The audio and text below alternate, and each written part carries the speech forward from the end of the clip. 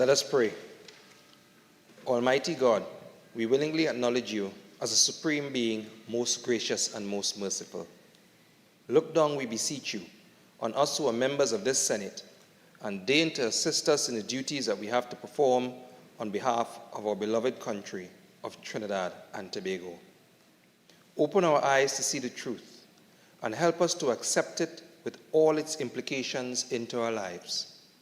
Direct us, O Lord, in our deliberations so that setting aside private interests, unwholesome prejudices, and personal affections, we may treat all matters set before us with honesty, courage, and conviction. Through all we say and do in this Senate, may we give glory and honor to your holy name, inspire confidence in our fellow citizens, and make a positive contribution to the peace and prosperity of our nation. Amen.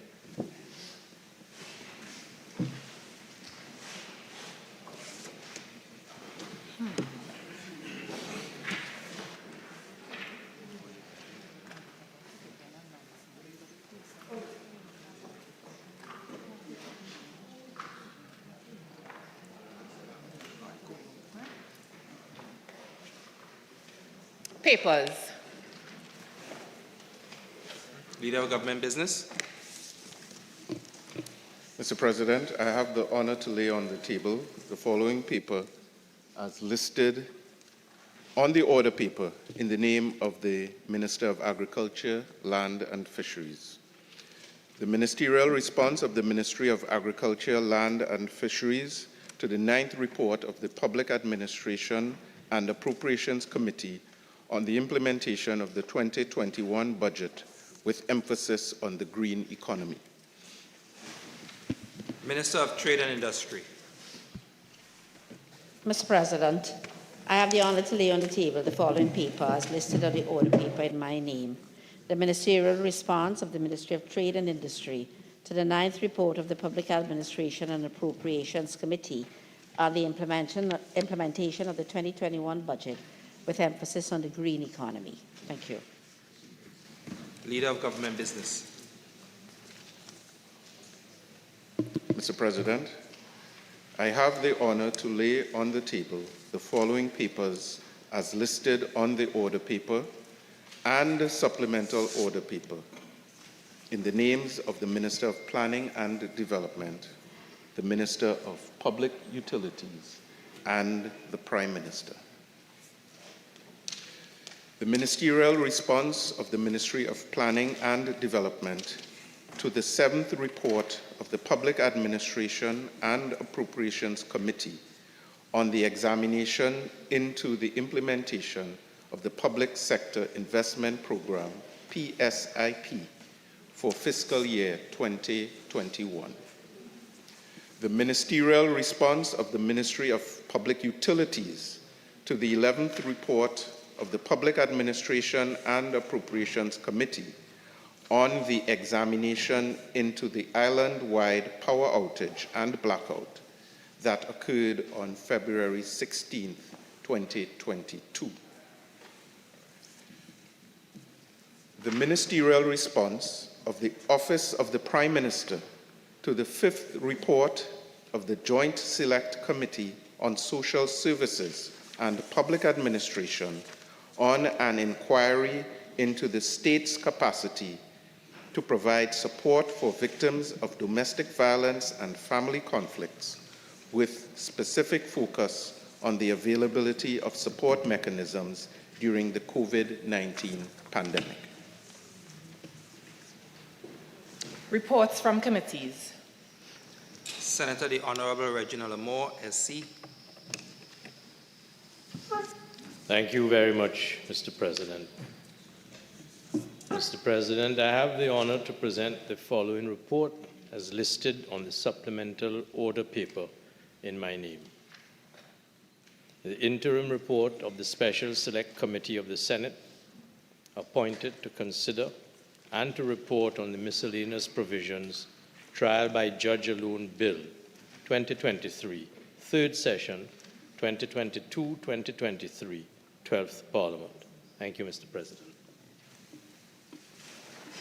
Urgent questions. Senator Richards. Thank you, Mr. President. Good morning. To the Minister of National Security, given reports of a missing Galil assault rifle from the Trinidad and Tobago Defence Force, can the Minister indicate whether any ammunition was lost with the weapon? Acting Minister of National Security. Thank you very much, Mr. President. Mr. President, I'm informed by the Ministry of National Security that no ammunition has been missing with the stolen or missing weapon at the barracks in Chaguaramas. Also relatedly, because of the gravity of the situation, having seen the response yesterday, can the Minister give us an update? Has the weapon been found yet? Acting Minister of National Security. Thank you very much, Mr. President. Mr. President, I'm advised that Senior Superintendent Henry of the Western Division is continuing his collaboration with the Chief of Defense Staff and other senior officials of the Trinidad and Tobago Defense Force to continue their investigation into this very, very sensitive and serious matter. Senator Richards. Thank you, Mr. President. Finally, has the TTDF, the Trinidad and Tobago Defense Force, undertaken an audit of their procedures and protocols to ensure no recurrence of this dangerous situation? Acting Minister. Thank you very much, Mr. President. Mr. President, all protocols and everything that is necessary to ensure that this matter does not in any way repeat itself has been undertaken by the officials and the administrators of the Trinidad and Tobago Defense Force whilst the criminal investigation is ongoing. Senator Mark. Thank you, Mr. President. To the Minister of National Security, in light of the disappearance of a Galil assault rifle at the Tetron barracks and the deadly harm it can generate, can the Minister indicate whether anyone has been detained or suspended in relation to this matter? Acting Minister. Thank you very much, Mr. President. Mr. President, thanks to Senator Mark for the question. As I've indicated, the investigation is at a very sensitive stage. I am advised at this point in time, no one has been suspended or detained at this point during the investigations. Honorable President, through you to the Honorable Minister. Honorable Minister, can you provide this Honorable Senate with an explanation for the disappearance of such a deadly weapon that can discharge, according to my information, 30 bullets within 2 seconds? Can you tell this Honorable Senate how this matter occurred or has arisen in such a premier institution like our Defense Force? Can the Minister clarify for us, Mr. President? Acting Minister. Thank you very much, Mr. President. Mr. President, that is the reason why we have an investigation into this matter. We have to await the outcome of the investigation that is being undertaken by the Trinidad and Tobago Police Service, as well as the executive management of the Trinidad and Tobago Defense Force. So as legislators, as policymakers, we must allow the investigation to take its course, and at the appropriate time, we will report to the national community on the outcome of this investigation. Senator Mark. Yeah, Mr. President, can the Minister outline or share with this Honorable House or Senate when the government anticipates the completion or conclusion of this report into the missing Galil assault rifle, Mr. President? Acting Minister. Mr. President, the government of Trinidad and Tobago has full confidence in the capacity and the ability of the Trinidad and Tobago Defense Force and the Trinidad and Tobago Police Service to do its work, and we will provide all the resources, all the support that they need to conduct an in-depth investigation into this matter. Insofar as it relates to a timeline for the completion of this investigation, investigation is something that is very fluid. So we cannot get involved in the details or give anticipation or prediction when this investigation is going to be completed, but we allow the investigators to undertake everything that's supposed to be done to get to the bottom of this matter, and at the appropriate time, we will report to the national community. Next question, Senator Ma. Thank you, Mr. President. To the Honorable Minister of Education. In light of a shooting incident on the compound of a primary school in Valencia, in the presence of pupils and teachers, can the minister indicate what immediate steps are being taken to address this situation? Minister of Education. Thank you, Mr. President. Mr. President, this situation was extremely regrettable, and it was also highly traumatic for the staff, the students, the teachers, particularly those who witnessed it at the school. The Trinidad and Tobago Police Service were on site yesterday within minutes of the emergency call, and they are currently investigating the circumstances that placed our students, teachers, and staff at risk. Even though school was dismissed early, the officials of the Student Support Services were dispatched to the school, and they did counsel those who were present at the time, and Employee Assistance Program, their officers were also alerted to do the same. As of this morning, there are 83 out of the 195 students present, 6 out of 7 teachers. There are 4 guidance officers and 3 school social workers at the school, presently debriefing those that are there at this time. 2 police officers also visited the school this morning to ensure that all was well at the school. Senator Ma. Honorable President, can I ask through you to the Honorable Minister, given the frequency, Honorable Minister, of these occurrences of crime and violence at our nation's schools, secondary and primary, respectively, can you indicate to this Honorable Senate what measures are being contemplated by your ministry to mitigate these occurrences, which, as you have admitted, is having traumatic, emotional, and psychological impact on our students, teachers, and parents? Can I ask through the Honorable Minister of President? Education. Thank you, Mr. President. Mr. President, there was a time in this country where schools didn't have guards. There was no security. I'm sure when the honorable member went to school, there wasn't a security guard at the school. Myself, at this time, there is almost no school that doesn't have a security guard. There was a time when schools didn't have high walls or fences.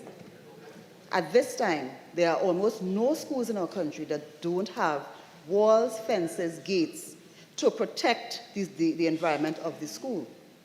In addition to that, what we have been working with the security companies on is ensuring that the full strength of security is present at the school at all times. There are some schools over the years that, based on the circumstances, we've had to increase the number of security guards at the school when we see that this school needs that particular level of attention and care. But there will always be the moment where something happens that you didn't anticipate. For this reason, there are the guards, there are the fences, there are the gates.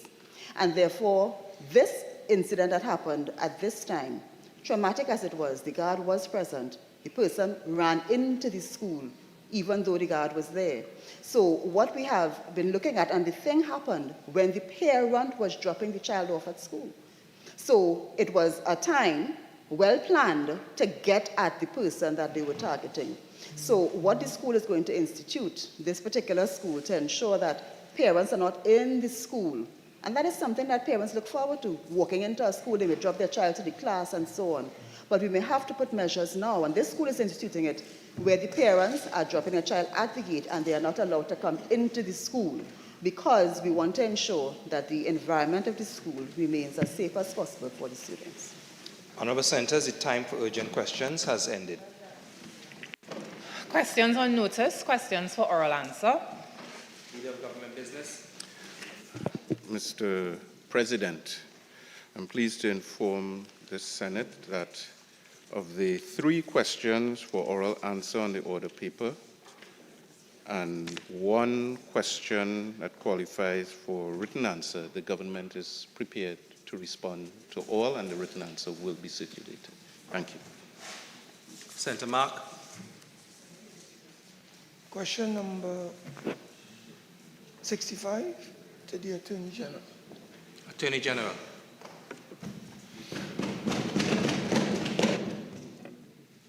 Thank you, Mr. President.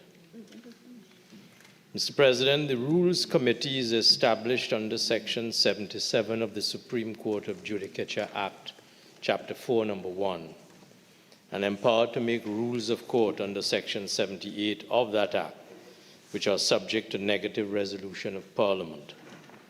The Rules Committee is chaired by the Honorable Chief Justice of Trinidad and Tobago and comprises a Justice of Appeal, a puisne judge, the Attorney General, 2 attorneys at law nominated by the Law Association of Trinidad and Tobago, and the Registrar of the Supreme Court.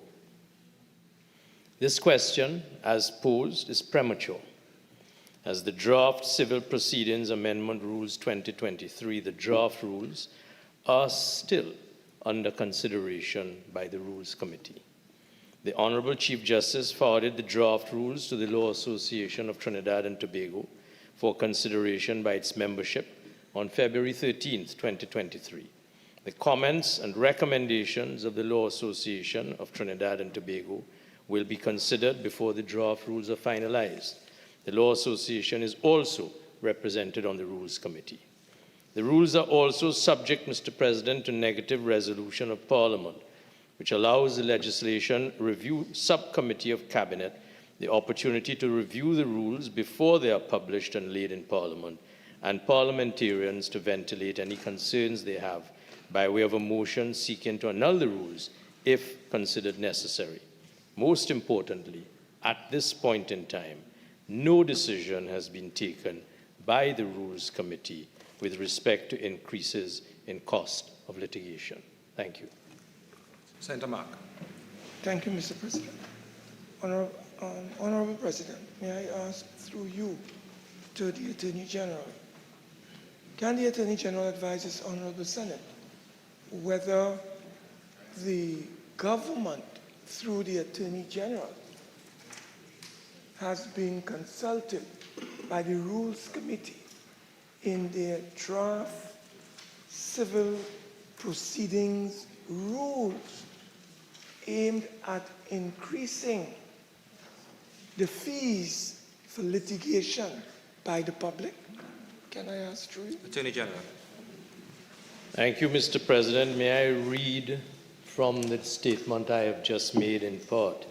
The Rules Committee is chaired by the Honorable Chief Justice of Trinidad and Tobago, and that Rules Committee comprises a Justice of Appeal, a puisne judge, the Attorney General of Trinidad and Tobago, 2 attorneys at law nominated by the Law Association of Trinidad and Tobago, and the Registrar of the Supreme Court. So to answer the question, the Rules Committee, consisting of, among other offices, the Attorney General of Trinidad and Tobago, is given consideration to the draft rules, which are now with the Law Association for comment. Thank you. Senator Mark. Can I ask through you to the Honorable Attorney General whether, as Attorney General representing the state, that is the government in this instance, can the Attorney General state whether the government is in agreement with the proposed increases that this particular Rules Committee currently is considering, Mr. President? Can the Attorney General share with us whether the government is in agreement? First of all, thank you, Mr. President. As I've said, the question is premature because everything is under consideration and no decision has been taken.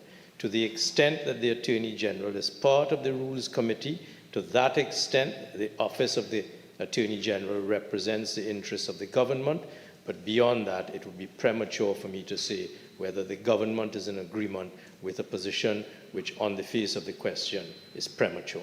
Thank you. Senator Mark. Attorney General, through you, as to whether you can share with this House the current fees, or at least one element like filing fees, what exists now. Mr. President, can he share with us what exists now?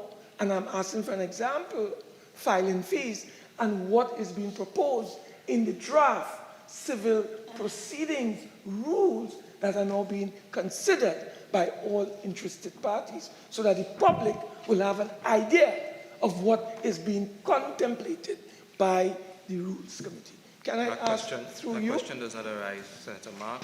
Is there, can I ask my final Yeah, question? yeah. Can I ask through you to the Honorable Attorney General, is there a time frame, Attorney General, for the conclusion of this process of consultation and the final decision for implementation, although subject to negative resolution of this proposal to increase litigation fees in matters going to the High Court? Attorney General. Thank you, Mr. President. There is no fixed time frame. I know that the Rules Committee would wish to have this matter addressed expeditiously. At this point in time, the Rules Committee is awaiting the input of the Law Association of Trinidad and Tobago, which was invited on the 13th of February, 2023. Thank you. Senator Mark. Thank you, Mr. President. Question number 66 to the Minister of Public Utilities. Minister of Public Utilities.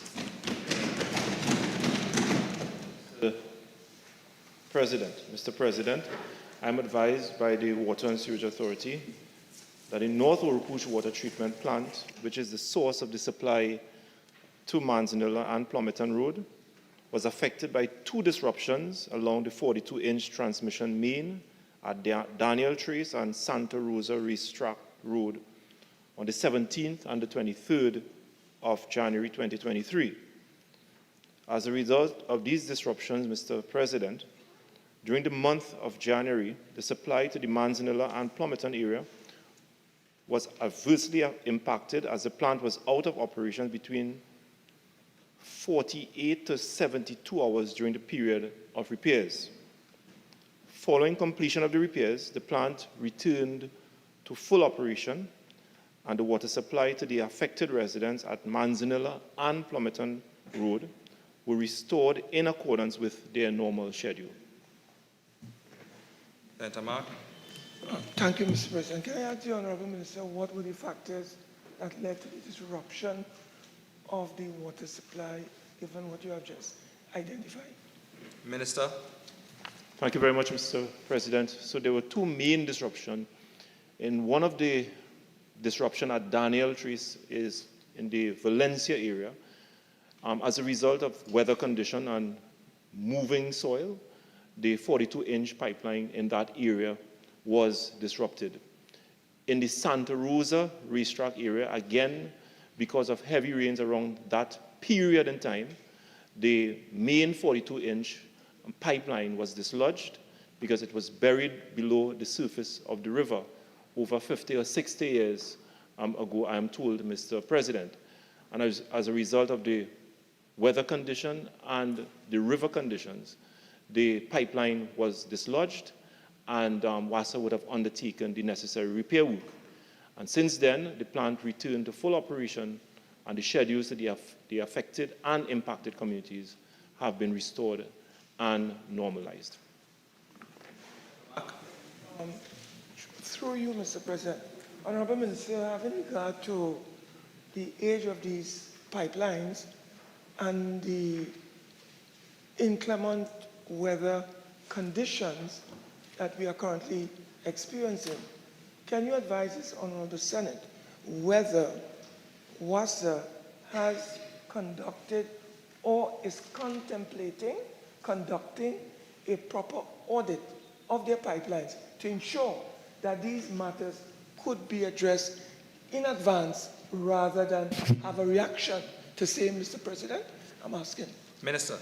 Thank you very much, Mr. President. Mr. President, I'm pleased to advise that WASA has undertaken a major capital investment program. It's the reason why we enter into a collaboration with the Inter-American Development Bank.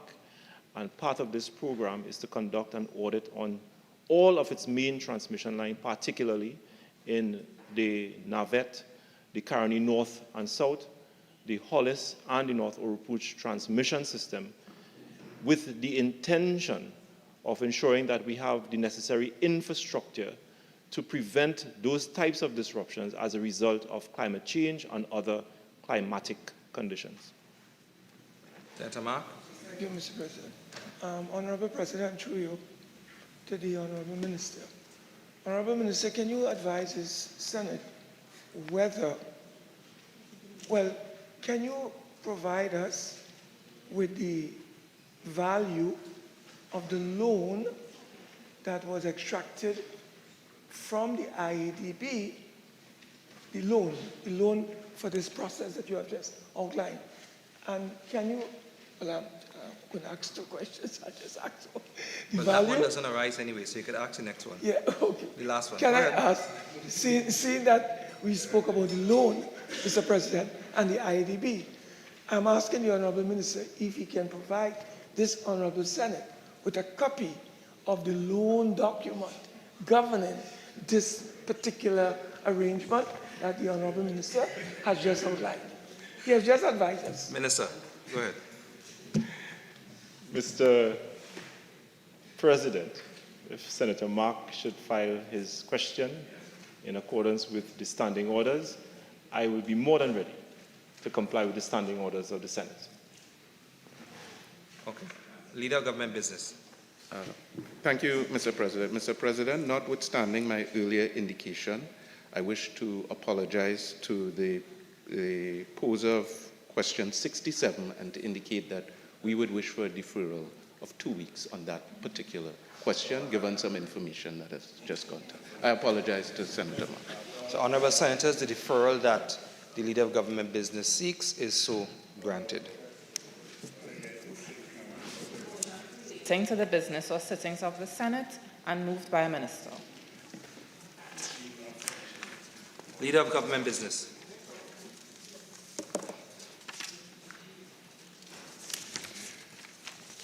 Mr. President, having regard to the interim report of the Special Select Committee of the Senate, appointed to consider and report on the miscellaneous provisions trial by Judge Alone Bill 2023, third session 2022-2023, 12th Parliament. I beg to move that the committee be granted an extension of time to June 27th, 2023 to complete its work and submit a final report.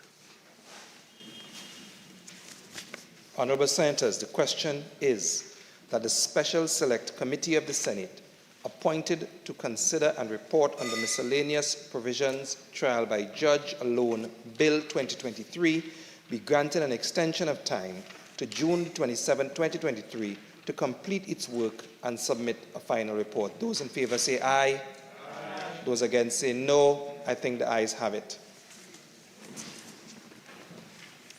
Public business, government business, bills, second reading. Honorable Senators, before I call on the Minister, permit me to welcome Ms. Cynthia Alfred, former parliamentarian, who has joined us today from Tobago. Ms. Alfred served as a senator during the 5th Parliament. Minister of Rural Development and Local Government. Thank you, Mr. President.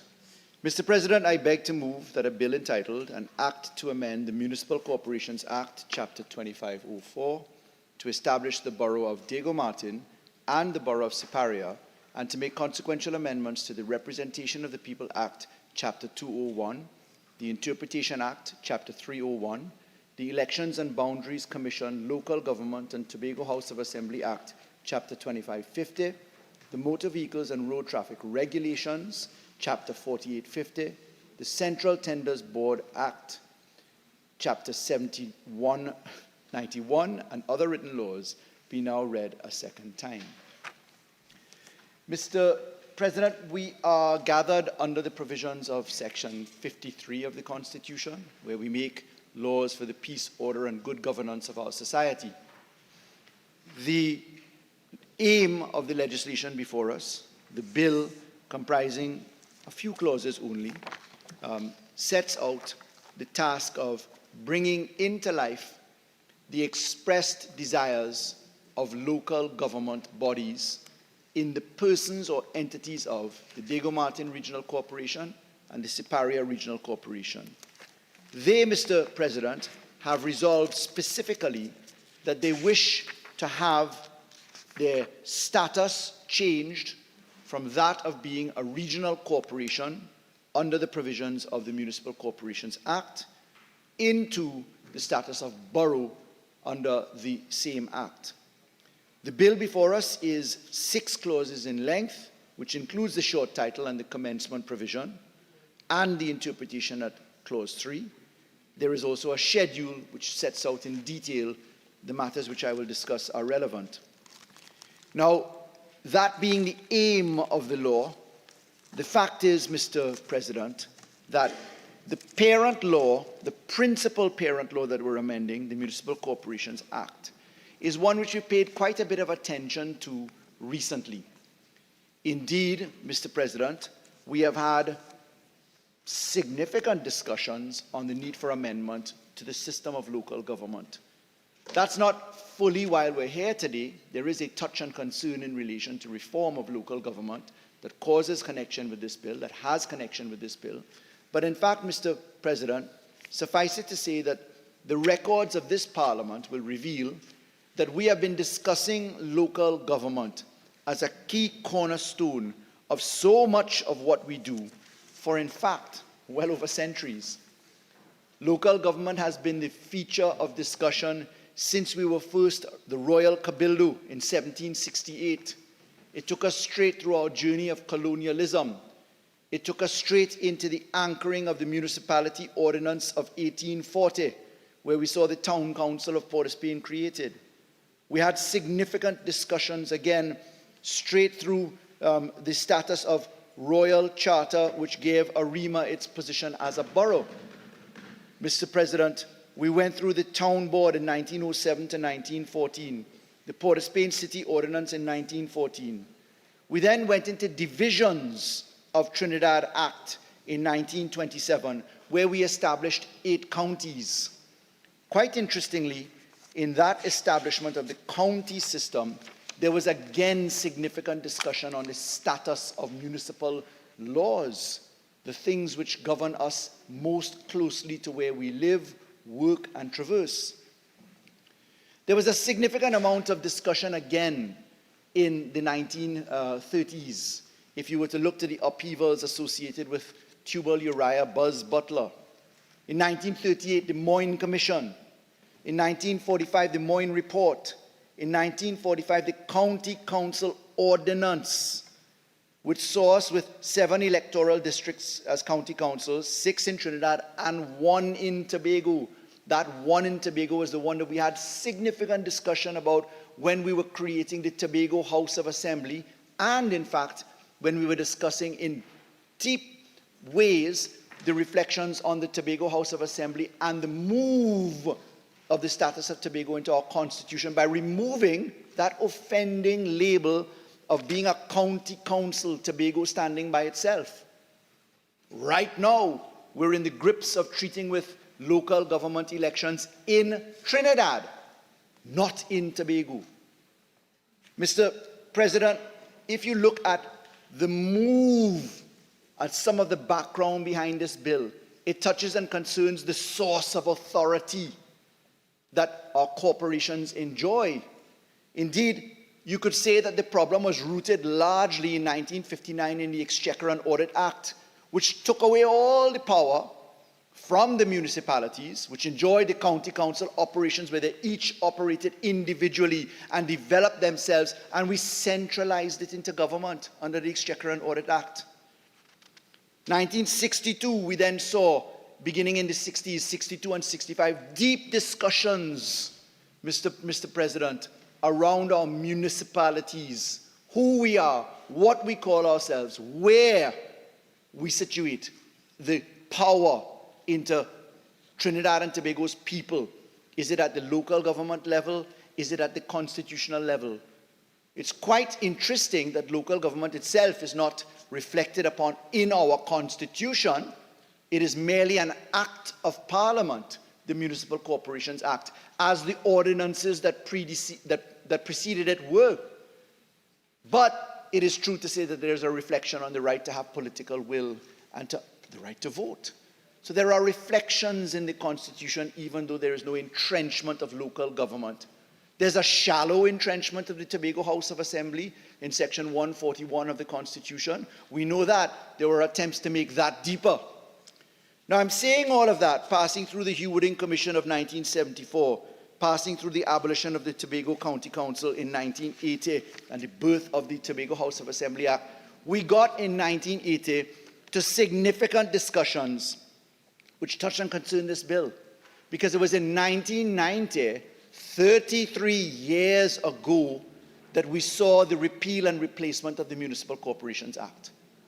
The current Municipal Corporations Act was born in 1990. It was a feature in discussion under successive P&M governments, birthed by the very distinguished A.N.R. Robinson, then perfected in 1992 by the P&M government by a simplification in the number of local government municipalities. We went down from 17, we went to 14, because of concerns about the administrative spread that would be involved, particularly where you have sparse populations in certain areas. But suffice it to say, the last significant reform that we had prior to 2022 was really 33 years ago. Now, Mr. President, we did in 2022 engage in the Municipal Provisions Local Government Reform Package, where we had 10 clauses which became law, and that was an opportunity to carry out the exercise that we're doing today. But in the course of getting here, I want to remind, we got here effectively to change the status of the municipalities of Diego Martin and Siparia into borough status by a separate route because of the manner in which the consultation happened. Let me, for the record, therefore, point out, Mr. President, that the two councils of Diego Martin and Siparia, they met and resolved themselves in the system of local government that they, after consultation at the municipal corporation level, by resolution from each of the councils, they determined and recorded into their records their desire to achieve borough status. For the record, I can say that the Diego Martin Regional Corporation, at its statutory meeting held on May 2nd, 2019, and then the Siparia Regional Corporation at its meeting in, forgive me and I'll get the date of the resolution, that the Siparia, so it's May 2nd, 2019 by the Port of Spain City Corporation, and then the Siparia Regional Corporation by its motion in the name of Alderman Christopher Encinias. There was a unanimous support of motion by the member, and the date of that motion is at the 27th statutory meeting, Thursday, 28th February 2019, Siparia Regional Corporation. And again, there was a whole process of forming that up. There were further discussions after the corporations resolved themselves to establish themselves as borough. They then communicated that to the Minister of Rural Development and Local Government. But the exercise to take us to borough status involved cabinet-appointed committees to consider the requests. Bear in mind the local government authorities in the Municipal Corporations Act do not themselves have the power to change the status from regional corporation to borough or from borough to city. That process is in fact one which only the Parliament can engage in. The communication of the resolutions from the Diego Martin Regional Corporation and the Siparia Regional Corporation to the Minister of Rural Development and Local Government then involved 2 notes to Cabinet. And in the second note to Cabinet, August 19, 2021, there was a decision by the Cabinet that there would be an establishment of ministerial committees specifically to look at the change in municipal status. Why? The first thing that we needed to do was to understand how the change of municipal status was to be effected. Secondly, why it should be effected. Thirdly, what are the benefits to be derived from the status of borough? Fourthly, are there any precedents involved in that exercise in the Commonwealth that we can turn to by way of reflection? The committees, in fact, established themselves and effectively looked at the Municipal Corporations Act. The Municipal Corporations Act is interesting. When in 1990 we birthed the Municipal Corporations Act, Chaguanas was just labeled as a borough. So in 1990, 33 years ago, the conferring of the borough status to Chaguanas was merely done by way of the expression in the law. So in reformulating the 1990 Act, the Borough of Chaguanas was born simply at Section 5 of the Principal Law, and that was by the inclusion of the Borough of Chaguanas. In the law itself, the Municipal Corporations Act, what is relevant in this exercise that we consider is that Section 3 says municipal corporations established under the provisions of written law set out in the first schedule and known by the corporate names in that schedule are continued, because there was a system of local government that existed since 1980 in a more familiar form to the 1990 Act. So they continued it. In Section 4 of the Municipal Corporations Act, the several new municipal corporations bearing the names and having respective officers, memberships, and descriptions set forth in the second schedule are established. Section 5 says, subject to subsection 2 and section 6, the Act shall apply to, and then it names City of Port of Spain, City of San Fernando, Borough of Arima, Borough of Point Fortin, the Borough of Chaguanas was added in. The several municipal corporations referred to in Section 4, such other towns or districts, places to which this Act may be applied pursuant to subsection 2. And subsection 2 says this: the President may, by order, subject to affirmative resolution of Parliament, apply the provisions of this Act to any town, district, or place for the purpose of incorporating the electors thereof. Section 6 says, an order made under Section 5.2 may apply the provisions of this Act generally to town, district, or place mentioned therein, or it may provide that the Act shall apply subject to such exceptions or modifications as are specified in the order. And subsection 2 says that that order shall designate the corporate name by which the new corporation shall be known. That ends the principal law, the Municipal Corporation Act, detailing how we can create a new corporation. So, the exercise really was, having received these resolutions of these two corporations, how do we change the status and reference to corporations? How does one move from a regional corporation to a borough to a city? It's clear that under the Municipal Corporations Act, sections 3, 4, 5, and 6, that you can create new entities. But that's not what we're doing.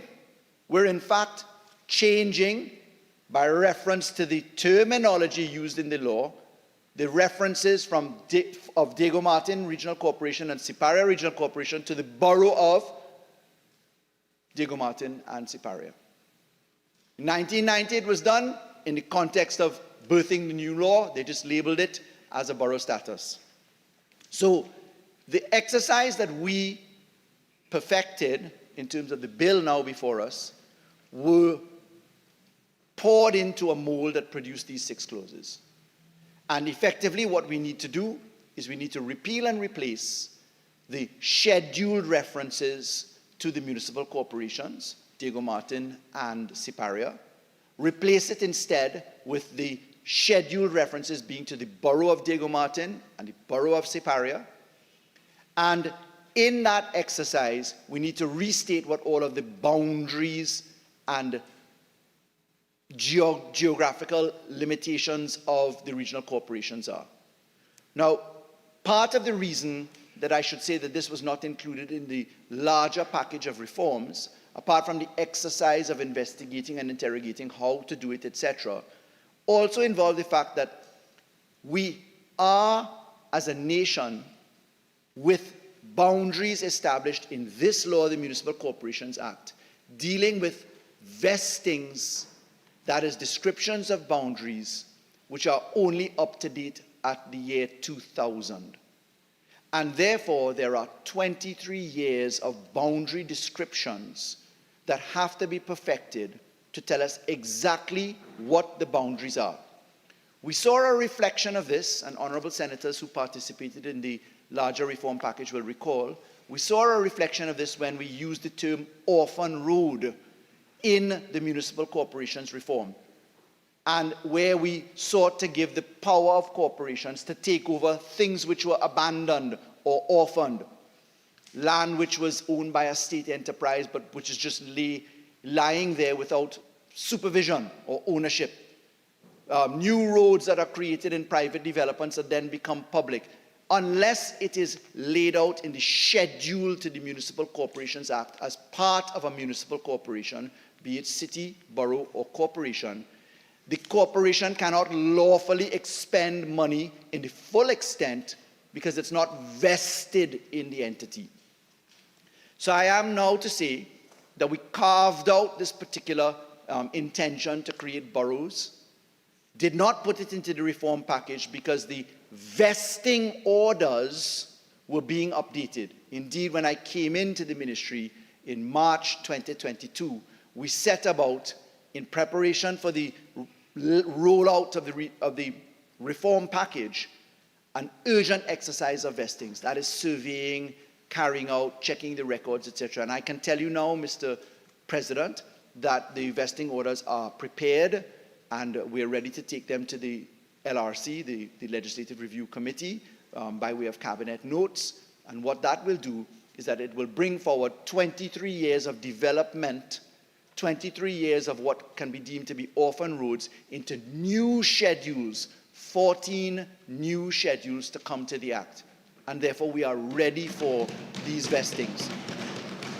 What does that mean? It means that people who can't receive garbage collection services, can't receive repairs, landslips, roads, etc., because of a lack of locus, a lack of legal standing on the part of the corporation to engage in the expenditure of public monies, that will be a thing which will be solved by the updating of the vesting orders. Now, there's been a lot of discussion about why we have this change of name. Indeed, in the House of Representatives, there was a trivialization of the effort. What is this thing about borough is only a name change. In fairness, if you look to the actual powers that come from being a borough otherwise, that may in fact be a fair reflection to say. Because what is it in a name? I mean, if it occupied the lips and mind of Shakespeare, then surely it shouldn't be too far an issue for us to say that, yes, perhaps it's just a name change. But traditionally and historically, throughout the Commonwealth, there has been a status that is associated with boroughs. That finds reflection in different ways in different parts of the Commonwealth.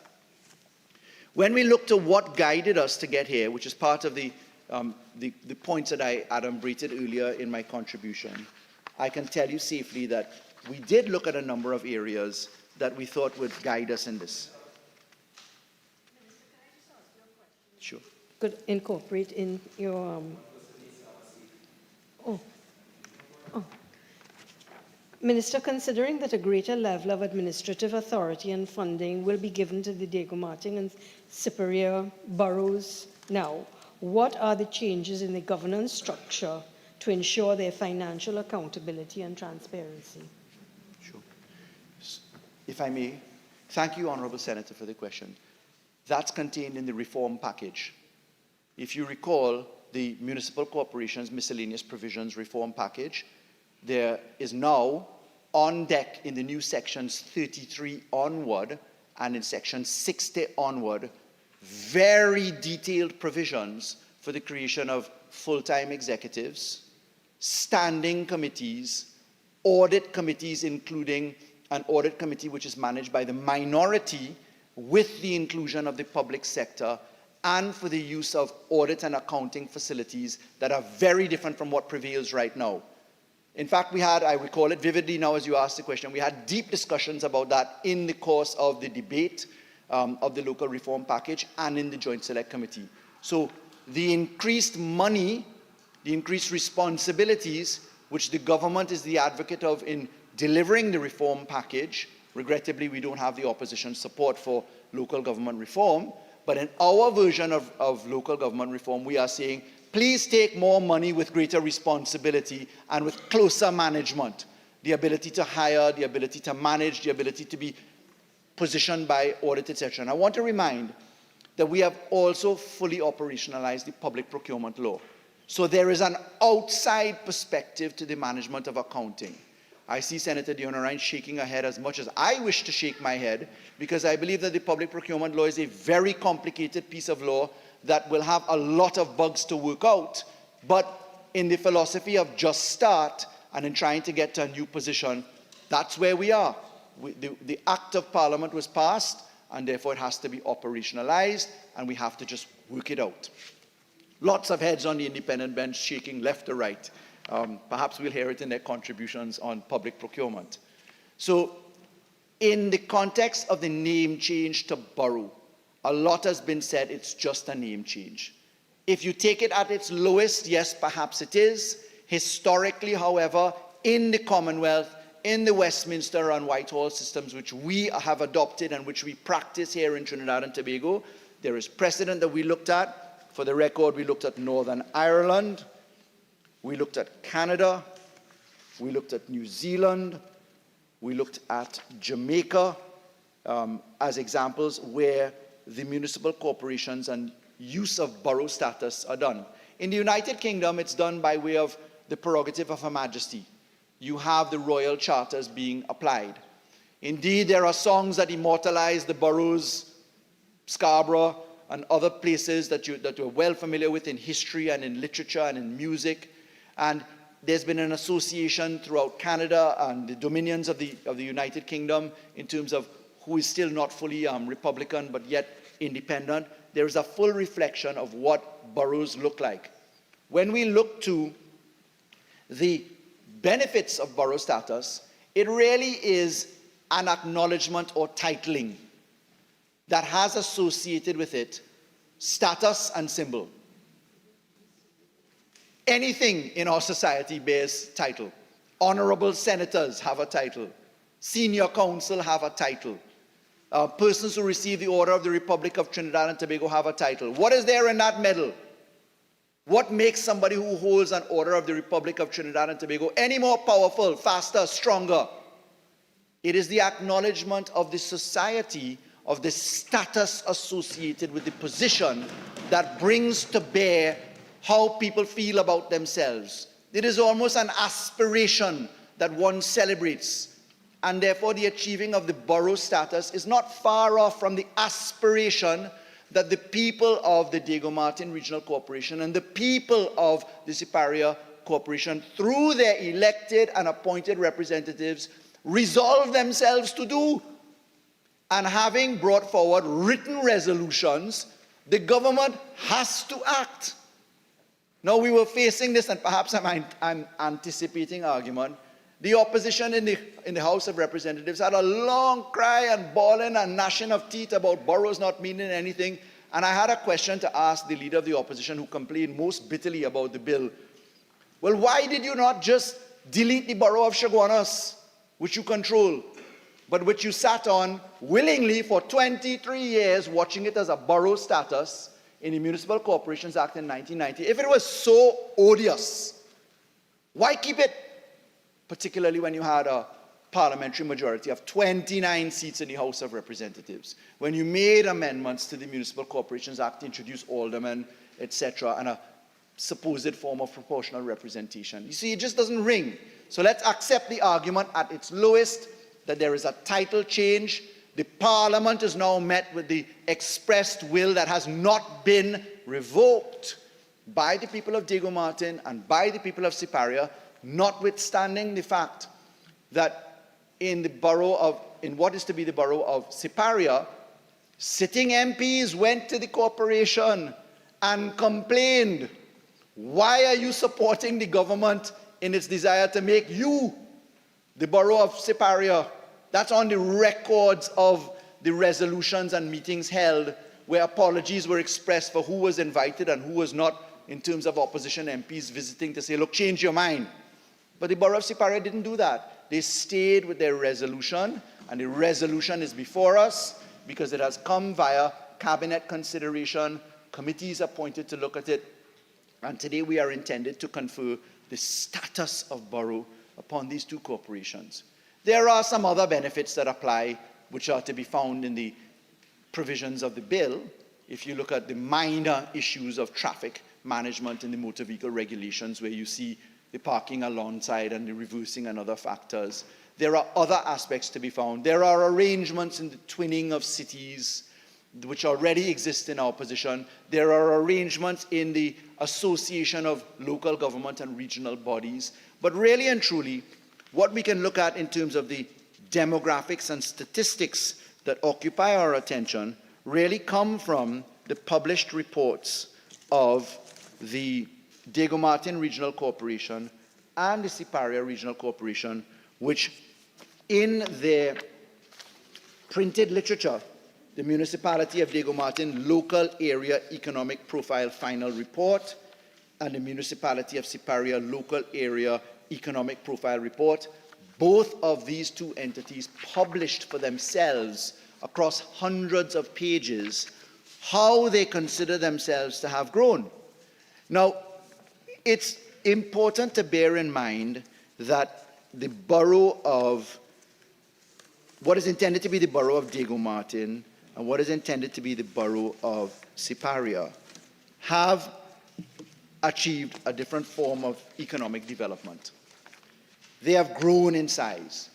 The Diego Martin Regional Corporation is comprised of parts of what people believe to be the city of Port of Spain. It's not the city, but the suburban environment of Diego Martin actually encompasses and touches part of Port of Spain. If you look right there at Maraval actually, if you get into La Saiva and that whole connection, you're into Diego Martin Northeast. And it works its way straight across through to the peninsula as we go Diego Martin Northeast, Diego Martin Central, Diego Martin Northwest. These are three very large constituencies that border on the city of Port of Spain, and this area now comprises a significant footprint. In the electorate in Diego Martin, we've noted that it has grown from 59,245 persons recorded in 1992 to nearly 89,190 in 2019. That's Diego Martin. An increase of approximately 50.5%. Further, certain population data from the CSO suggests that the population of Diego Martin has grown from approximately 74,000 to 115,000 during the period 1992 to 2021, making it one of the most populous areas in the country.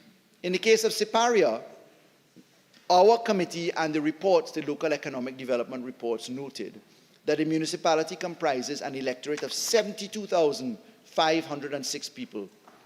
Listed in the Elections and Boundaries Commission's list of electors as of July 1st, 2021, which electors were distributed across 9 electoral districts and spanned 5 constituencies. So Siparia actually spans 5 constituencies. The borough of Siparia, as it is intended to be called, is not in reference to the seat of Siparia from a general election constituency perspective. It is in fact 9 electoral districts and spanning 5 constituencies. With respect to its economic development, there's some 1,100 plus businesses registered, and our committees looked that there was further strengthening going on.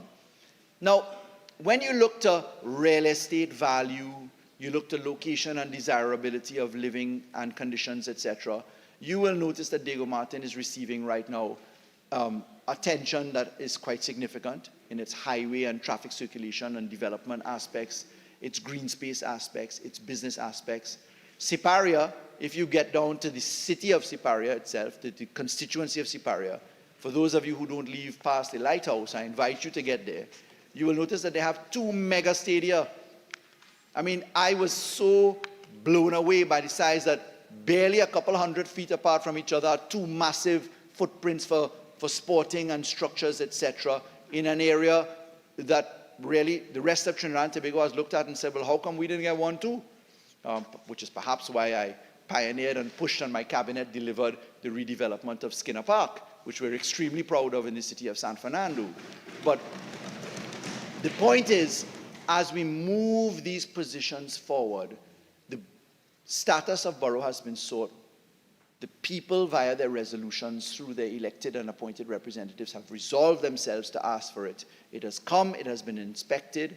We are taking it through its position. There is precedent for the movement to borough status in the Commonwealth. An inspection of the Municipal Corporations Act reveals that we're not creating new boroughs, new municipal corporations, new cities, etc. Therefore, we are outside the provisions of sections 5 and 6 of the Municipal Corporations Act, and therefore, the mechanism by which we deliver this relief is via the bill before us. There will be other amendments for us to consider, as the top priority of this government is local government reform. Indeed, Senator Vera used a very interesting term, which I'll repeat here on another occasion, that there will be corollaries to corollaries by way of amendments to the law, because as we have interpretations coming from the Privy Council, or as resolutions and circumstances cause change, the Municipal Corporations Act is now a living, breathing entity. I was speaking recently, Mr. President, at an event on local government reform. And it crossed my mind, and I said, and I put it on the record, that in reflecting upon the work that I've done as a parliamentarian and as a government minister, I spent 7 years drafting laws for the Republic of Trinidad and Tobago. If you include subsidiary laws and orders, etc., the laws under my belt crossed over 650 laws. But all of the major laws that I piloted and that the government produced are in occupation in local government. The public health regulations that everybody looked for every 2 weeks during COVID, people had not heard of the public health ordinance for centuries. A health inspector was a guy you expected to roll around the corner when you're opening a restaurant, coming to check your grease trap to see if your kitchen is in safe order. But the public health regulations came to save this country in a time of crisis. It managed the whole concept of zoonosis and transmission of diseases from animals to people. It is the thing that allowed us to regulate our living conditions in the most part without a state of emergency. And in the state of emergency that we eventually used, it was a state of emergency that was very different from states of emergencies in the past. The Planning and Facilitation Development Act occupies space inside of municipal corporations, as the planning authority has to find itself inside of there. If you look to the Revenue Authority, if you look to the Property Tax Act, if you look to the Valuation of Lands Act, if you look to the Electronic Transactions Act, if you look to the Asecuda system in customs, if you look to the computer registration online system in the company's registry that the Ministry of Legal Affairs is delivering, if you look to the Registration of Title to Land Act, the Miscellaneous Provisions Registration of Deeds Act, the Registration of Deeds Act, the Real Property Act, all of these occupy space inside of the municipal corporations.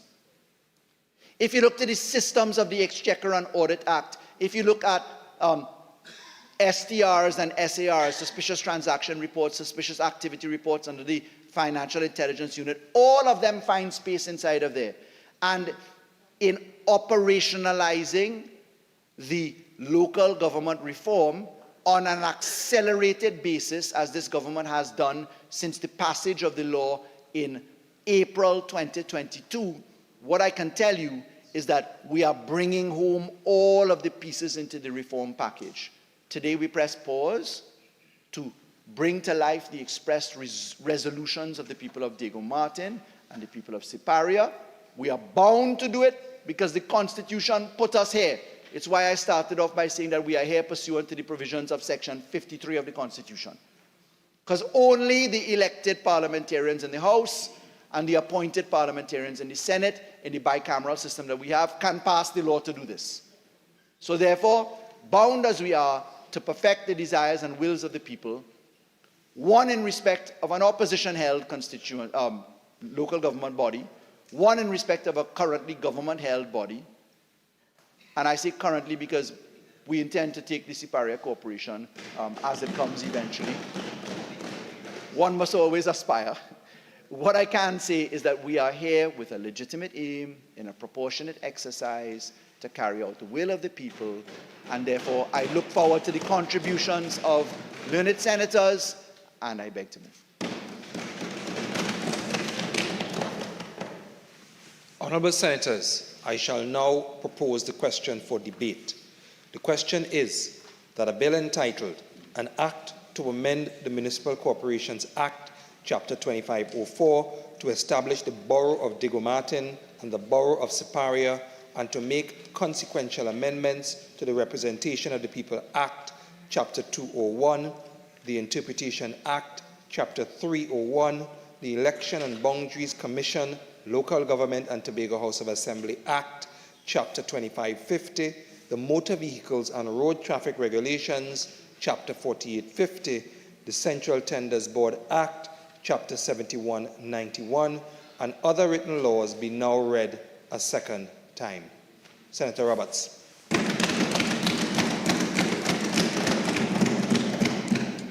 you, Mr. President.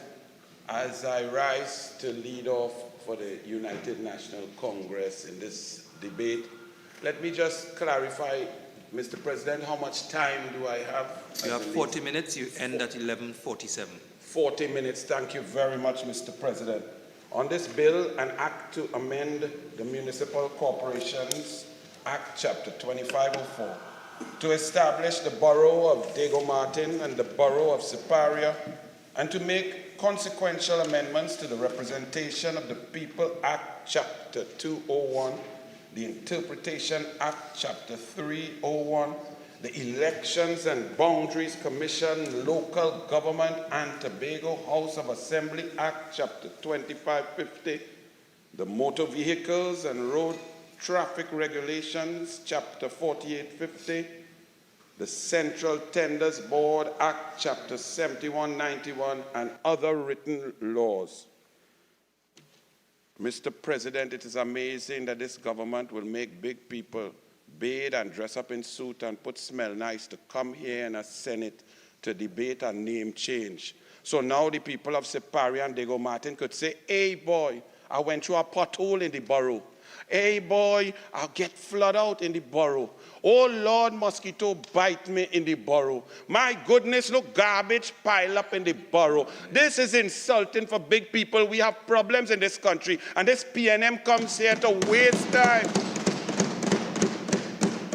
This is superfluous, superficial, and an exercise in PNM mamagism.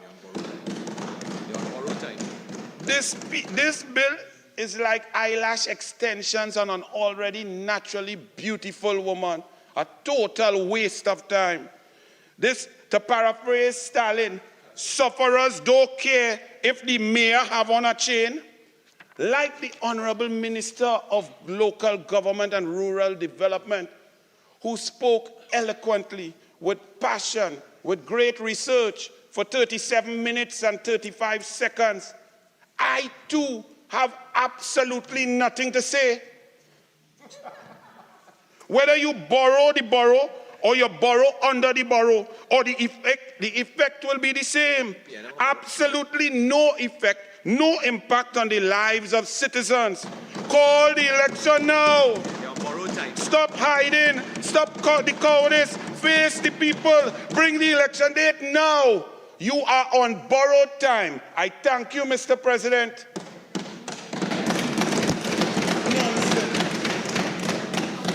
Senator Dial Singh. Okay, members.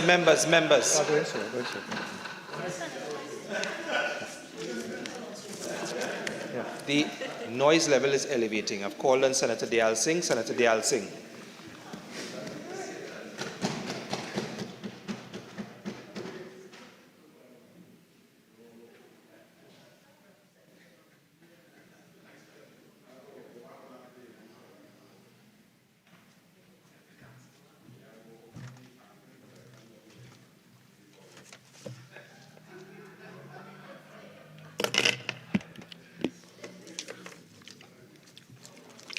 Thank you, Mr. President, for allowing me to partake in this discussion here today. So, according to the Minister of Rural Development, Local Government, you know, it's an honor for these corporations to be elevated to the status of the municipal corporations to be elevated to borough status. So I heard his talk. I heard the fact that there will be some sort of traffic alleviation, that we need to look at these aspects. We need to see the advantages that may come about. But so I have to say, when I looked at this bill, I asked myself, the existing boroughs, when it moved from being a corporation to a borough, did it achieve any major benefit to the population? Did they get better services? Did the movement of Shoguners to a borough, Point 14 to a borough, somehow improve the lives of the citizens? So I'm looking to see, first of all, if it did, then there may be advantage. If it didn't, it may not be advantage of what we are doing here today. I also look at I looked at the existing boroughs to see did they make us proud. I also looked at the corporations that are in question today. Could they measure up to move into that status of a borough status? Have they given us that confidence that they can do that? And I also look at something that I am very very conscious of in our economic times. We have to see, will the cost factor of moving these corporations to borough, will it be beneficial? I mean, we are asked to tighten our belts, to drink more beer. We are asked to do certain things and as citizens, a lot of us have sacrificed, and a lot of us have definitely taken the heed of the Minister of Finance and others who told us, let us sacrifice. So therefore, would it really be something beneficial? Is it cost effective? It really costed more. So therefore, as I would like to say, I must make mention to the fact that when we are looking at the Corporation Act, the Municipal Corporation Act, and we're looking at other pieces of legislation where it would be affected, the Motor Vehicle Road Traffic Act, etc. The bill itself is just 6 clauses long, but the substance of the bill, I want to take it from how I mentioned that I would like to look at the benefits. So I heard some benefits, but then I want to know that the fact remains is, if I have to look at the existing corporations, I need to at least say, have they been doing what they're supposed to do? So let's look at, for instance, point 14. So, point 14, this is the smallest borough that we have. So it should be the easiest to manage in terms of land space. And I looked at different reasons why we may move from a borough to for a corporation to a borough to a city, and it looks like it's sometimes the land space, the development that's occurring in the area to take it to a greater status. So history would have shown that Point Fortin was originally a area where they had coconut estates. And this was, this district eventually discovered oil. It was the first to produce oil in commercial quantities. And in 1960s, though, you found that there was a decline and massive retrenchment, and government was forced to bring in the Dunlop tire factory then to try to beef up the employment there. So the economic revival came in 1970s, the oil boom. Shell was acquired by Trinidad government. So then it was elevated to a borough. And I had no problem with this because it was a hub for this sort of industrial activity. So then let's look at what's happening now. As we have a decline in the market for oil and natural gas, we found that the people of the borough now are faced with major challenges with the closure of the refinery and the instruction of the gas and oil company. So therefore, has it brought advantages? I said yet. Is it somehow measuring up to what it's supposed to do? And I look at two reasons to see if it's measuring up. I look to see, as a citizen living there, would they say that they are getting a better benefit from being a borough than if they were a corporation living elsewhere? So therefore, and I looked at the fact that on the 30th of April, 1980, Point Fortin became a borough. And the thing is, if I have to look at the infrastructure there, because I heard mention that, we have to look at the roads, etc., in Diego Martin now that may be improved with traffic. But if you look at the infrastructure, Mr. President, I would like to just remind the persons here that there are a lot of challenges in Point Fortin. A lot of challenges where the residents were complaining, and there were a lot of fiery protests where persons were complaining that the roads had a lot to be desired. And I remember the Point Fortin Deputy Mayor, Chang Fong, said that funding for the Borough Corporation is not enough to address the resident woes. And he noted that there's also currently a shortage of bitumen oil. So then, borough status does not necessarily mean that you are getting better roads. And then it was in 2022, residents blocked the road. It was in, that's August 2022, December 2022, a similar thing where residents again blocked the road, and taxi drivers actually had to actually stop picking up passengers that day. Then Cap de Ville in Point Fortin, there was a protest over a bad bridge, and that was in 2021. Even in 2018, the Point Fortin taxi drivers protest. So we had challenges in this borough, and we still have challenges in the borough. And having it as a borough status did not seem to me to serve any sort of improvement, right? Good. So let us look at not just the conditions of the road, but let's look at the conditions of the people. It was Sabrina Thomas who was gunned down in her yard in February the 12th this year, 44-year-old, now dropped her children to school. There were decapitations of persons there. In February 28, 2020, you had bodies of 69-year-old Cheslyn Farrell and her son Patrick and her church friend, Sinelis Hannah, all burned beyond recognition. Now, those are victims of crime. Those are people there who were suffering. And yet still, borough status did not seem to get them in any greater degree of safety. You see, so we looked at the history. We looked at different. A 10-year-old in 2020 was almost kidnapped walking down the street. Then 56-year-old Sandra Gopi Despot, she was killed in her home. We had shooting of somebody twice. And this morning we heard a question about the shells from the regiment, and shells were used. So what I'm trying to gather is there is a problem with crime. There is a problem with with not just crime, but with the roadway. And I don't think the borough status had done anything to help it. And you see, I am someone who I love that Trinidad can get a good name all over the world. But there's a hiker's bay. It's a kind of advisory travel. And it actually looked at the comparing crime in different parts of Trinidad and Tobago. And it looked at areas for people to visit. So I'm happy if tourists come here.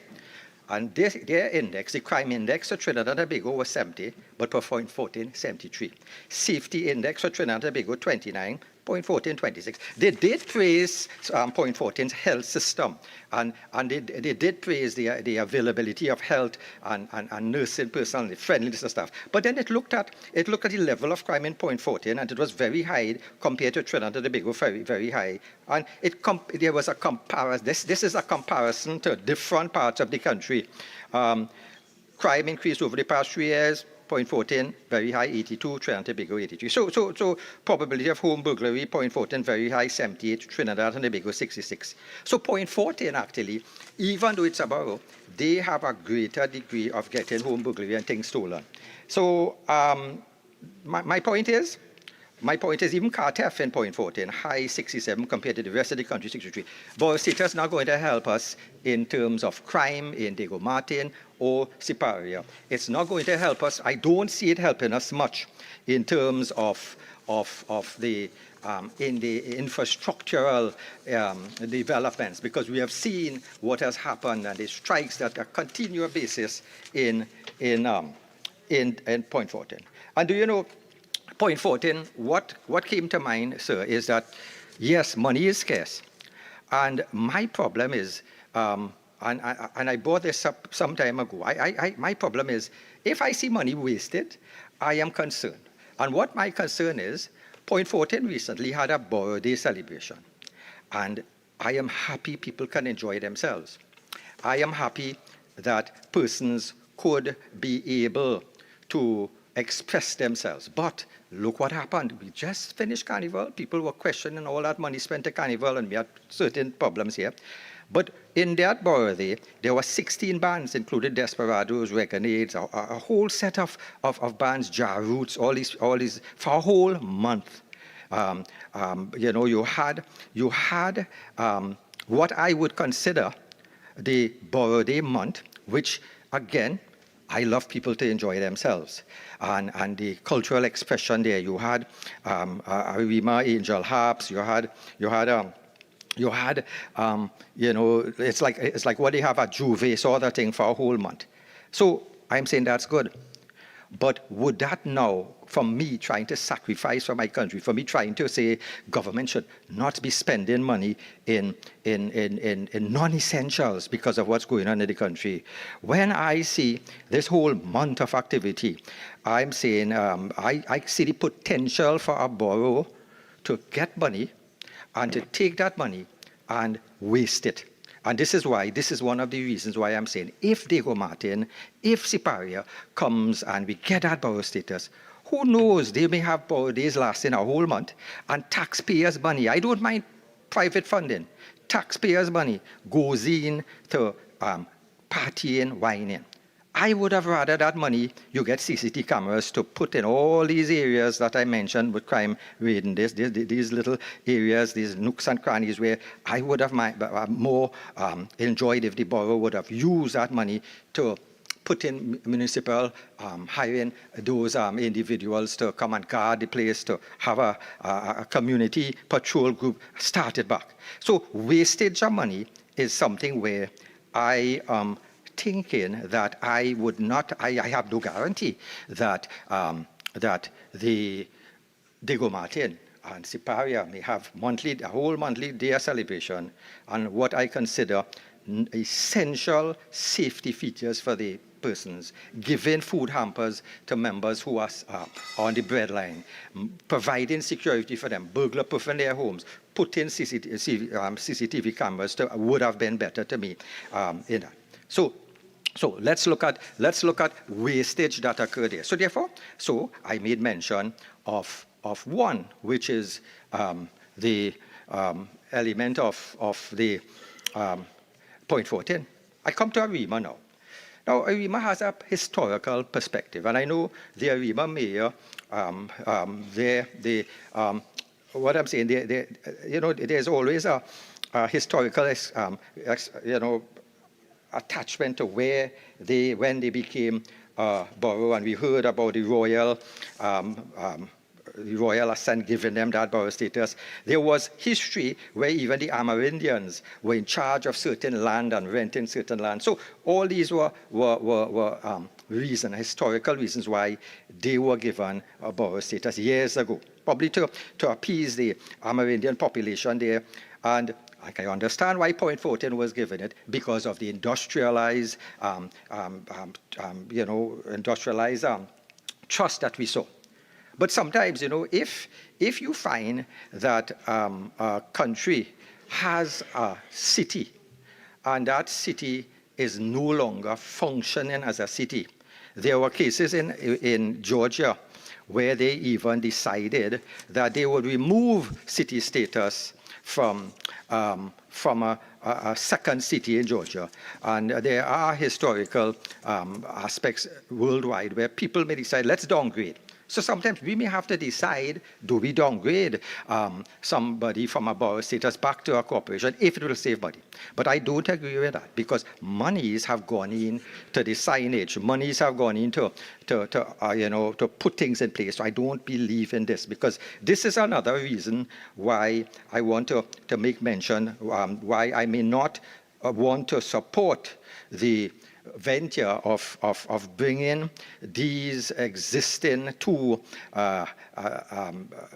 areas, Diego Martin and Siparia, into the domain of having a borough status, because it is costly. You have to change all the stationery. You have to change all the signage in the vans, the corporation vans. You have to change signage in the grounds, in the burial grounds. You have to change it now. All that costs money. We cannot afford that. We really cannot afford that now. So all that money going in, somebody may gain from some contract for signage, etc. But I'm looking. We are tight. If we had oil money and oil boom, I don't mind every municipal corporation could come a borough, but we don't have money. So I'm saying the money it costs to do this. Another factor too, sir, is if you, besides the cost of having to implement it, if you have to change it, there are certain regulations you have to change in terms of not reversing onto the highway. You have to, certain motor vehicular laws have to change, as the minister did put it here. We have to remember to even certain laws, because in a borough you are not allowed to sell fresh meat in an open market. You're in an open place. You have to go into the market. So therefore, my fish vendor who passes in Valsayn and announces shrimp, curry, whatnot, let us say he operates in one of these soon-to-be boroughs. He could be charged. Let us say the little fisherman who just opens his open truck and wants to sell some shrimp quickly to the population. He could be charged. So this is where now it can have a swing-back effect to the small man. And we did see police. I think there was something on WhatsApp where I think the police officers were charging someone in a truck for a bucket. So who knows, this may open up some sort of negative things for our persons who are trying to survive. So then I want to go back now. I just do want to look at point 14. I want to say, are the other corporations, have they been a success story? Let's look at Arima. Arima, sir, is, when I looked at Arima, and you have to remember once, even crime-wise, remember once there was a Arima mayor in Mayor Day, Borough Day, walking down in the street, and his chain in front of a whole crowd, his $3,000 chain was snatched. So even though you have that, the level, it did not help crime if the own mayor with his own chain could be snatched. And you see, not just that. Let us look at, I just would like you, sir, just to read in one thing, because I'm trying to develop the point that the boroughs are wanting. and therefore we may be creating other boroughs that are wanted. And so I'd like you to read it, sir. A letter to the editor. It was a letter to the Guardian where it was written by Garfield Daniel of Arima, Old Road Arima. And it captioned is, "Dear editor, Arima was capital of East Trinidad. Now it's a lost and forgotten borough." And in that letter, he always said Arima was always considered the capital of East Trinidad, but he was critical of some of the services, of some of the buildings there, of things that they were promised. And in this letter, which was January 2022, he made mention today when we looked at the cherished town that can boast of being the country's only royal chartered borough, a status granted by Queen Victoria in 1888. We see only a battered and a bruised community which has lost all facilities and made it so special and is now reduced to a long and forgotten borough. He quoted former mayor of Arima, Ashton Ford, who has aptly described the once proud borough as a glorified village with only the First Peoples community garnering any national attention. So we have these individuals. And the letter went on to say, in fact, Diego Martin, which is not yet a borough, will soon be getting its own brand new administrative complex, while the borough of Arima, 134 years old this year, is waiting impatiently for the construction of a new town hall. So therefore, we have these objections, which I raise, and also the fact remains that, let's look at again the Arima. It was, I'd like to quote the Newsday, Thursday, 24th August 2017, where the Arima mayor, Lisa Morris Julian, who I must say is one of the hardest working mayors there, the most available mayors that was there, because people love her. She really gives service, was always available to help. And she to this day, she still has that, I could still give kudos for that. But even then, she had quoted that she expressed outrage and a hope for a speedy resolution to allegations of fraud at the Arima Borough Corporation, where 1.5 million was stolen from the corporation. So we looked at the fact that fraud can occur. Not yes. Let's look at Chagona's Corporation. Yes, they are borough. In 29th of October 2022, death threats are being made against an inspector who unearthed corruption in the building inspectorate. Then before that, in 2018, a group of allegations of fraud and misconduct in Chagona's Corporation. So here we have our boroughs, which should be the pinnacle of success, the giving clear-cut service to the people. We are seeing corruption all over. This, I mean, and in this corruption at Chagona's Corporation, it was mentioned that one of the guys actually had death threats against him, shades of Danraj Singh and other things in the past where people would have been frightened to even come forth. So therefore, even in this article, it had mentioned it was alleged corruption at Chagona's Corporation, August 3rd, 2018, in The Guardian. And it made mention, following the arrest of 10 persons accused of collecting approximately 22.5 million in fraudulent salaries in the Sawa Laventil Regional Corporation, there are now accusations of more corporation for this at the Chagona Boroughs Corporation. Mr. Minister, I admire your role as the Attorney General.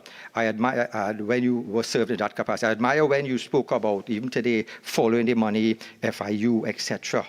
But you see, these cases, 2018 and before, where you had persons arrested, we want to see some action there. We are happy that we have action going after persons in Miami, but what about these persons here who were serving in these boroughs, corporations, and we still need you, Minister, to show us that you could be the champion to clean up these corporations. Clean it up so we now will have a level of less anticipation in putting them to borough status where they'll be controlling more money, where they will have mayors' funds, where they could now have a greater degree of negotiating loans.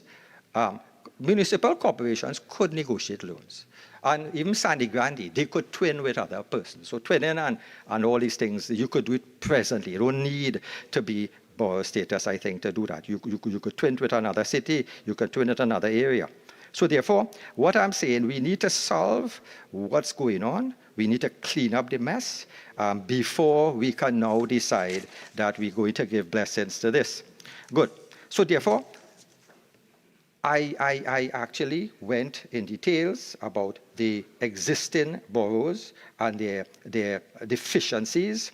And I also would like now to see what are we going to elevate. The two corporations that we are thinking that we want to elevate, could we trust them to be elevated up? Could we look at it and say, hey, you know, they are clean people, they are above board, they will go up there and they will really do a good job as a borough? Or will we have the same history in the past of the three different corporations where you may have corruption, you may have road repairs wanting, crime wanting. So I just want to look at these two corporations.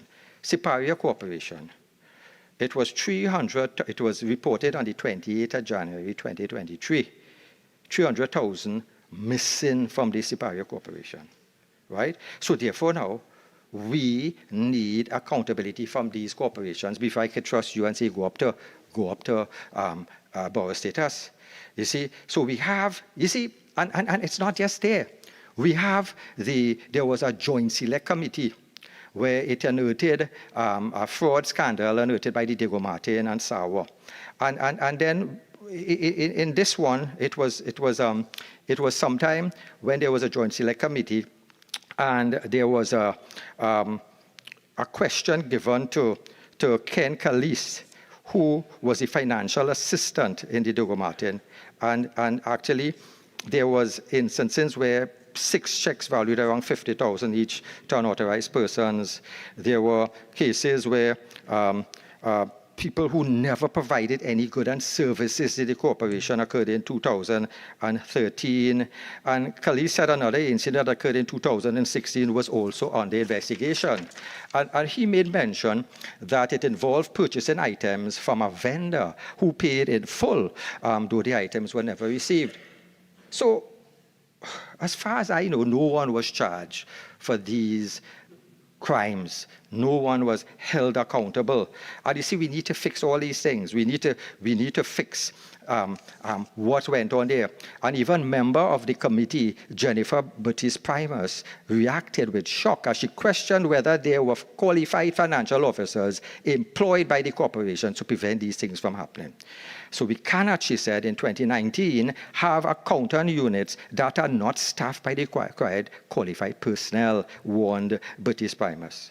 So again, we have to realize, and even committee member Khadija Amin also chided the Diego Martin Regional Corporation, which she said had flouted the rules and wasted taxpayers' money. So I am saying, give us accountability first, Diego Martin. Show us that, and probably let's go after those persons. Let us show us you're cleaning up your act. Show us that we can now trust you with more monies if you get more monies. And you see, the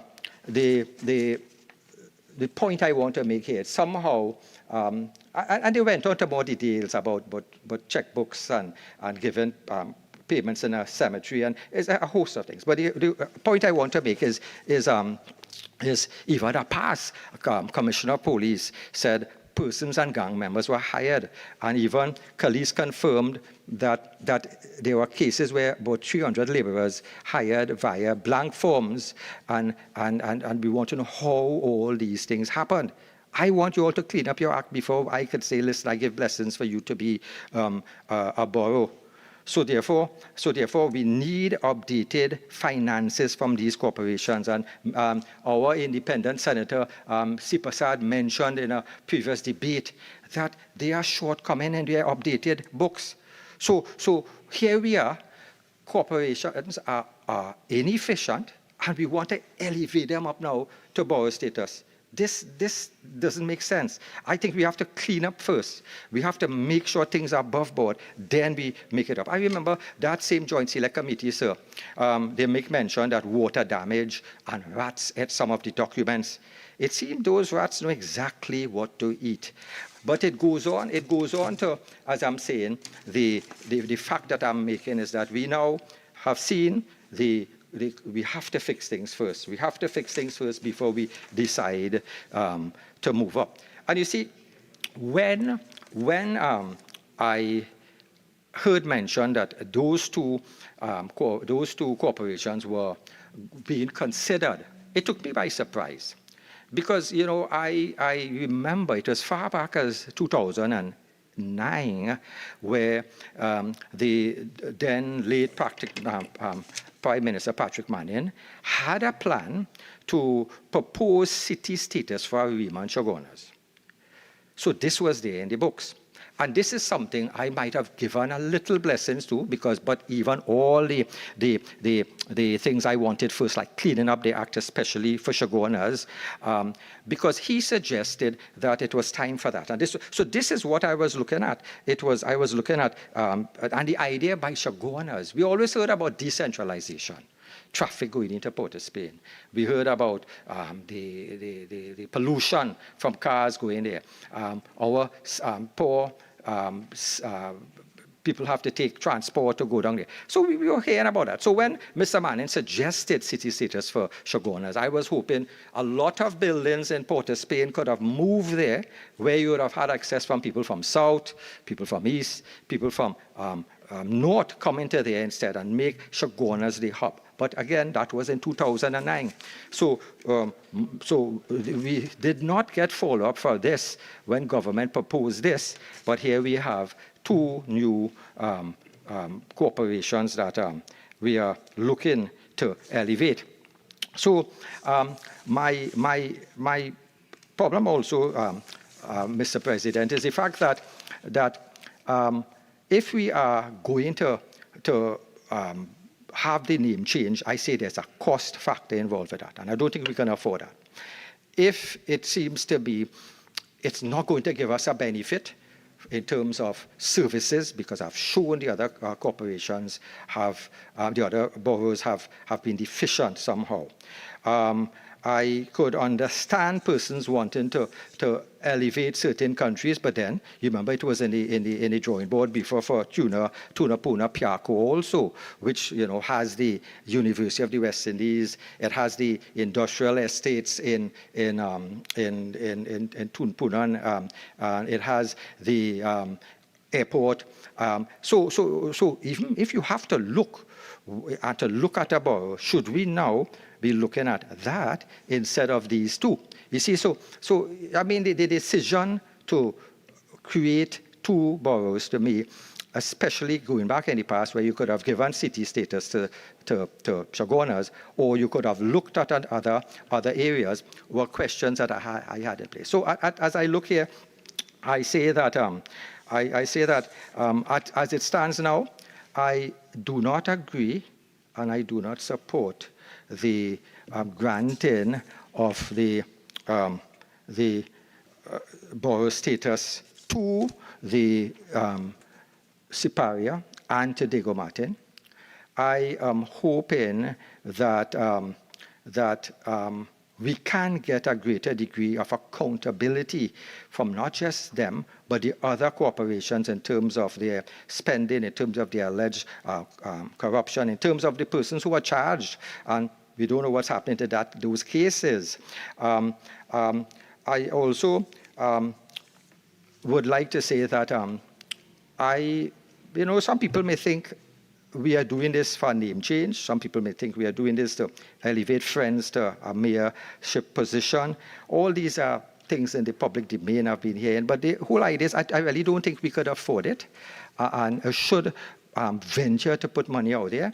I don't think it might be feasible in terms of accountability. We have not gotten things in place to tell these corporations how to manage their affairs properly, to show us, to convince us that there's no sort of corruption occurring. You see, so we can change a corporation to a borough, but it's just like changing URP to Jude. Due to URP, it's a name change. You're not going to we did not see much improvement in the work ethics. So in a sense, I am saying we have to look at trying to get the work ethics of the persons there. We have to look at getting accountability there. I am happy to say that there are procurement officers being assigned to these corporations. So hopefully we may be having something in place where the population could feel something better is happening, that they could feel that, hey, you know, we put things in place, you know. And so we really have to look at the granting of these borough status, because remember, as I mentioned before, it affects different things. You know, there'll be different planning codes.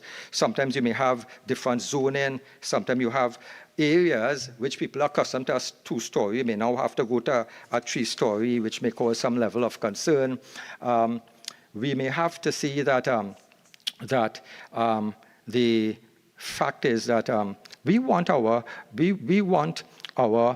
roads to be better, our parks, our bridges to be better. But remember, the property tax will be here. That will solve our problem. Changing corporation to a status, I don't think will achieve much. I think Senator, you have 5 more minutes. Yeah, thank you, sir. I'm not saying that Alderman Sickler, Jack, and all these people are those are good people. Those are people who want to serve. But you see, I don't think at this time we could afford any extra money, because the change in the signage, the delivery service wouldn't be there. Let's look what we have and fix it with the existing things we have.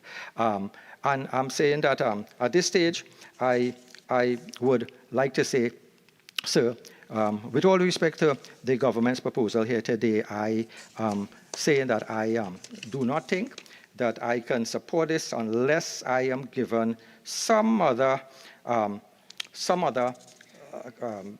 convincing arguments that I'm still waiting to hear that will alleviate my fears that I just elaborated. Thank you, sir.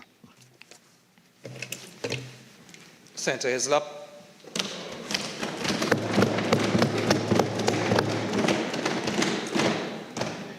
Mr. President, thank you for the opportunity to contribute to this legislation this morning.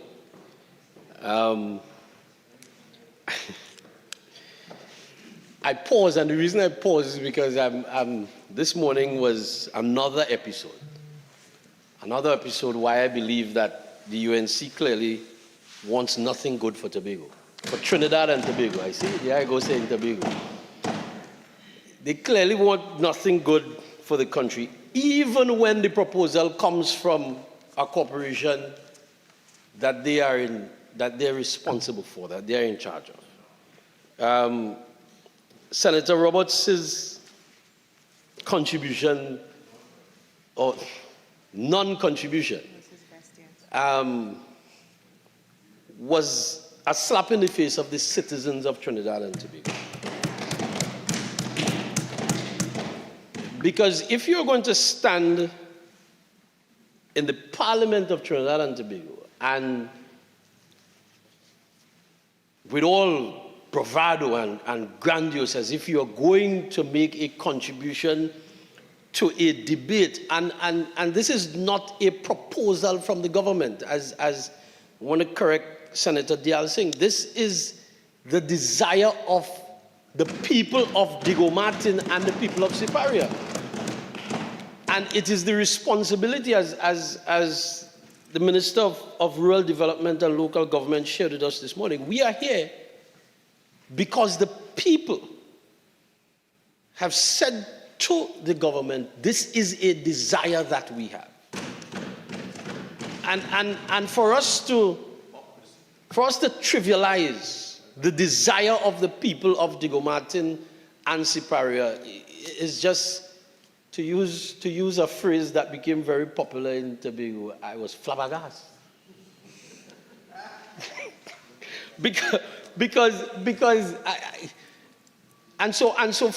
for Senator Roberts to be himself to be himself this morning and to stand here and to say that he has nothing to contribute. He has 5 other colleagues on his bench. He could have given his speaking time to any of his other colleagues if that is what he intended to do this morning. I will forever say that I am a young senator, but I was really blown away by that this morning. That level, I was flabbergasted by that level of disrespect this morning.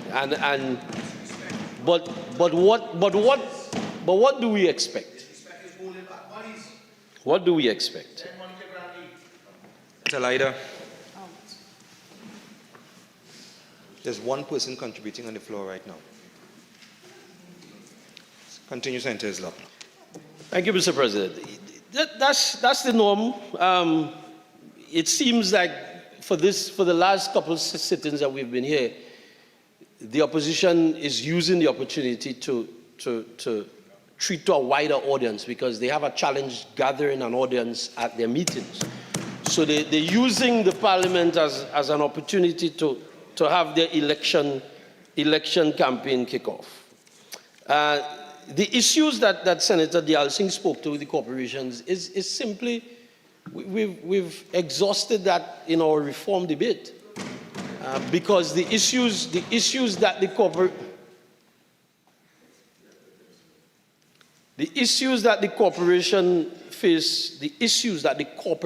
face, Mr.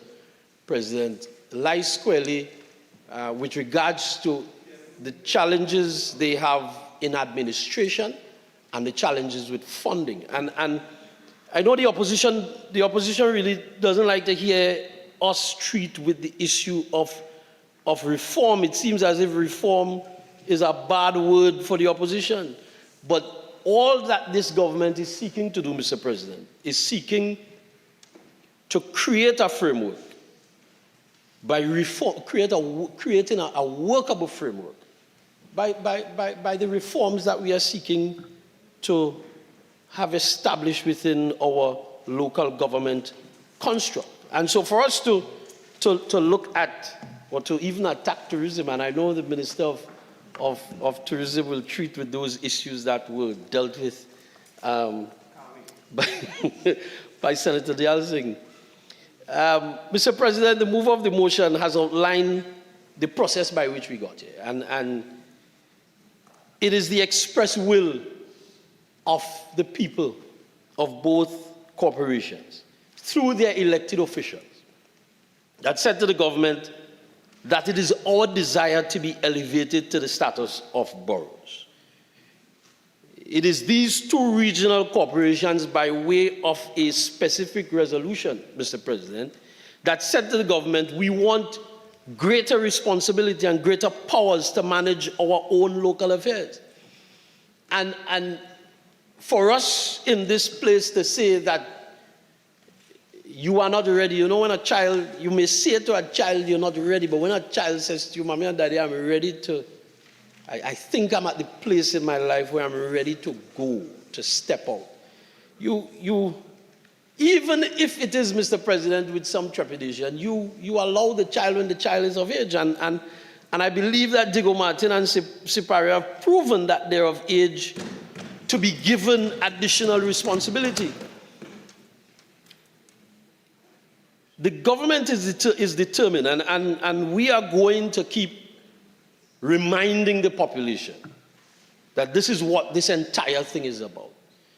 That the borough status, the property tax, some people like to call it the dreaded property tax, but the property tax reform and implementation, the reform of the local government is a holistic package, is about creating a new management structure. And I think it was Senator Timal in the previous debate we had on, was it the valuation, where he said that that it's a quantum shift. And this is what we've talked over and over again in this country about local government reform. And it is sad that when there is significant strides being made towards that we have such pushback from certain quarters. I heard this morning a commentator saying on the television that he does not know what has been done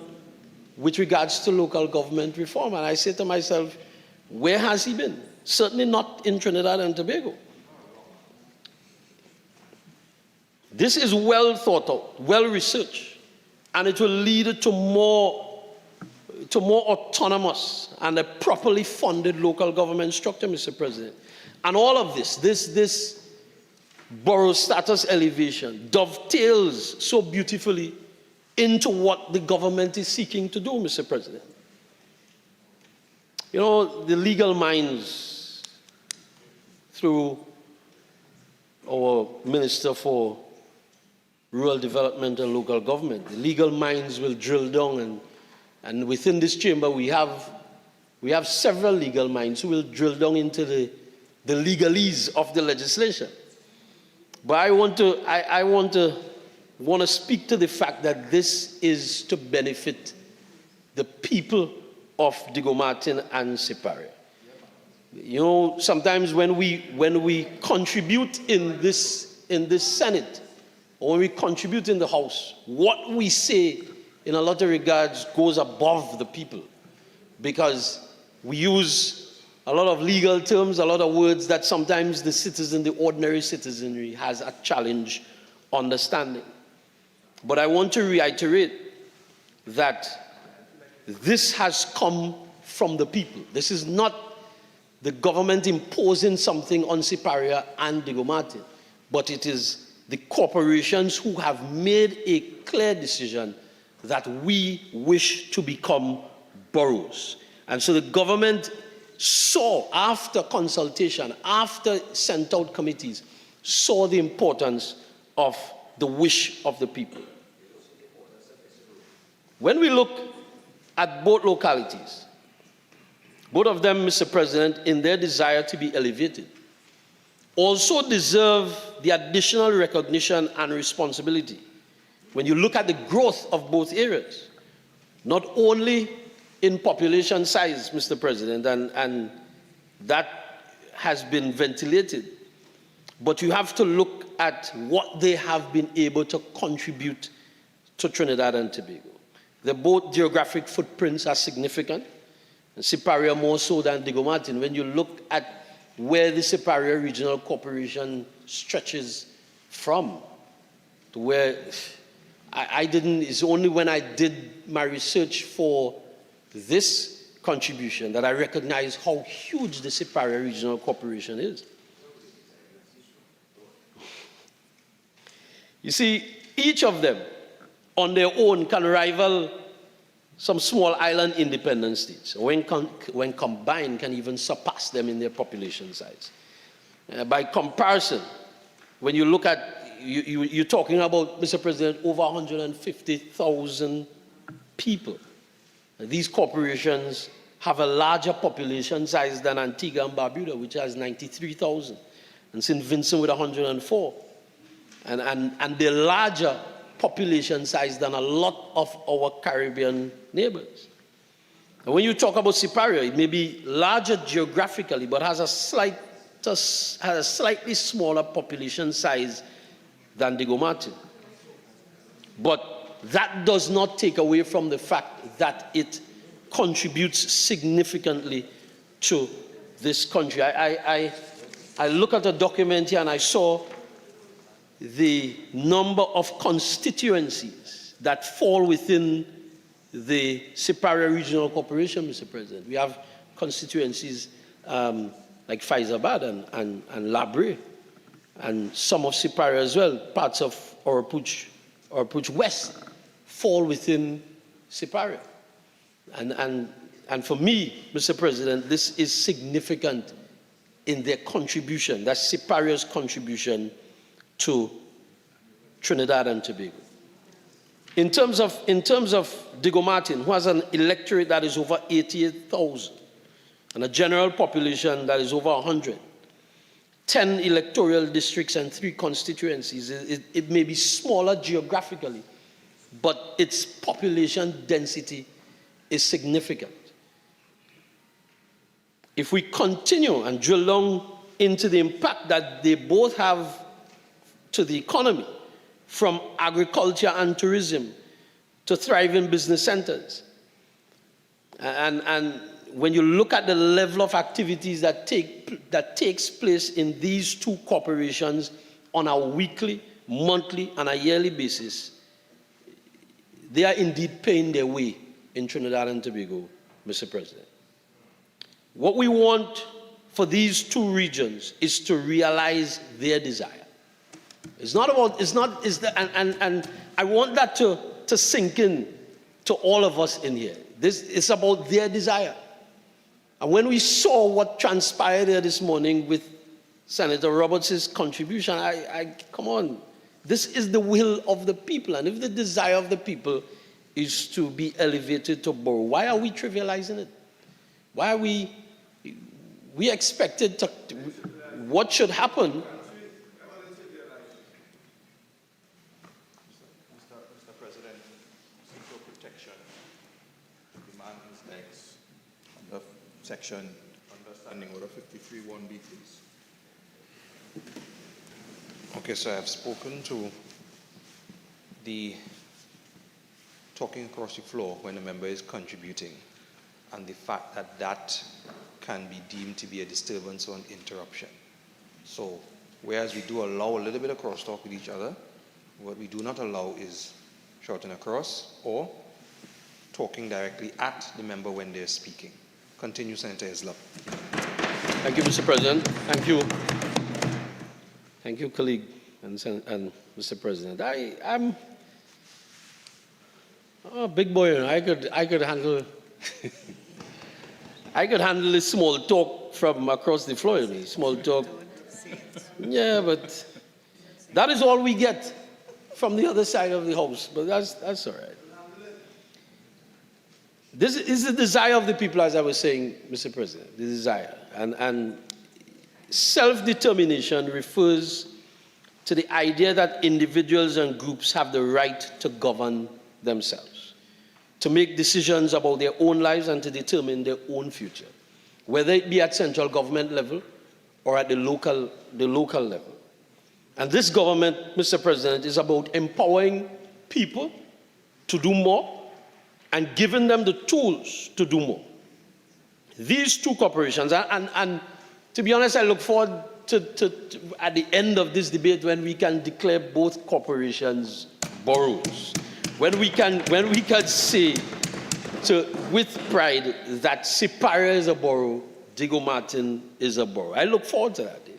And these two corporations can be considered by some people to be polar opposites in their makeup, their ecology, socio-economic positions, and other measuring methods. But one thing that they have a similarity with is their desire. You see, one is largely urbanized with retail, tourism, ship repair, and agriculture at the core of the economy, while the other is largely rural and agriculture, with a strong historical background. And when we look at what or who, let me say what is Siparia and what Siparia brings. You talk about what, the La Divina Pastoral Celebration. You talk about parang. You talk about food. You talk about agriculture. When sometimes we don't realize how important a place like Siparia is to the cultural dynamics of Trinidad and Tobago.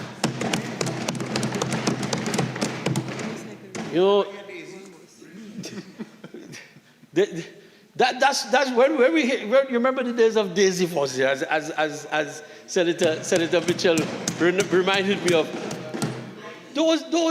That is what Siparia is, and even business is about. I'm not from Siparia, but Siparia has contributed significantly to what Trinidad and Tobago is. And for us to sit here and trivialize that, it's just a borough. This is what the people of Siparia want, Mr. President. This is what they want. And with this elevated status, in conjunction with the reforms of local government, then we can only see that it will be a benefit to the people, to the burgess of Siparia, to receive this accolade, this title, and I could only say, why not? Why not? Why not give Siparia what Siparia deserves?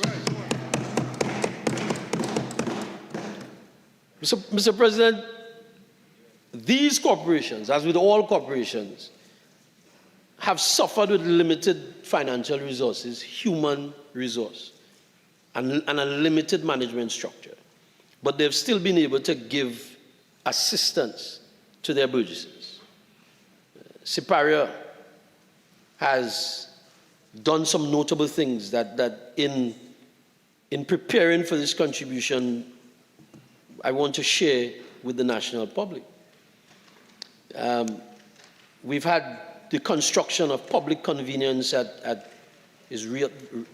Rightoville, that's the correct pronunciation, establishing facilities at tourist attractions, including the Carpal Spring enhancement of the Library Abattoir, development of Station Beach, including the installation of walking track and lights. And I was informed, Mr. President, that the village of Siparia was recently awarded the Caribbean Award for the best tourism village of the Caribbean by the Caribbean Tourism Organization.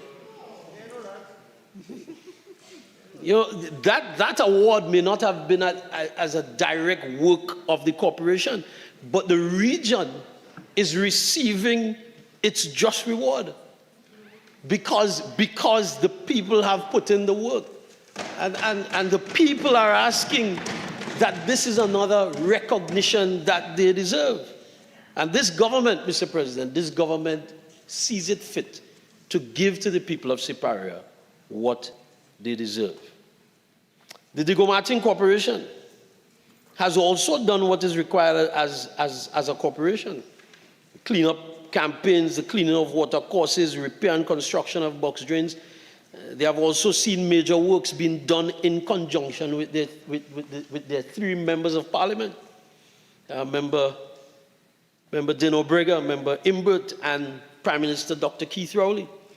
From 6 fully functional and operational community centers to a state-of-the-art health facility conceptualized by the Member of Parliament for Diego Martin West. Another brainchild of the Prime Minister was the fish fry facility and the fishing facility. And these things have added value to Diego Martin, and not only Diego Martin, Mr. President, but Trinidad and Tobago.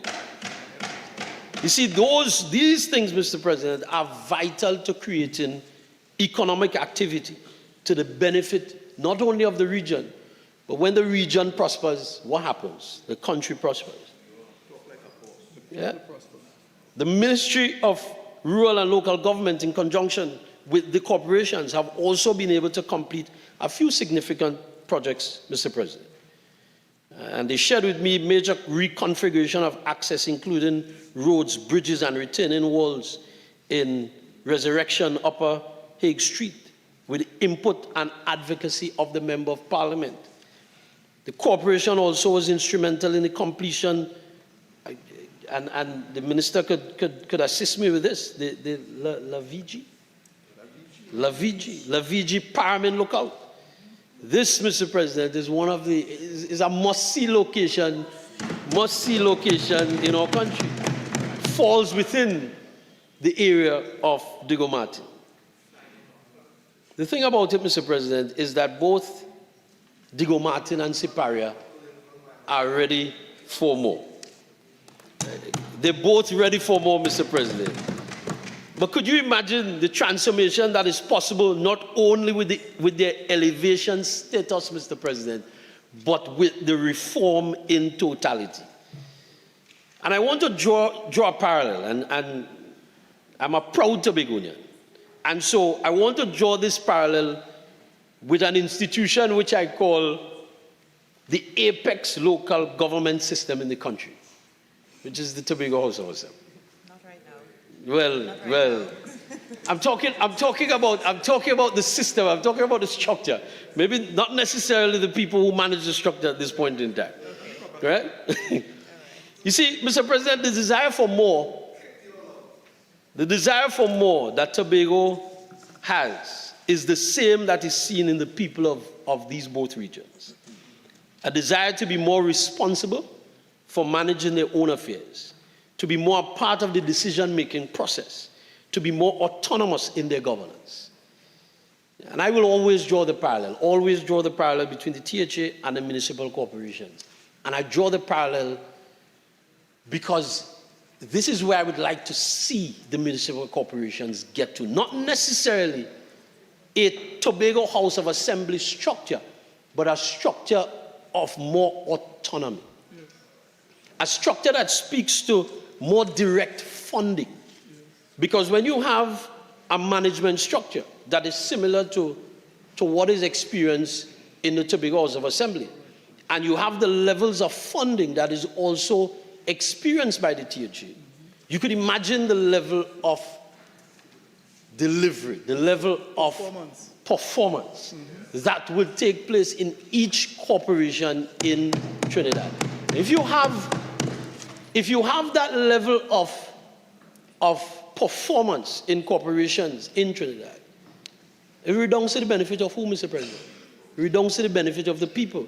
Because, and that's the thing, the thing about it is that the reform that the government is seeking to roll out is not for P&M control corporations alone. It's for the country. So who benefits if you have that level of governance structure, that level of performance within your corporation? And people you could say what you want, but when you recognize what took place in Tobago, especially within that period, 2001 to 2021, when you look at what was done from a local government system, the level of delivery, you would come to Tobago and you would want to know, it can't be that it is a local government system that has this level of delivery. 2021, 2001, if Senator Leiter didn't hear, Mr. President, 2001, he didn't do maths. The present Chief Secretary was still at school in 2001.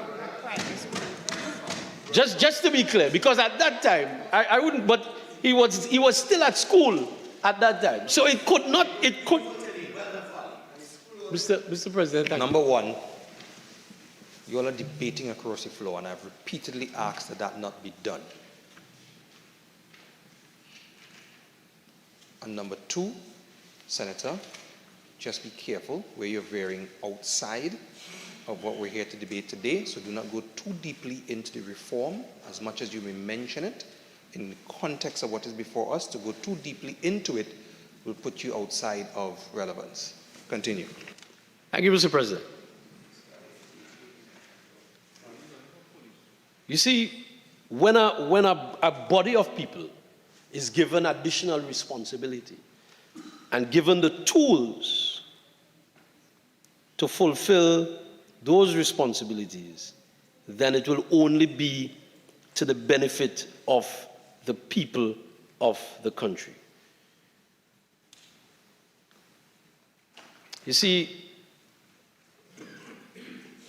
even in that system, even in the THA system, there is a desire for more. And even in the local government system, there is a desire for more. And so the desire that the people of Siparia, the desire that the people of Siparia and Diego Martin wish for is what we are seeking to give. We are seeking to establish a way forward for them to be more responsible for their jurisdiction. We're desiring to seek a way for them to be able to deliver more to the people of both Siparia and Diego Martin. And so, Mr. President, I want to compliment this government for taking the desire of a people and saying to them, we hear you, and we are going to deliver to you what you desire. And so in closing, Mr. President, these corporations, and very soon these two boroughs, have asked for something. They've asked to be recognized as more, and with pleasure, when the time comes for me to vote in the Senate today, Mr. President, I, along with my colleagues, on this side of the House, will vote resoundingly in favor of granting to the people of Siparia and Diego Martin borough status. Mr. President, I thank you. Senator Mark.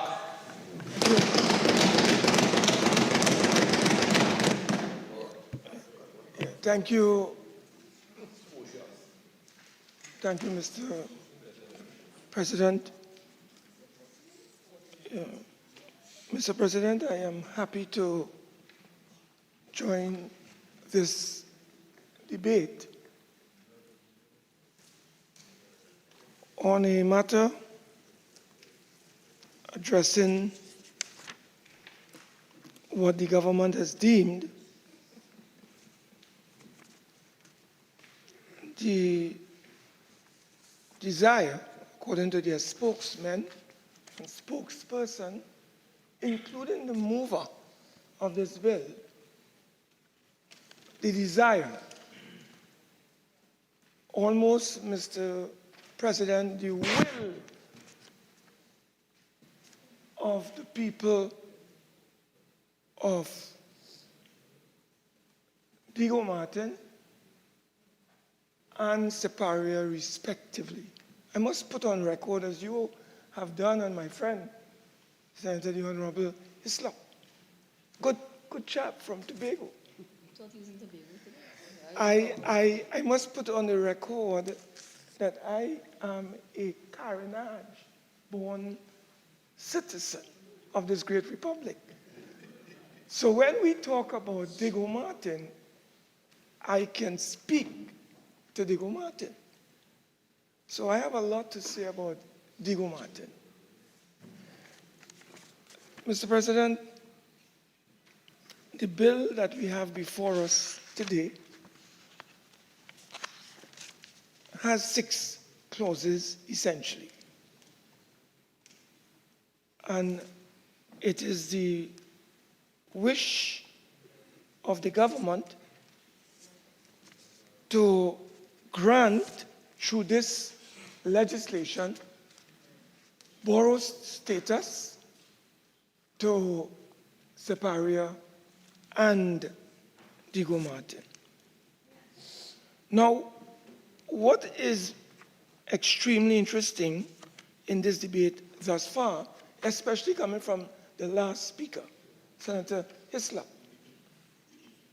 and it was repeated by what I call, Mr. President, with monotonous frequency, the desire, the will of the people of these 2 regions.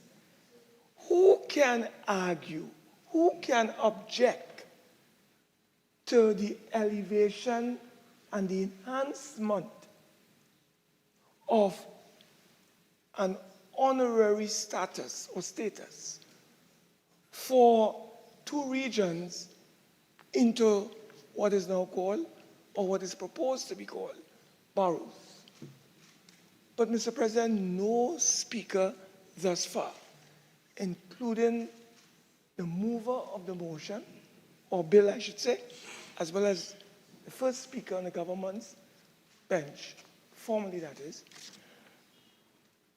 none of them have been able to provide to this Honorable Senate concrete benefits that would derive as a result of the granting of this status to these two regional corporations. There was a dancing around this issue, but no specifics as to the benefits. Now, we are also told in this debate thus far that there has been consultations, and the consultations have come as a result of the representatives of both corporations through resolutions and / motions agreeing to borough status. That is what we have been told. I would like to ask the government, whoever comes after, including the Minister of Local Government and Rural Development, to please identify for this House.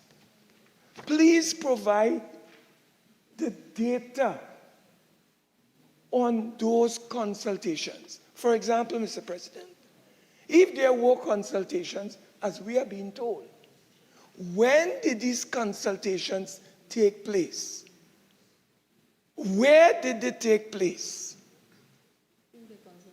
Who did they consult with? I would like us to be transparent as we seek accountability for this particular exercise that we have embarked upon. So I would look forward to the government providing us with specifics on this matter of consultation. Now, Mr. President, I have in my possession an article, and it will demonstrate to you, Mr. President, and to this entire House, what I call the hoax of the century.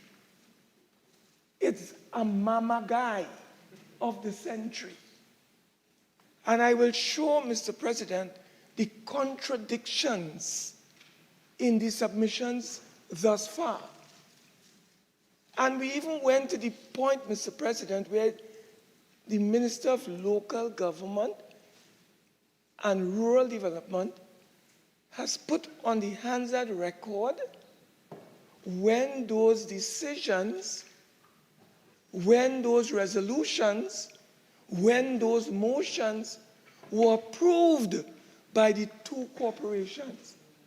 In the case of Diego Martin, if my memory serves me well, we are told sometime in the month of May 2019. And then in the case of Siparia, we are told, Mr. President, it was sometime in February of 2019. Now, this is before local government elections held on the 2nd of December 2019. Mr. President, I have an article in the Trinidad Guardian. It is dated the 18th of November 2016. It is entitled and headlined PM Elections Promise. I want to read for the record the hoax of the century and the contradictions, Mr. President, and almost bordering on people being misguided. And they have come to this parliament to continue this almost attempt at misguiding this honorable Senate. And to my mind, it is disrespectful. It is almost bordering on contempt to come to this parliament and seek to mislead all our senators when the movers, I may not be correct on this, I wouldn't say. But when presentations are made in this house, one has to assume that the persons who are making these presentations ought to be properly informed. And you just can't come here and speak in a wild and arbitrary fashion because you believe that some people have not researched this subject matter properly. So we can take anything for granted. Mr. President, you can go to the article that I'm going to quote here.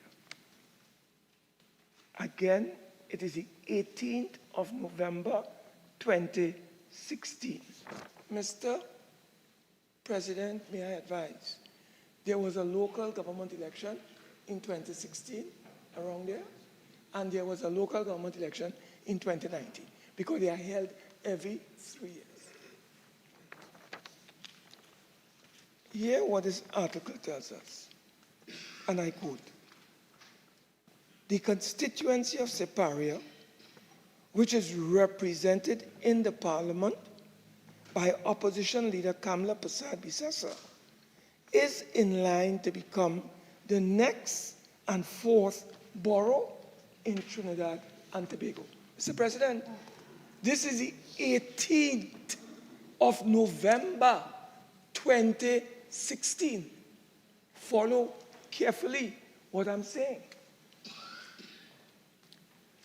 This is among a bag of goodies Prime Minister Dr. Keith Rowley and other government ministers rolled out when the People's National Movement bandwagon rolled into Siparia on Thursday night in support of its 9 candidates contesting the local government election for the Siparia Regional Corporation.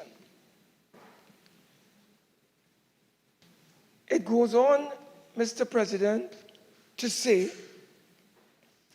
that the Honorable Prime Minister, they say Rowley, but I say the Honorable Prime Minister, said he believed that the community of Siparia could benefit from local government reform, patterned after what my friend said, the Tobago House of Assembly model, which is administered and which his administration intends to roll out over the next 4 years. And it goes on to say, Mr. President, it is my expectation that this is the next community in Trinidad and Tobago that would rise to borough status, and you will elect a mayor in Siparia. You have all the makings of a township, and you have such tremendous and wonderful history, according to the Honorable Prime Minister. I will pause at this time. Mr. President, the Honorable Prime Minister, political leader of the PNM, in 2016, in Siparia, promised the people of Siparia borough status. That was in 2016. In 2016, Mr. President, we are being told by all our colleagues today that the 2 corporations agree to the people of Siparia and Diego Martin, respectively, and they pass resolutions in order to give borough status to these corporations. Nobody never told this Honorable Senate that the Prime Minister, in his campaign to win the borough, or I should say regional corporation of Siparia, made a campaign promise during the local government elections of 2016. So it was not, Mr. President, the people of Siparia calling for borough status or status. It was an election promise in 2016 by the Prime Minister, who consulted with no one because he was seeking to win the Siparia Corporation. And this is what came out. And this is what we are debating today. That is why, Mr. President, if a forensic criminal investigation is conducted into the minutes and the files of Siparia and Diego Martin, somebody will go to jail. Because the question here is whether these minutes were doctored. What? Were they backdated? That is a question that we have to deal with in an effort to coincide with the Prime Minister's commitment in 2019 when he went back again and he repeated, Mr. President, borough status. So he didn't do it once. He did it twice. And is there an attempt, Mr. President? I'm not accusing anybody. I'm saying, is there an attempt to mislead this parliament? By the government. By the government. Because the question is, we are being told by Senator Hislop that that is the will of the people. That is the desire of the people. It is not the will of the people. It is not the desire of the people. It was the will and the desire of the Prime Minister. And that is what we have to get clear here in our debate today. If you want borough status, come clean. But do not come and mamagai us in this parliament by telling us, Mr. President, I challenge the Minister of Rural or Local Government and Rural Development, Mr. President, to produce for you and us here the consultations that took place between 2016, 17, 18, and 19, when the Prime Minister went on the platform and offered the people borough status. Where were the consultations during those 3 years? Mr. President, it took another promise in 2019 for borough status. And when they realized and think that they got caught, they got caught. Yeah. What did they do? Again. They went to their corporations where not one single UNC was represented. Although we had an alderman in 2019 and just recently demitted office. I spoke to him a couple of hours ago. He was never invited to any meeting. He was never invited to any meeting on consultation for borough status. So, Mr. President, the question that has to be asked, were these meetings held in secret? Yes, clandestine. Were they clandestine meetings? Let us know. But don't come here and try to hoodwink and mamagai us in the Senate. Because we do our research. We do our homework. Mr. President, both in Siparia Corporation and in the Diego Martin Corporation, the people who took those decisions were all members of the PNM. Wow. They had no UNC, they had no members of the UNC involved in those decisions. And further, Mr. President, may I advise you, the Honorable Minister of Local Government and Rural Development said 2 subcommittees were established to give effect to this decision by these councils within the corporations. One headed by the Honorable Member for Diego Martin Northeast. It included Alison West. It included Stuart Young. And in the case of Siparia, they had a fellow called Rambarat. I almost say, may his soul rest in peace. but he's alive. Okay, so I want to wish him the best. But he, Mr. President, according to what we were told and in the records, he headed that. And that included a couple of them, including my good friend, Senator Sagram Singh. Her name featured as a member of that committee. Okay? But, Mr. President, not one single member of the opposition was part of any subcommittee. You know why, Mr. President? You know, when you want to mislead people, there are some accounting firms that have been found guilty for corruptly engaging in what is called creative accounting. You remember Enron? The Enron scandal, Mr. President? Cooking the books. That is exactly what we are dealing with here. Cooking the books. Yes. Cooking the books. And coming here to tell this honorable Senate that everything, Mr. President, was done above board. Listen, we are going to conduct a criminal forensic analysis when we take office. And the chips will fall where they may. Because it is my considered opinion, I'm not accusing anybody.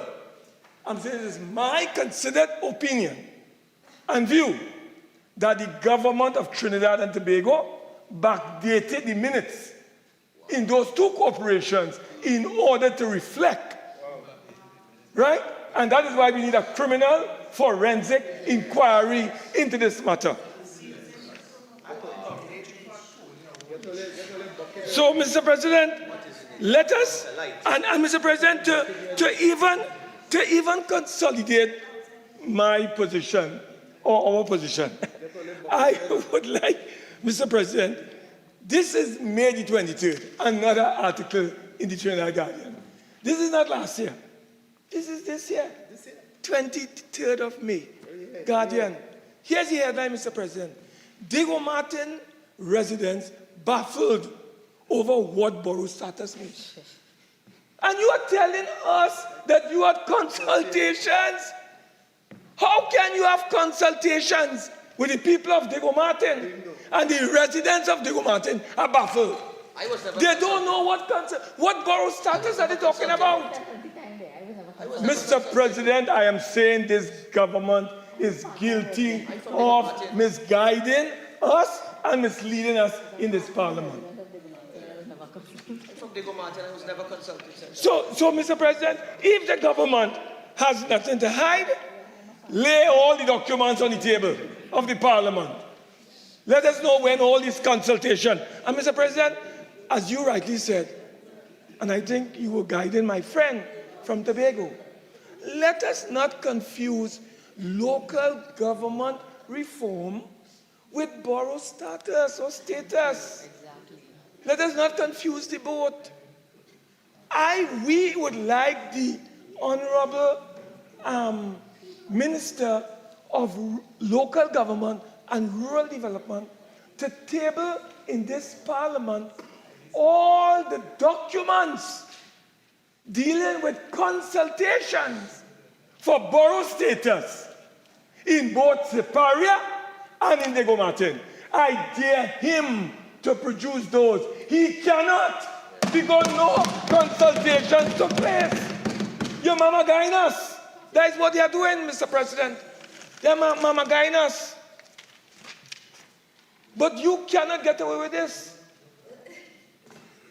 Because the people will find you out. They will find you out, Mr. President. So, Mr. President, I thought it was important to clear the air on this matter because I've done my research and I'm telling you, it is impeccable. You can't challenge me on my research. No. None of you all can challenge me. None. Because I've done it and it is the truth, the whole truth, and nothing but the truth. Mr. President. They can't challenge me on that at all. Because they know, Mr. President, no consultations took place on borough status. None. That was a figment of the PNM's imagination. And Mr. President, look, Mr. President, let's face some realities. I think somebody made a point earlier, and we need to pay attention. There's something called state capture. That's a concept. It's a concept in which corporations and the politicians go to bed together.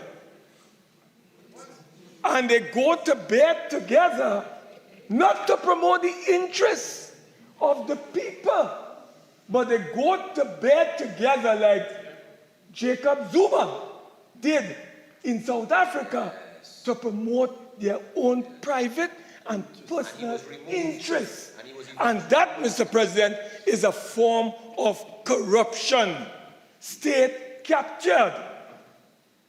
And Mr. President, may I advise this Honorable Senate that when we talk about state capture, you're talking about influencing the decision-making processes. And you know how it is manifested, Mr. President? Through what we are debating right now. Legislation. The corporations in bed with the politicians bring legislation and they want us to pass it in their interests. That is what corruption is about. And that is what state capture is about. This government has been captured by big business in Trinidad and Tobago. And when they come to Parliament, you have to be with like a cookie eye, looking at every provision, because everything that they do is towards benefiting themselves. Why do you think there are over 300 recusals in the cabinet? They don't understand the difference between business and their responsibilities. Senator Mark, number one, your back is turned to me, so you can't see me. And number two, the line that you're going down is imputing improper motives. I would ask you to veer away from that and get back to what is before us. Mr. President, I'm guided by you because you know you and I come from the same school. I used to sit there, so I understand it. Yes, I sat there as president of the Senate.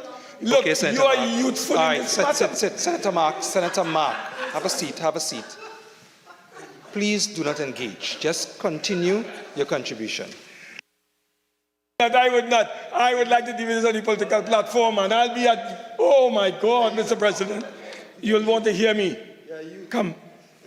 Mr. President, on a point of order. Yes, Standing Order 46. Both of you all can't stand at the same time. Again, have a seat.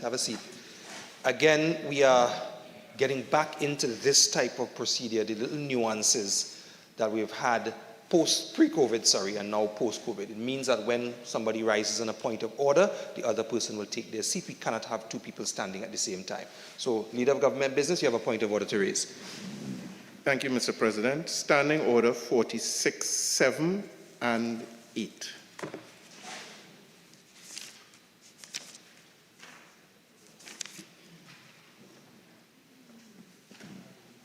Okay, so the particular standing order raised is one where you do not incorporate the person occupying the chair, which is myself, into the debate too much. And again, Senator Mark, just be careful.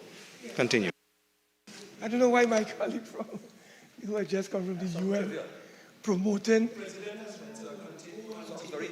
Mr. President, okay. Senator Mark, time is running. It is your time. I understand. So I implore you, continue your contribution. Mr. President, I can't help it. It's part of me. Mr. President, let me just indicate to you and through you to my colleagues here.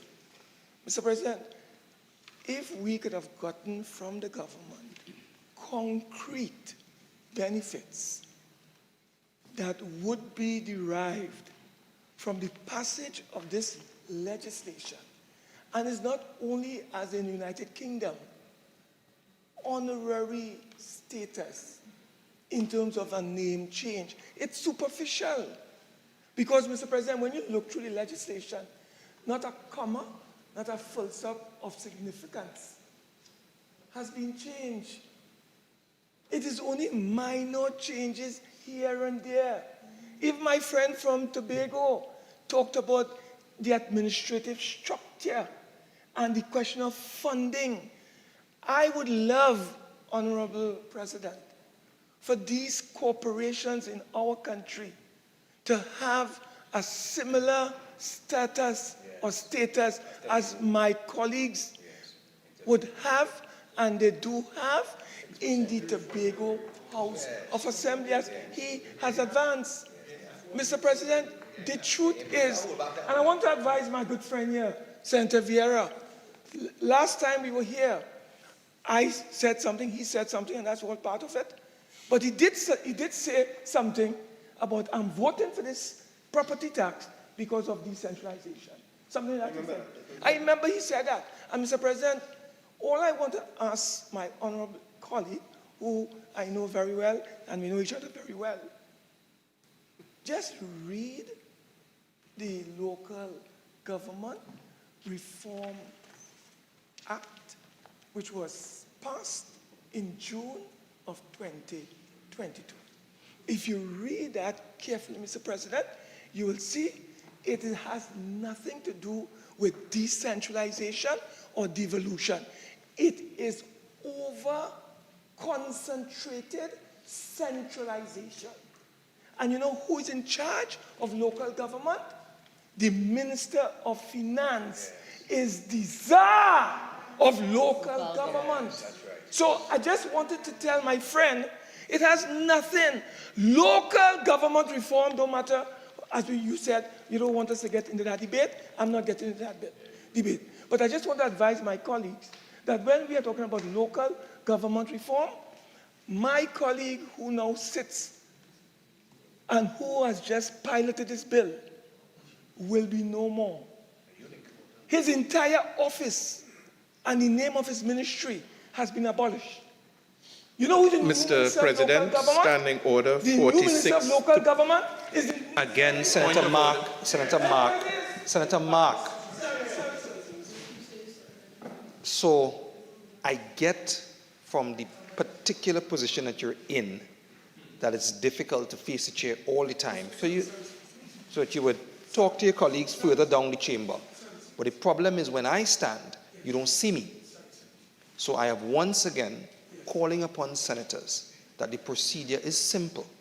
If you are hearing a point of order being raised, you take your seat, allow the point of order to be raised so that it can be dispensed with by the chair. Leader of Government Business. Thank you, Mr. President. Mr. President, standing order 46.3. I'm hearing rebuttals on matters and so on that have long since been determined in this House, Mr. President.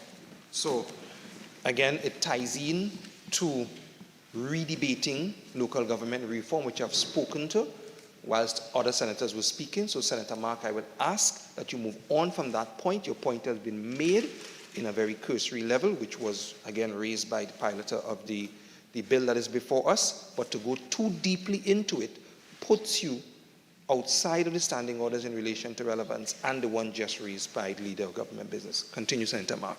Thank you, Mr. President. Mr. President, I am just simply asking if my colleagues can, when they rise to debate this matter, can our colleagues tell us how will the change of a name from a regional corporation to a borough in a tangible way benefit the people of both Siparia and Diego Martin?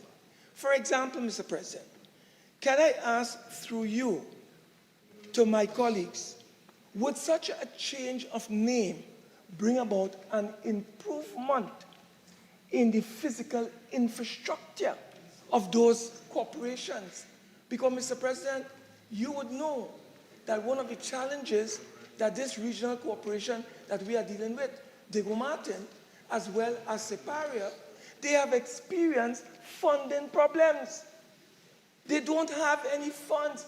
You have a Minister of Finance who holds back on releasing funds because he is suffering from a crisis of cash. And he has to pay salaries before he can put money into infrastructure. Otherwise, he'll have a revolution on his hands. Mr. President, I want to apologize to you, but my doctor has always advised me when I'm speaking for blood circulation, I have to be going left and I have to be going right. Because of the fact I have to keep fit. You understand? Otherwise, I'm in trouble. Senator, you have 5 more minutes. Please forgive me if, for instance, Mr. President, I'm not looking at you in the way that I would like to. So, Mr. President, I want to indicate to the Honorable President, Mr. President, I would like to raise with you and through you, when my colleagues are responding, if they could tell this Honorable Senate, how will borough status improve on the physical infrastructure? In the case of roads and sidewalks, in the case of bridges and drains, Mr. President, in the case of landslips and the environment, these are issues I would imagine that the Minister of Local Government and Rural Development, who will be no more after this bill becomes law, Mr. President, no, his office will be abolished. Mr. President, if you don't believe me, look at the local government. Mr. President, Mr. President, improve services. Look, Mr. President, I'm a carnage. A point of order, Mr. President. All right, let me sit one time because Standing Order 53(1)B. It really has become extremely tedious at this point. So, Senator Mark, you're wrapping up. You have a few more minutes. Just continue, but bring everything to a close. Mr. President,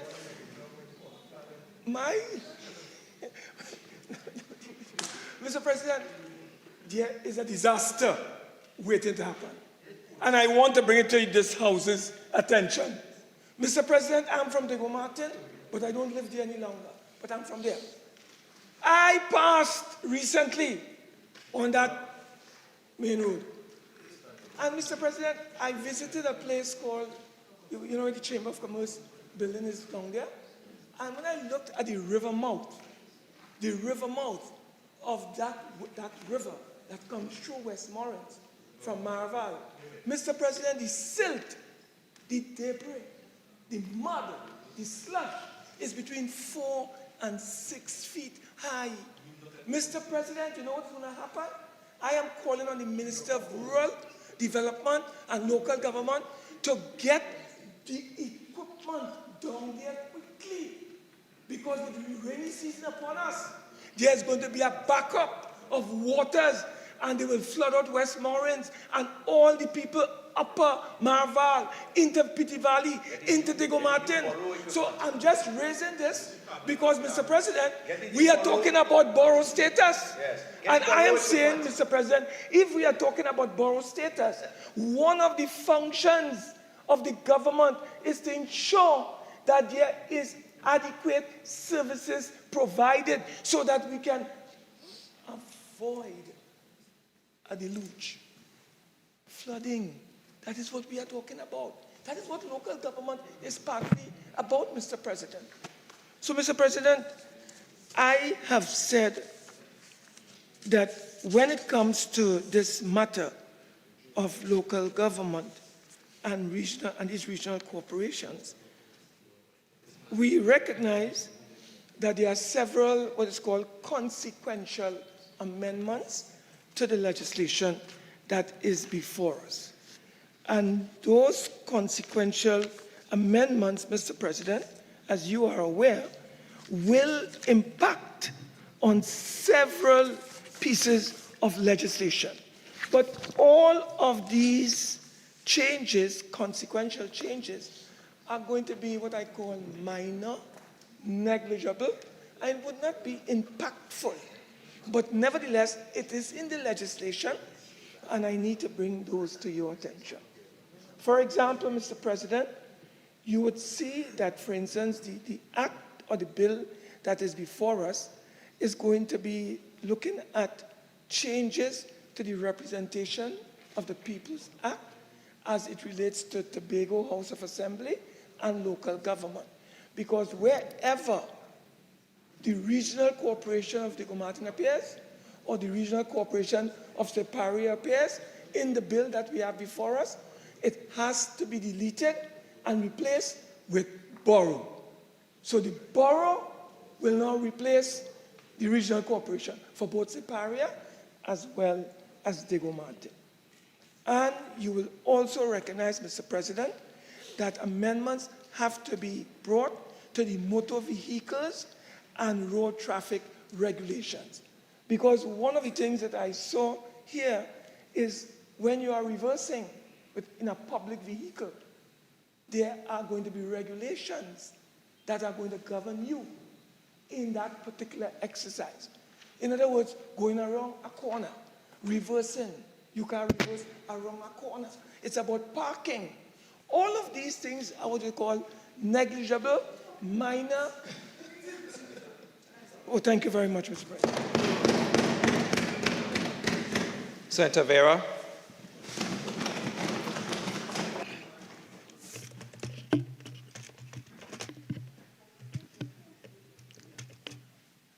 Thank you, Mr. President. This is a relatively straightforward piece of legislation, the purpose of which is to elevate the status of Diego Martin and Siparia to that of boroughs, and to amend related legislation accordingly.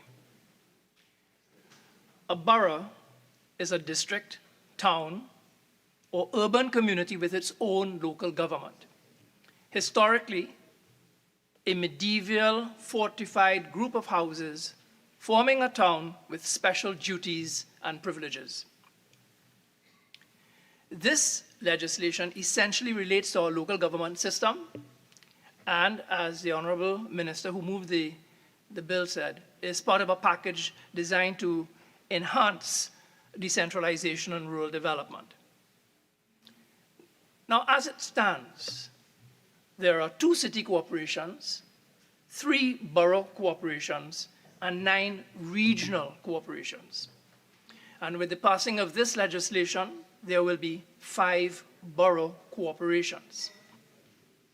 Now, why does this matter? While one may legitimately criticize this legislation as being merely cosmetic, a change of name only with little or nothing of substance, and while that may be technically correct, I would respectfully suggest that it also adds gravitas.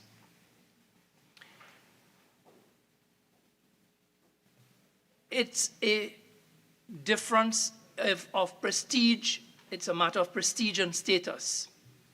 And gravitas and status is a serious matter, especially where it can cause feelings of respect and trust in others. But for me, the real benefit is that it's another step towards the ideal of decentralization. And for years, the country has suffered from the effects of over-centralization, where decisions made in Port of Spain were often criticized as disconnected from rural communities and from issues on the ground. Where the powers of government being concentrated at the center would be far removed from those who lived outside of the capital city.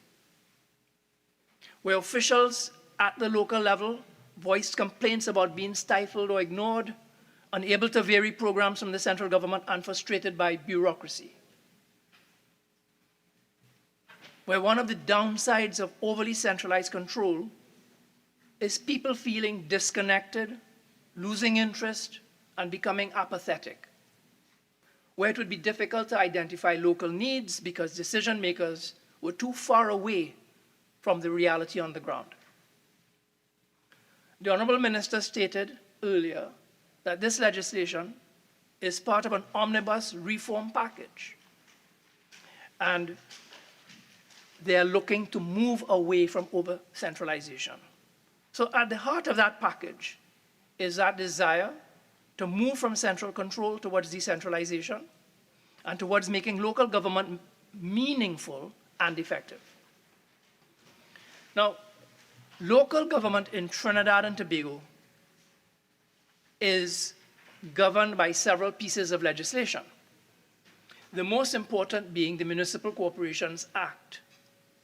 Tobago, as we have heard, falls under the Tobago House of Assembly Act, and it has its own special arrangements. In Trinidad, however, the country is divided into 14 municipal corporations, of which there are 3 types: city corporations, regional corporations, and borough corporations.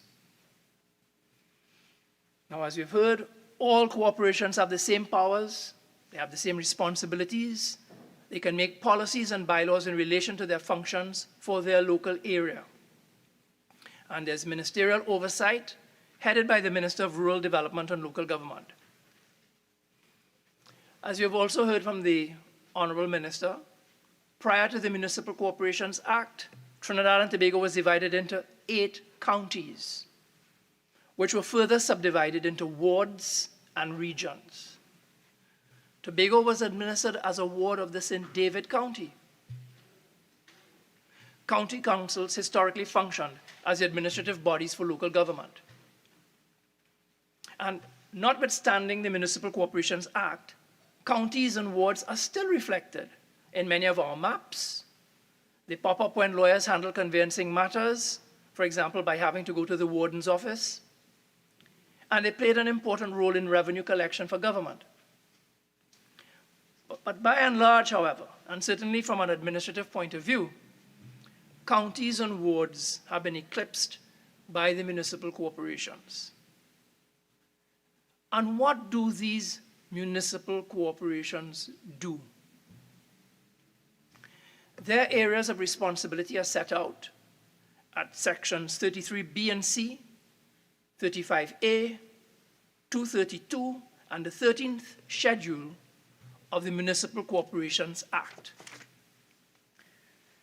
Briefly stated, municipal corporations, whether city, regional, or borough, have statutory responsibility for making bylaws and regulations for their local areas, representing the interests and concerns of citizens within their local area, sport and youth development, recreation grounds and public spaces, spatial planning and buildings, community development and social services, policing via the municipal police, infrastructure development and maintenance, disaster management, distribution of truck-borne water, street management, construction and maintenance of drains and watercourses, nurseries, childcare, and homes for the elderly, regulating the operations and conditions of marketplaces and slaughterhouses,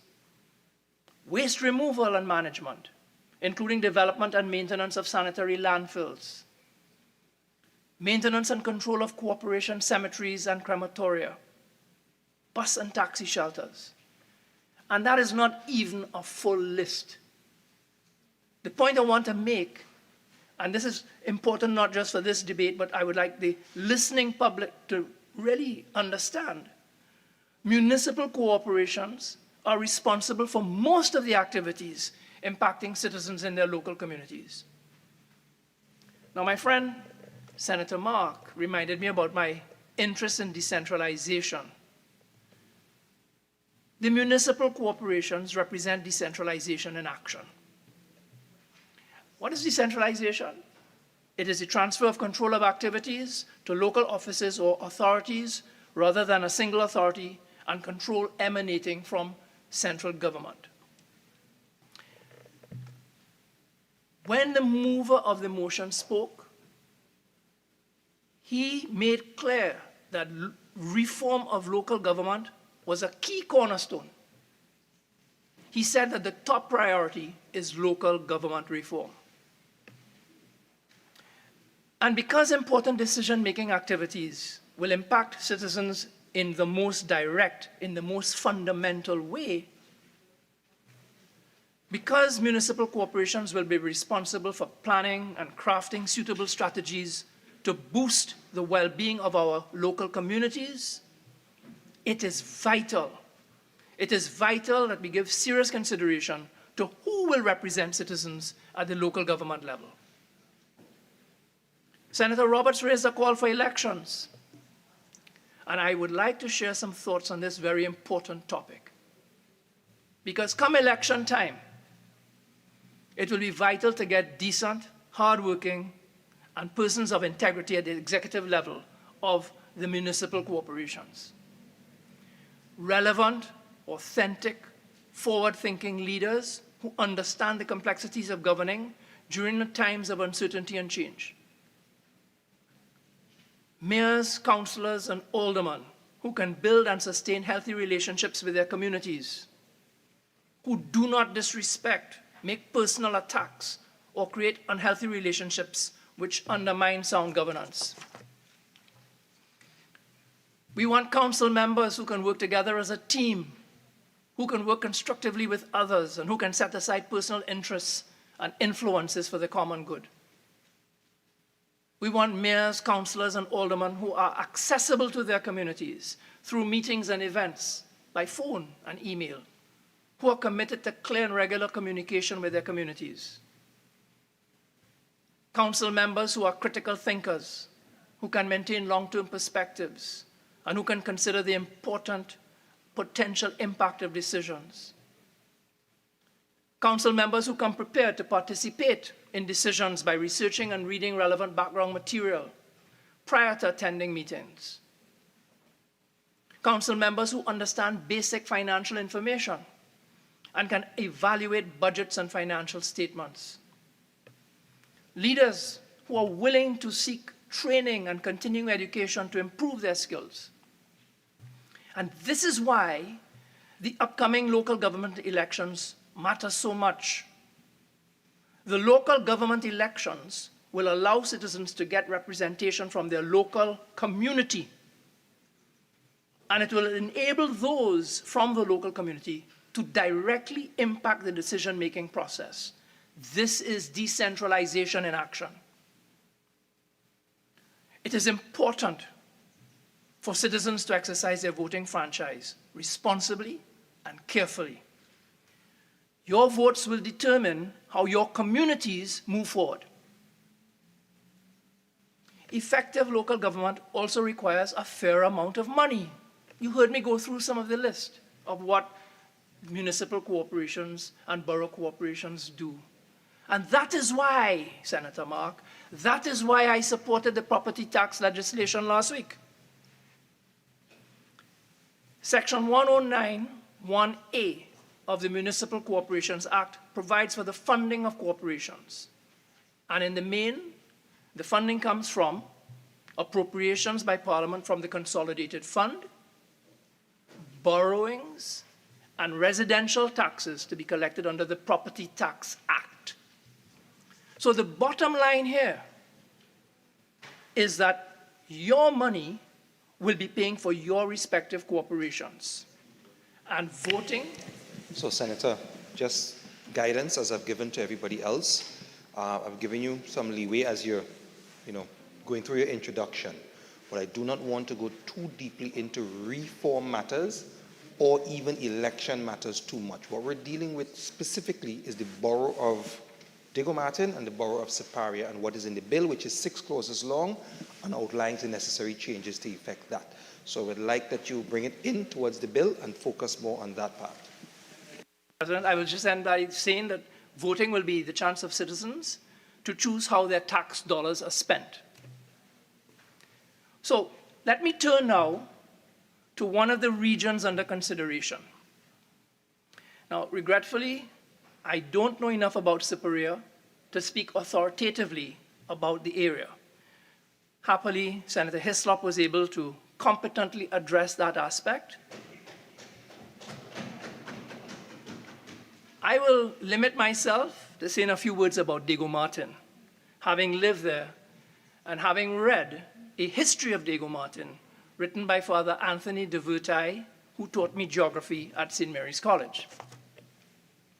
So Diego Martin, so Mr. President, I'm going to take a little historical journey through Diego Martin because we're dealing with the Diego Martin Borough Corporation. Diego Martin got its name from the Spaniards. According to tradition, the whole valley was named after the first settler, Don Diego Martin. The valley is some 4.5 miles long and a little less than a mile wide.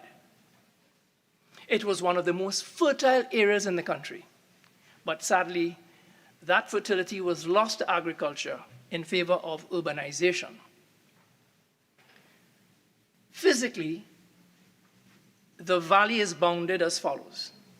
In the north, from the seacoast, where North Post was used by the Spaniards as an observation post and as a signal station, telegraphing messages using balls, rings, and flags to Fort George, where the message would be repeated.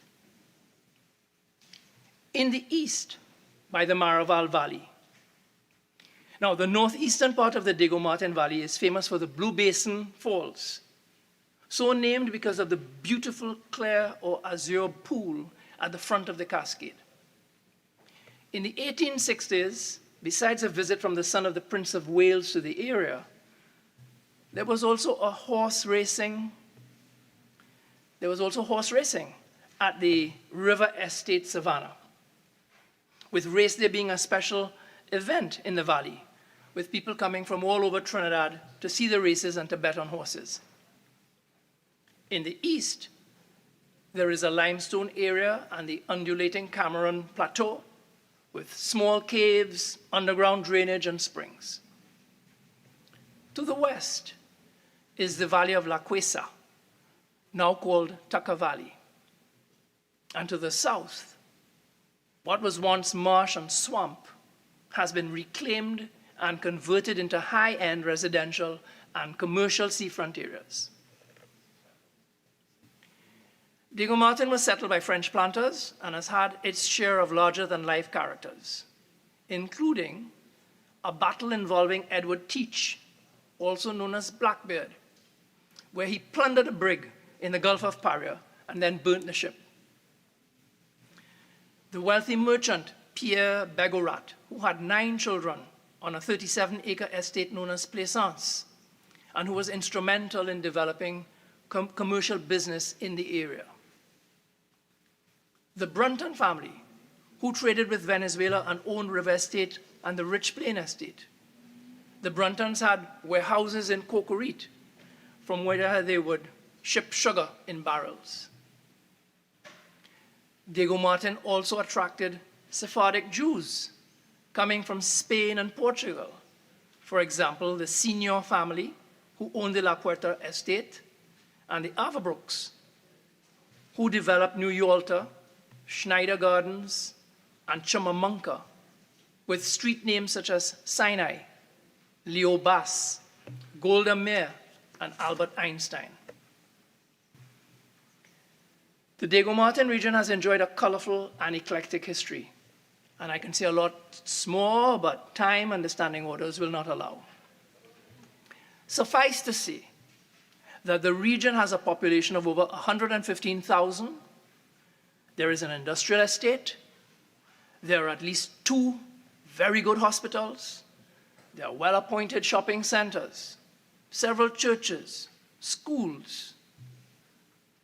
The region has its own identity and is sufficiently populated, developed, and diverse to constitute a borough. Moreover, if that is the desire of the people of Diego Martin and the people of Siparia, through their elected representatives, if that is the desired outcome of meetings held and resolutions to that effect, I don't see why it cannot be accommodated by this legislation. Mr. President, I thank you.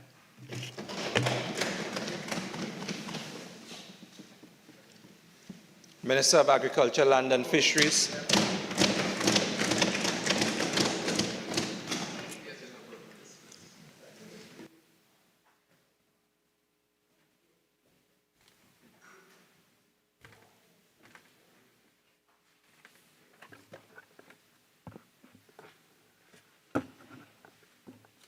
Thank you very much, Mr. President. Mr. President, I stand today for this very Senate to support my colleague, the Minister of Rural Development and Local Government, in bringing this important bill to the House, to the Senate today. And I want to commend him on all the work that he has done so far.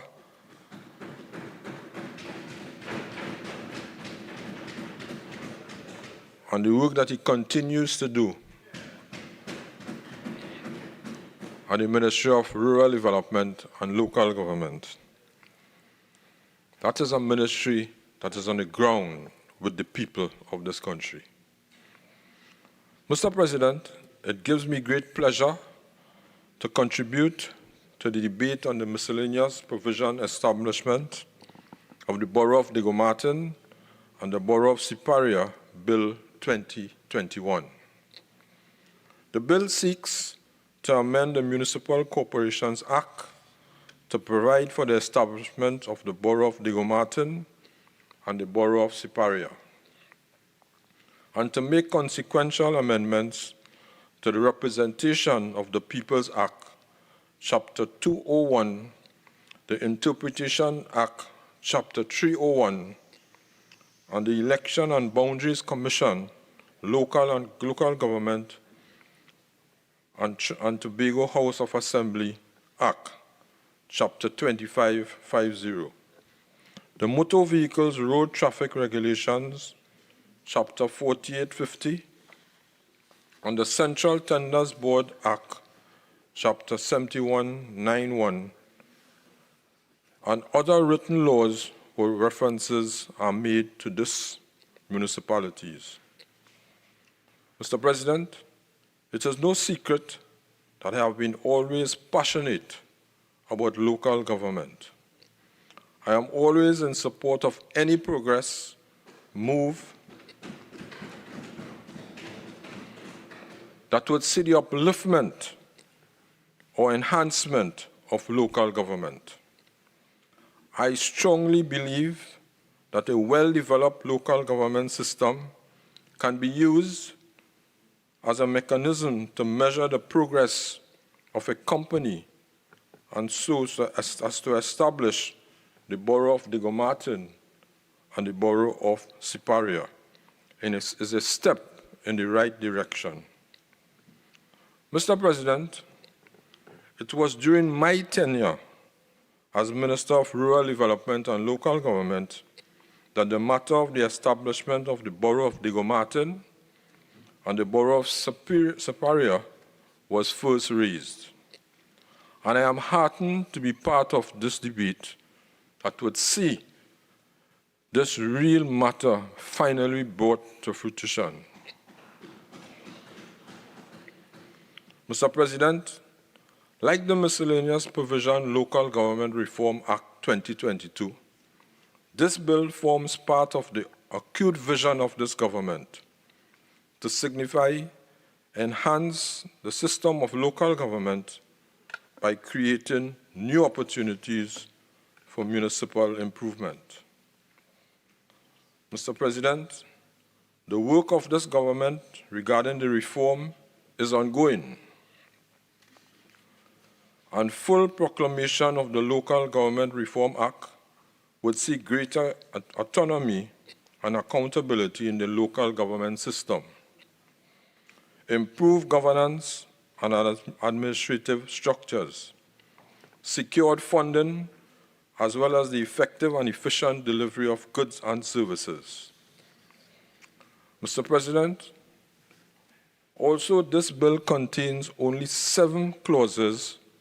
It represents the culmination of intense research and deliberation among key stakeholders who work to ensure that the legal framework for the establishment of these 2 boroughs were robust. The focus of this government has always been on putting people first. And this is what we did when the motions from the municipal councils of these corporations were received in 2019, requesting that the government take steps to declare their respective municipalities as boroughs. Mr. President, in the case of the Siparia Regional Corporation, their motion was approved at their statutory meeting held on the 21st of January 2019, were based on significant commercial, social, cultural, and administrative developments within the region over the years. The call on the government to declare the municipality a borough.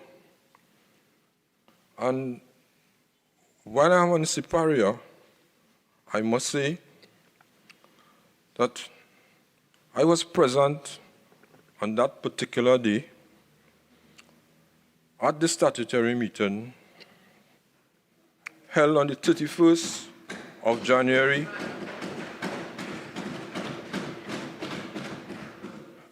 It was held on the 31st of January 2019. It was moved by Alderman Councillor Insinas and seconded by Councillor Gerald Debisset. And I want to say that each member of council agreed to this motion.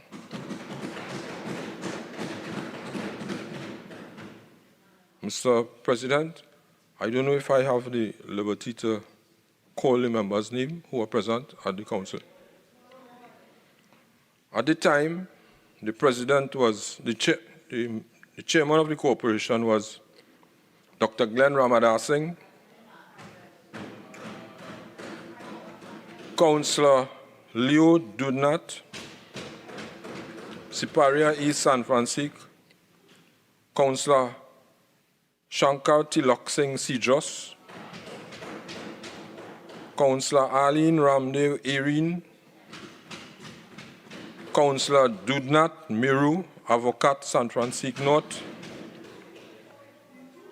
Councillor Gerald Debisset, Brighton Vestany, Councillor Maurice Alexander, Siparia West Faizabad,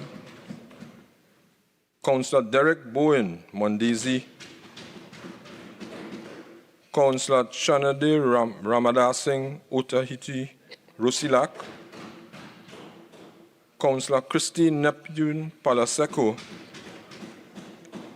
Alderman Dinesh Sankar Singh, member, who is the present chairman now, Alderman Alston Cador, member, and the mover of the motion, Alderman Christopher Encinas. Mr. President, I was asked and I was invited to that meeting, at the statutory meeting held on that day. And as I do for all other 13 corporations, I try to attend all statutory meetings throughout the country, whether it belongs to the UNC Corporation or the PNM Corporation. I was very delighted to know I was invited and I was treated with utmost respect. I give the respect and I was treated with respect. There were no quarreling, no fighting, no fussing, nothing like that. And I must say, in moving on from the Siparia, that no one, as I said, no one objected. The whole council agreed. And here we are today to fulfill the mandate of borough status of the Siparia Regional Corporation. Similarly, the Diego Martin Corporation approved their motion at their statutory meeting held on the 2nd of May 2019, where they also called on the government to declare the municipality a borough. And Mr. President, I must say, nobody advised the councils what they should do. they advised the Ministry of Rural Development, which they at that time, this is what they wanted, and this is what we intend to fulfill.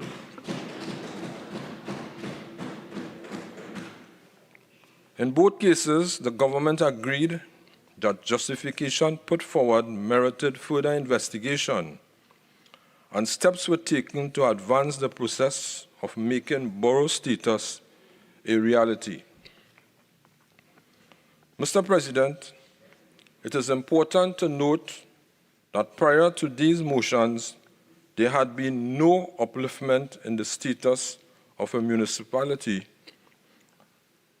for upwards 33 years. The last municipality to have conferred with borough status was the Chaguanas Borough Corporation in 1990. San Fernando and Port of Spain. Mr. President, if I may briefly summarize the changes in the municipal status, one would note that the Port of Spain Corporation was established. Port of Spain was established as a borough by the Municipal Corporation Ordinance number 10 of 1853, and subsequently became a city. San Fernando also gained borough status in 1853 by the same ordinance which established the borough of Port of Spain, and city status was therefore conferred on November 18, 1988. ARIMA. Mr. President, we have a Ariman in the House here today, which is Senator Laura Lizama. And being a member of that council at a point in time, ARIMA became a borough by royal charter in 1888 and currently stand as the first and only royal chartered borough in the Caribbean. None came after that. Point 14 and Chaguanas. Mr. President, the municipalities of Point 14 and Chaguanas were both elevated to borough status by the Point 14 Corporation Act 1980 and the Municipal Corporation Act 1990, respectively. As it stands, over 33 years have passed since the passage of the Municipal Corporation Act 1990. There has been significant population and economic growth within the municipalities since then, which merits consideration of any of the requests on upliftment in the municipal status. Mr. President, upon receipt of the motions, the Ministry of Rural Development and Local Government conducted an in-depth examination to determine the legislative process required to give effective change in municipality status. It was ever noted that the existing Municipalities Corporations Act 2504 did not contain any express provisions to facilitate the elevation in status, and as such, the research was extended to several Commonwealth jurisdictions, including the United Kingdom, Canada, New Zealand, Jamaica, whose local government legislation included a prescribed process for altering the municipal status. Additionally, advice was sought from the Office of the Attorney General and Legal Affairs.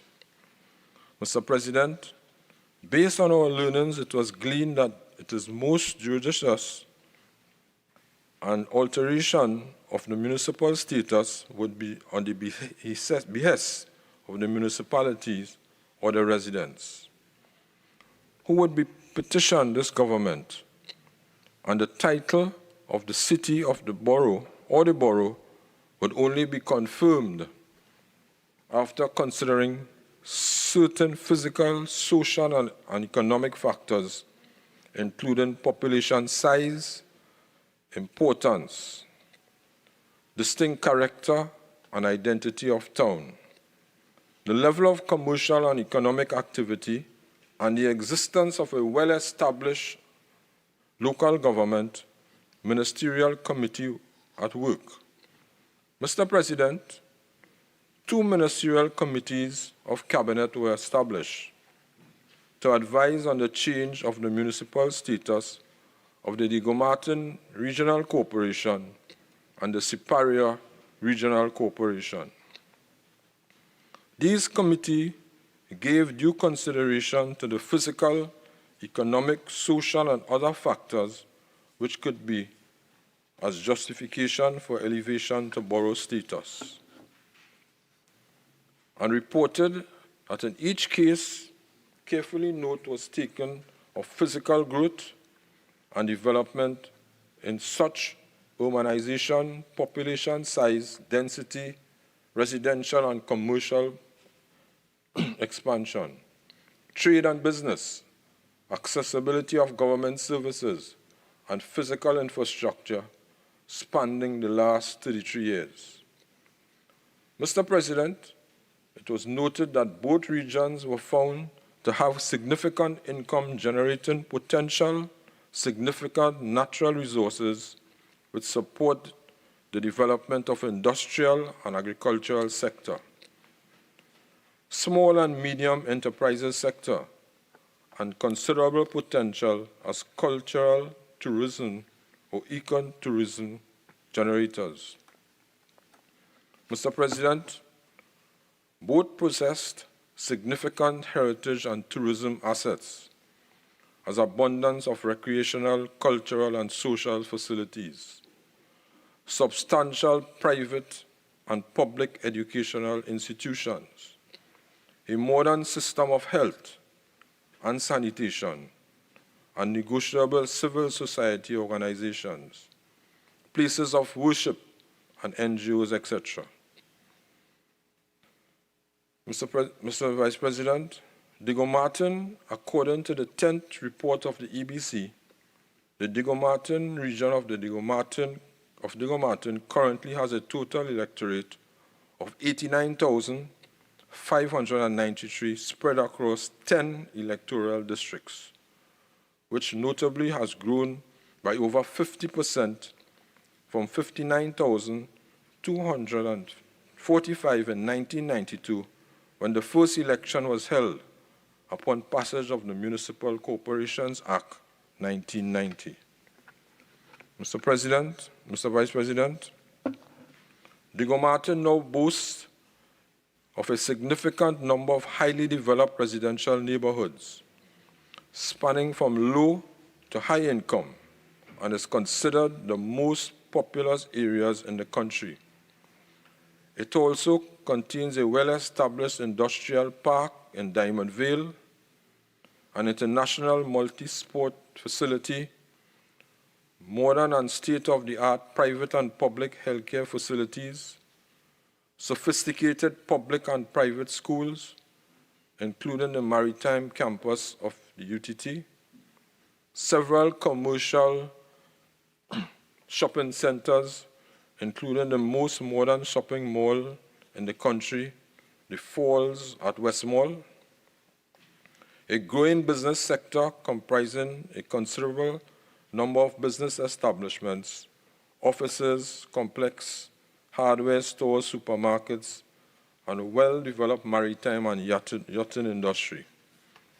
Mr. President, Digo-Martin is also home to the Chagaramas Peninsula and various arms of the Defense Force, extensive agriculture and farming in the Paramin area, the new West Park Recreational Savannah, a new Digo-Martin administrative complex, a deep water sheltered harbor and marina, a $500 million international standard water and amusement park, a new facility to support local economic development and entrepreneurship in the Caranage fish fry, as well as numerous areas for leisure activities, including hiking, boating, cycling, water sport, and several well-known tourist attractions.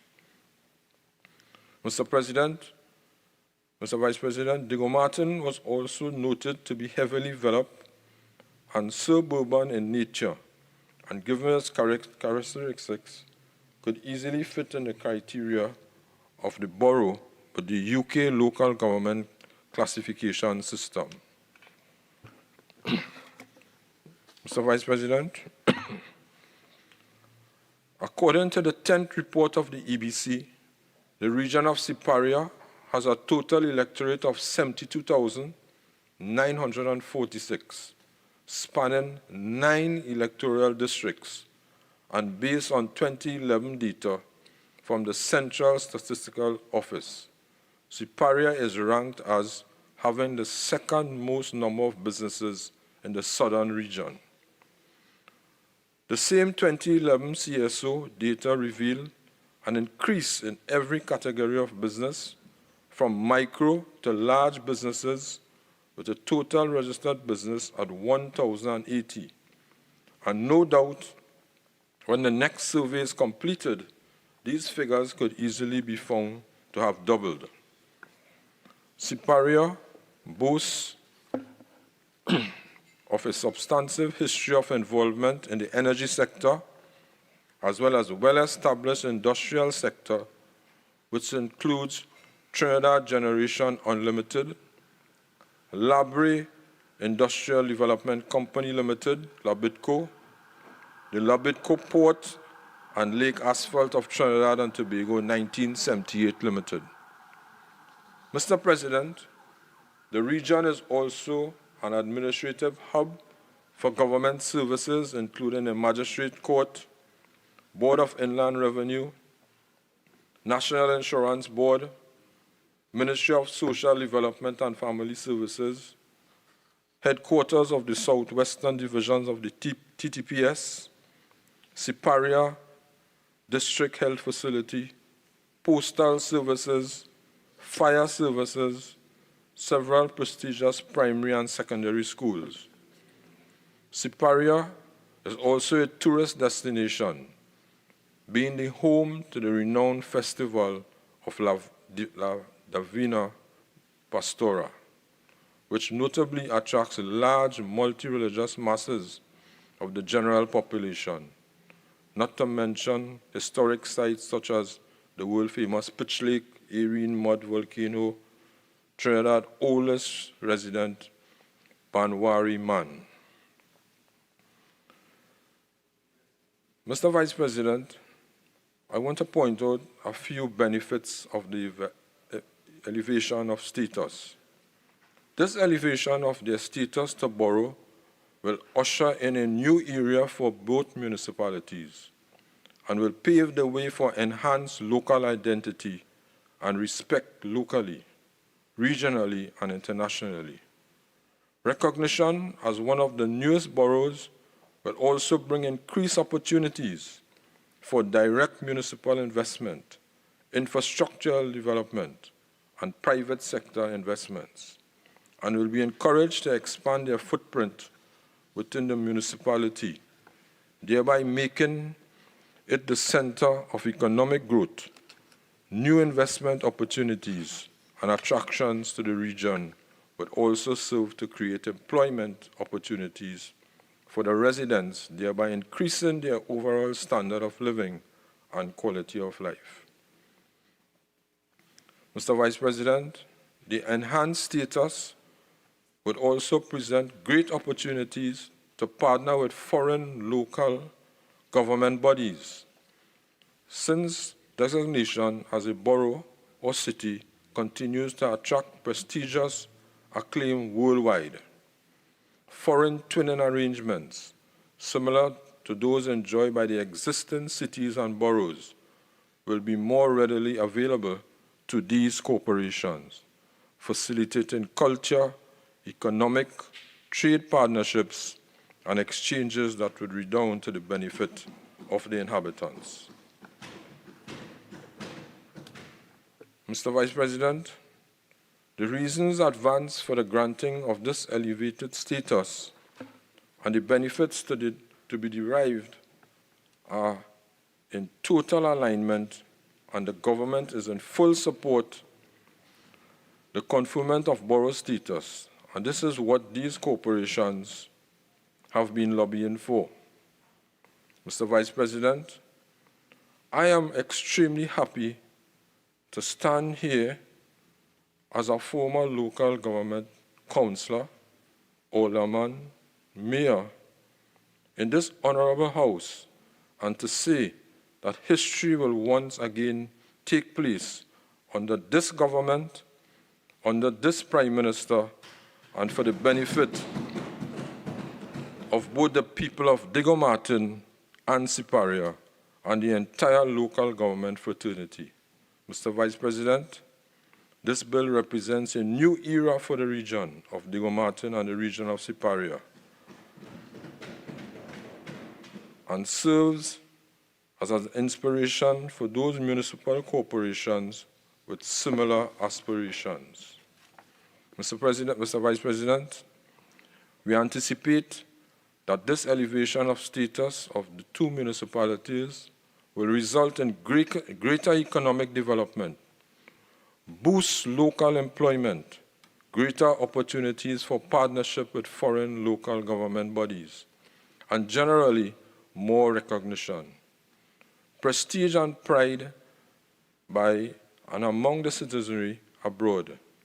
We anticipate that in short order, more municipalities will clamor for consideration of their own circumstances, and we stand ready to give support and recognition where it is due. Mr. President, normally when I get the opportunity to speak at these forums, I must give a little background of myself and local government. Mr. President, I love local government.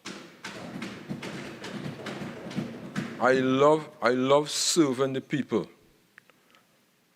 And whoever wants to get in politics and they don't have love for people, they're in the wrong business. I have worked in the local government fraternity for over 40 years, and I can say without fear of contradiction that the change in status boosted the economy of the municipality. There was a notable increase in business and development, and I can recall countless visits from foreign and regional ambassadors, ministers, NGOs, CBOs, and so many key stakeholders, all of whom were greatly interested in investing in the city of San Fernando. And Mr. President, Vice President, as I look across to Senator Wayne Mark, I remember every time he spoke in this chamber here, he would always speak about trade unions and his role and involvement in trade union. And Mr. Vice President, I want to remind Senator Mark that I also was a trade union member in the San Fernando City Corporation for over 30 years. So just as you are a fighter, Senator Mark, I am a fighter for the people too. And I can call you Comrade Mark. Mr. President, the bill will not shift any boundaries, and I want to repeat it. The bill will not shift any boundaries, as those have said before, nor will it infringe on any of the powers entrusted to the Elections and Boundaries Commissions. Simply put, Mr. Vice President, this bill is our response to the call of the people of Siparia and Diego Martin, who have determined by way of resolution through their elected representatives that they are desirous to be elevated. In conclusion, Mr. Vice President, I wish to congratulate the chairman and councils on their foresight to lobby for this enhanced status and hope that their continued stewardship leads to increasing economic development across their respective municipalities. You have advocated for your burgesses well, and in doing so, made history here today. The government supports you in your quest and look forward to the change each one of you will make in your newly installed mayors. You will have the mayor, His Worship, the mayor of the Borough of Diego Martin, and we will have the mayor, Your Worship, the mayor of Siparia.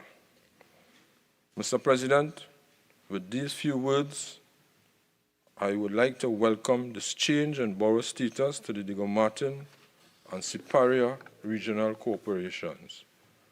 And I want to express my sincerest gratitude to all those who have supported me in my local government quest, all the administrative arm, my colleagues, the mayors, chairmen, councillors. While I was in the Ministry of Local Government, I work with everybody at every level in this country.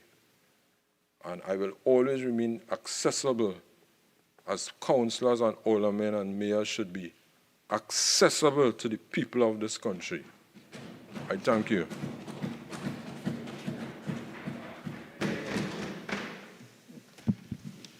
Senator Jayanti Lakshmidia.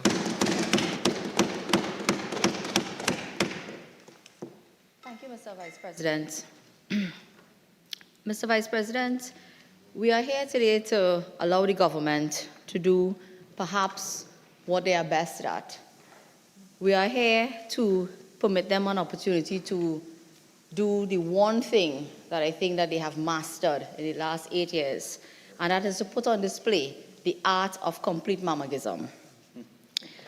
They have it down to a science, Mr. Vice President, because what they really want to do is have an opportunity prior to calling an election date to come here and try to sell the population again on this local government reform, which for the last 6 months, they have done absolutely nothing except postpone elections. And that's what we're here to do today. So let's be real about it. This bill is a whole lot of form and zero substance. Because we've had, I think, about at least 3, or if not more, speakers on the government bench who, despite repeated calls from this side of the chamber, still cannot name one actual benefit that will redound to the current residents, soon-to-be burgesses, of Siparia or Diego Martin by this change of name that the government have come here to give them today. And again, to utilize parliamentary speaking time to campaign and to try to sell the population on their local government reform. You see, having been forced to call an election that they are not ready for, they need to utilize every possible opportunity in order to try to sell the population on this local government reform that they'll set out a big timetable for, and yet they have not been able to actually deliver one single benefit to anybody, whether it is Diego Martin, Siparia, Shogunas, or anywhere else in the country when it comes to local government reform. So that's what they're here. They're here today to say that we are still not allowing you to vote. We will still not tell you when the election will be held.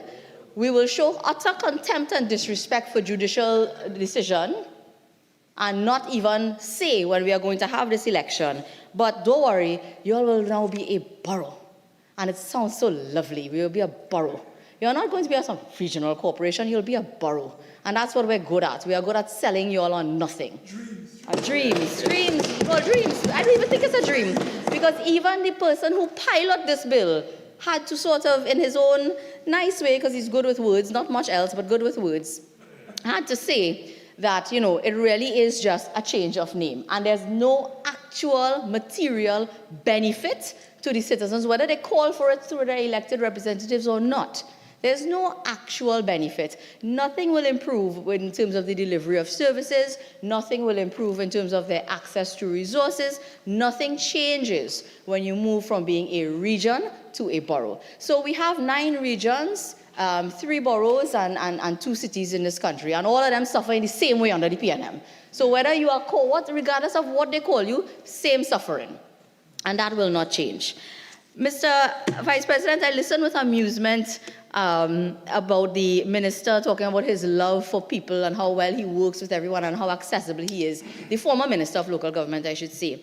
But you know, and he really is a very accessible. I remember the minister of local government sitting right next to me in the funeral of our dearly beloved Mr. Purushottam Singh, the former representative for the electoral district of Debe South. And do you know that under the tenure of this minister, the people of Debe South had to go to court and wait an entire year to get an election called on local government so they could get a new councillor? Wow. In a 3-year term in office for a councillor, the people of Debe South did not get love from this government or this minister of local government. They didn't feel that love because for an entire year they had no representation. And I'll give you one guess about what it was that was the excuse. There's only 2 excuses they have, Kamla and COVID. It was COVID.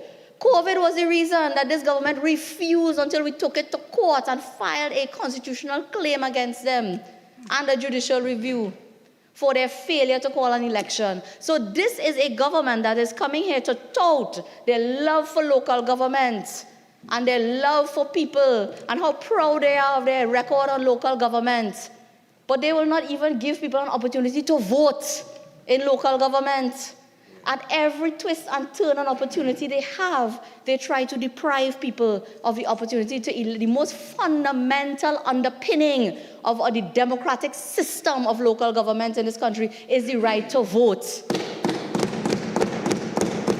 And while they want to give them name and fame and hang a chain around somebody's neck to call them a mayor, they do not want to even give people the right to elect their own representatives when it is due.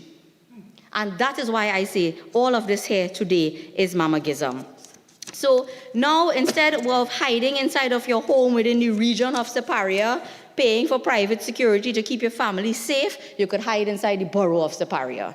Instead of residents of Diego Martin calling 999 and getting no response, the burgesses of Diego Martin can call 999 and get no response when there's a bandit coming into their home. And that is what we will have after today when this bill is passed by this government. I heard one member opposite say that reform seems to be a bad word for the opposition. Mr. Vice President, reform is not a bad word for the opposition at all. What we do not like is dictatorship. What we do not support is the installation of executive councils which silences the voice of a minority in corporations which are split. Because that is what this reform has brought, and those are the parts of the bill on local government reform that the opposition objected to. So stop misleading the population that the opposition is not in favor of reform. We are in favor of local government reform. We are just not in favor of silencing the voice of a minority, especially when you have corporations that are almost split down the middle. You have corporations that are, 5 one way and 4 the other way. And whether it is PNM controlled or UNC controlled, you should not have executive councils installed by the mayor, who is a product of the majority, deciding who will exercise the functions on those councils. That is what we are opposed to. We are not opposed to reform. We are in support of meaningful, decent reforms that will truly bring... Mr. Vice President, I've given my friend a long time, a long wind-up, but 46-1, we're not talking about reform, we're not talking about elections. Senator, 46-1 has been raised. I ask that you tailor your contribution to the bill at hand, please. Mr. Vice President, I'm sorry, but I'm responding directly to a matter raised by several members opposite who have spoken about nothing but local government reform. In fact, every single speaker in this House has spoken on nothing but local government reform. So I am here responding directly to a comment saying the opposition reform is a bad word for the opposition, made by, I believe it was Senator Hislop who used that expression. I take very copious notes, Mr. Vice President, whilst I'm speaking. So, Mr. Vice President, the history of local government will show that it is whenever the people of this country wake up, rise up, and reject the PNM that they see meaningful reform in this country. And everyone, all of the government speakers, from the mover of the person who piloted the bill to Honorable Minister Kazim Hussain, took us through the history of local government as well as the history of various boroughs and cities and so on. And so I will spend a little bit of time on history, and I want to correct the Minister of Local Government who talked about the PNM bringing reform of municipal corporations. As usual, this is a case where somebody did all of the heavy lifting and the PNM come in to try to take credit, because it was under an NAR government that the Municipal Corporations Act was passed. It is the NAR that passed it. I think it was proclaimed the following year. Just like they beat their chest now that they have proclaimed and operationalized procurement, someone else did the heavy lifting, and what they did is they came and they whittled it down. And history will show you that after the NAR government reformed county councils, what we had as County Councils Act back in the day, from I think 1967 or so, that it is the NAR bill that came into effect as the Municipal Corporations Act, and the Municipal Corporations Act that we still have today passed in the year 1990, a significant year in our history, that we have what is today the structure of local government in this country. Subsequent to that, when the PNM took power in 1991, you know what they did? They came in 1992 to merge corporations together. That is the reform that they brought in 1992. So when they want to carry us through the history, they must be honest about their history. And that merging of regions that occurred in 1992 under the PNM was really gerrymandering and smart. Because what they did is that they created now that we must only have 14 corporations, and they did it in such a way to make sure that there weren't so many regions that would be controlled by opposition. That is what they did. So what did they do? They merged Samoa with Lavantil. They merged Tunapuna with Piako. Look at where Tunapuna is and look at where Piako is. They merged those two together.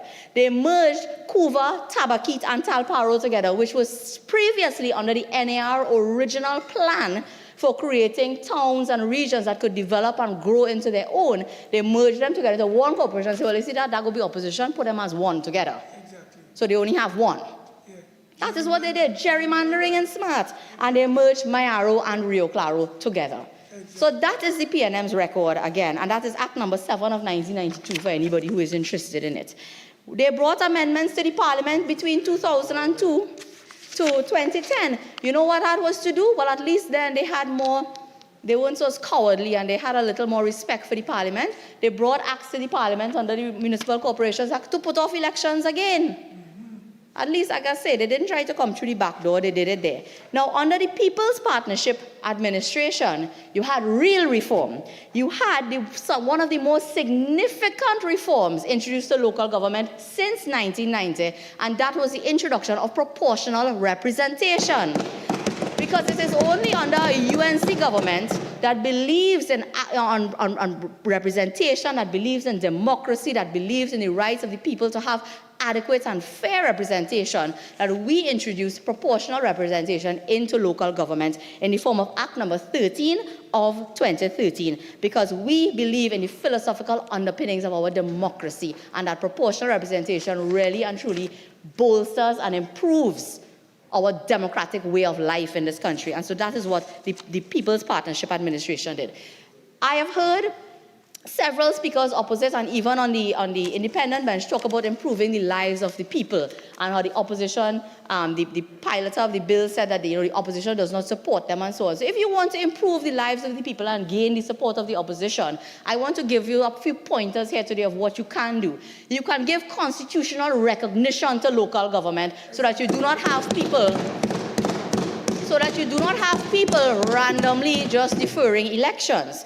What you can do to improve the lives of people of Siparia and Diego Martin is not change their title from residents to burgesses, but put fixed dates for elections into the Municipal Corporations Act and put an end to this election date in the back pocket type of politics that we have in this country.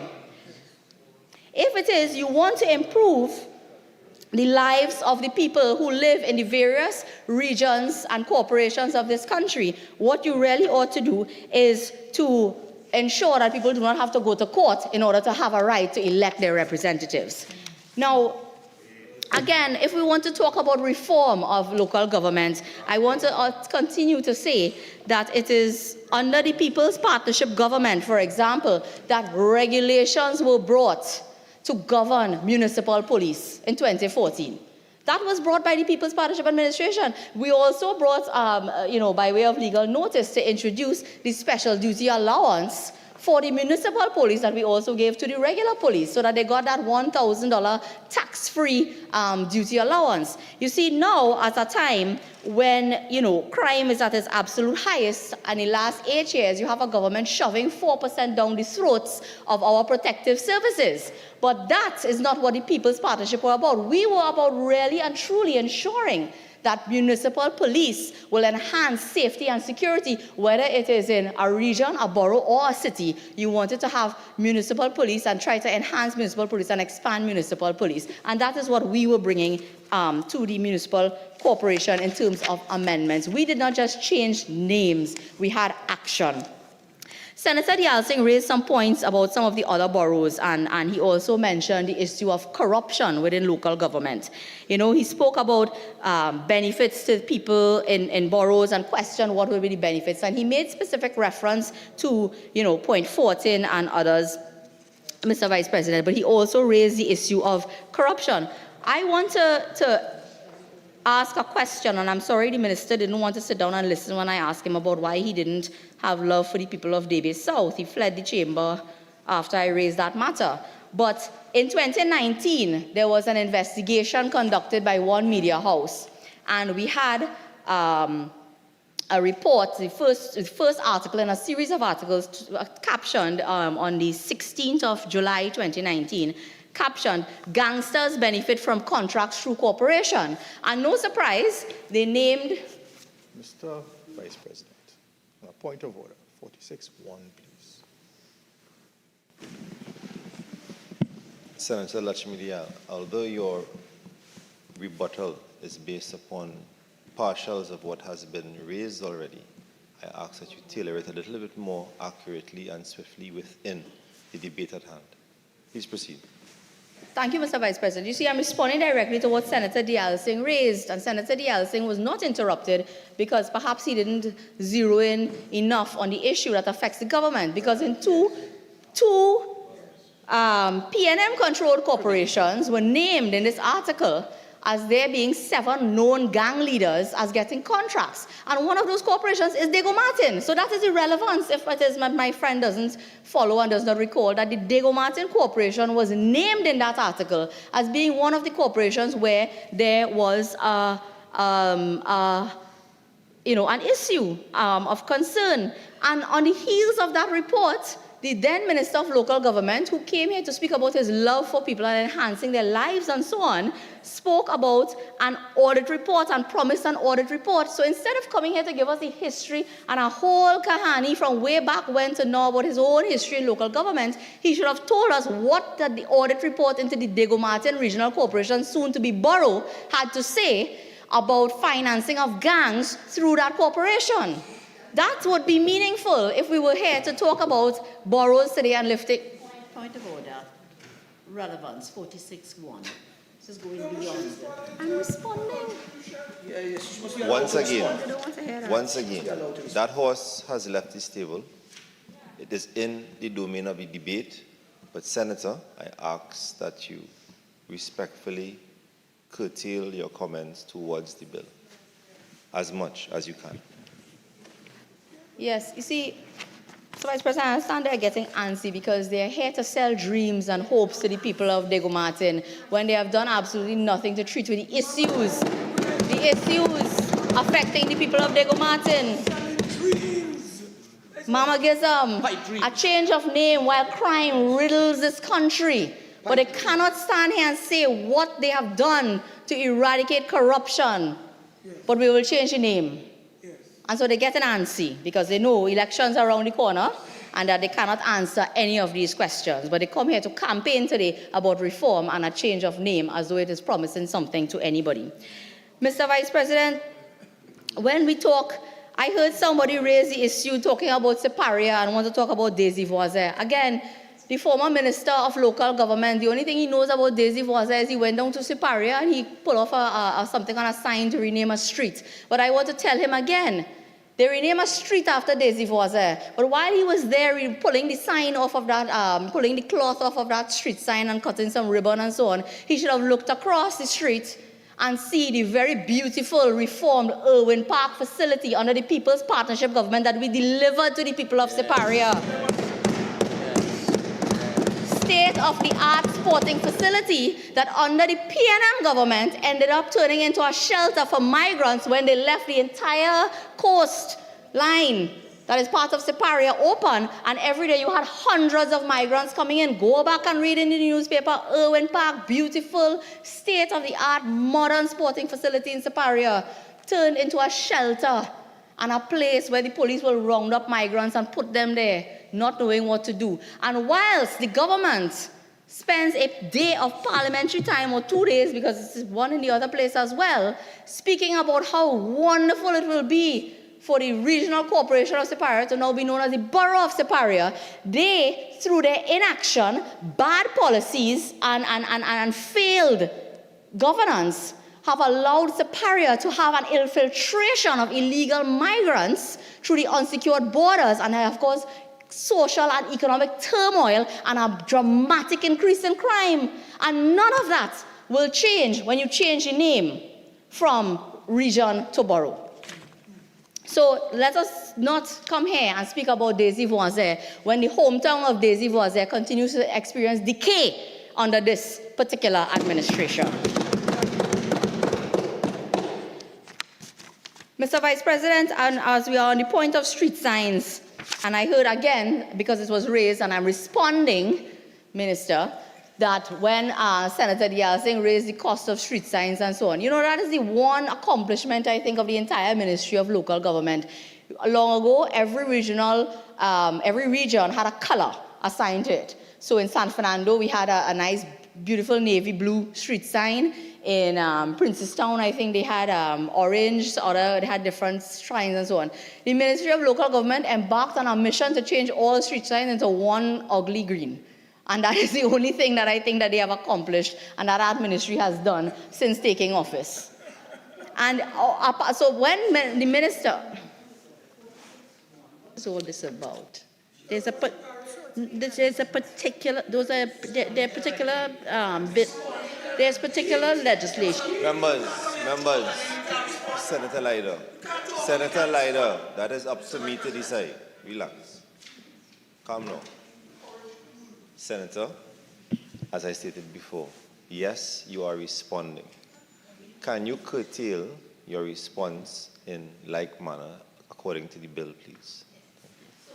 Responding to Senator Dialsing's concern about costs, because Senator Dialsing also raised the issue, and I think another member raised the issue about under local government reform and the increased funding that the government says is going to give to regional corporations, whether there will be accountability now for this spending, and how will the enhanced status of these two regions into boroughs improve accountability. Well, I want to tell Senator Dialsing that he will never see accountability under this government, and that he will have to wait just a little bit longer until a UNC government comes back into power before he sees any sign of accountability. Right? Under this government, you only have jumping up to prevent people from talking about and highlighting the failures. Yes. But you will never see accountability, and you will never see any explanation of accountability once this government is in office. So he has a little bit of a wait. You see, and as Senator Dialsing also raised the issue of, for example, other boroughs, and he talked about what changed when they acquired borough status. And the truth of the matter is, nothing changed. But you know when things changed? Things changed for some of our boroughs and cities when the PNM took office. And I'll close by mentioning two of those boroughs, some of which has been raised by Senator Dialsing. The borough of Point Fortin, for example. And this is why being a borough makes you no different from being a region, or makes it no different from being a city. The borough of Point Fortin continues to suffer under the PNM because of their failures with Atlantic LNG. The Dragon cannot even get a box step right as yet, 6 months into the 2-year moratorium, but they are waiting on Dragon Gas to help Atlantic Energy, to be a lifeline to Atlantic LNG. And meanwhile, the burgesses of Point Fortin, who have the privilege of being known as a borough, continue to languish and suffer under the... Point of order 46-1. Senator, you're veering way beyond and way beyond. You are veering way beyond the scope of the debate as much as you are carrying it down a line of response. Kindly bring your closing arguments and closing points into the bill, please. You see, Mr. Vice President, this is a bill with absolutely no substance, so it's very difficult to talk about anything other than to respond to what everybody else says, because there's absolutely no meaning, no substance, and no value to what the PNM have come here to do today, and that's the point. So I am responding to a direct comment on the borough of Point Fortin by Senator Dialsing. You see, some of us actually take our role, like Senator Dialsing, seriously, to stand in this parliament and speak about the issues that really affect citizens of this country. And the last issue affecting anybody in this country is whether they live in a regional corporation or a borough corporation. But that is what the PNM want to discuss. They don't want to discuss crime, they don't want to discuss economic decline, they don't want to discuss security, they don't want to discuss roads, bridges, pothole, garbage collection, none of the above. Flooding, definitely not flooding. They don't want to discuss any of that. They want to discuss the change of... Point of order 46-1. What is all of this? Senator Lashmidial, your comments are really going too far from the bill. I understand that you're responding, but I'm asking you to not extrapolate as far away as you're going because you're starting to lose relevance. Yes, Mr. Vice President, it is amazing that when everyone else raised these issues, I don't know where the minister was, but the minister wasn't here to jump upon any points of order. But anyway, as I will say, whilst every region, including Siparia, but I would say particularly areas in Siparia, continue to suffer from neglect, whilst people in Diego Martin continue to suffer from neglect and poor governance under this administration, we are here today to make sure that there will be two people walking around with, I think somebody said, and I'm responding, $3,000 chains around their neck now, calling themselves mayor, because that is the only change that will be brought about by this piece of legislation brought today by this government. Mr. Vice President, this bill encapsulates and succinctly captures the essence of the People's National Movement, and that is a whole lot of form and absolutely zero substance. I thank you.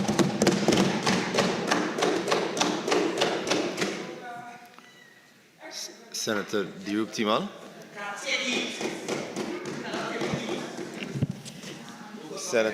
Senator Laila, there's a senator on his feet about to make his contribution.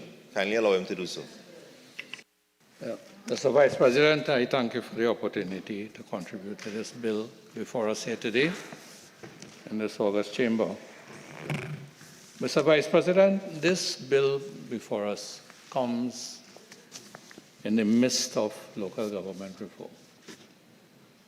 And whilst we have heard from the contributions by other senators about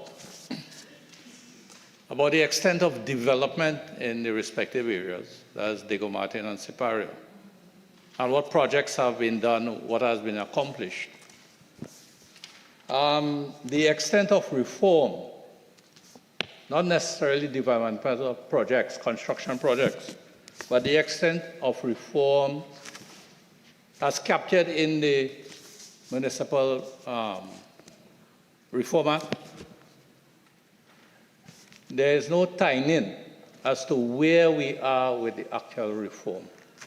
And I felt that in presenting a bill to make Diego Martin Regional Corporation and Siparia Regional Corporation to change the status from corporation to borough, that some attempt would have been made to link the actual process, the actual progress that has been made with regards to reform, particularly under what was set out in the Municipal Reform Act, the act in which we have very detailed reforms outlined.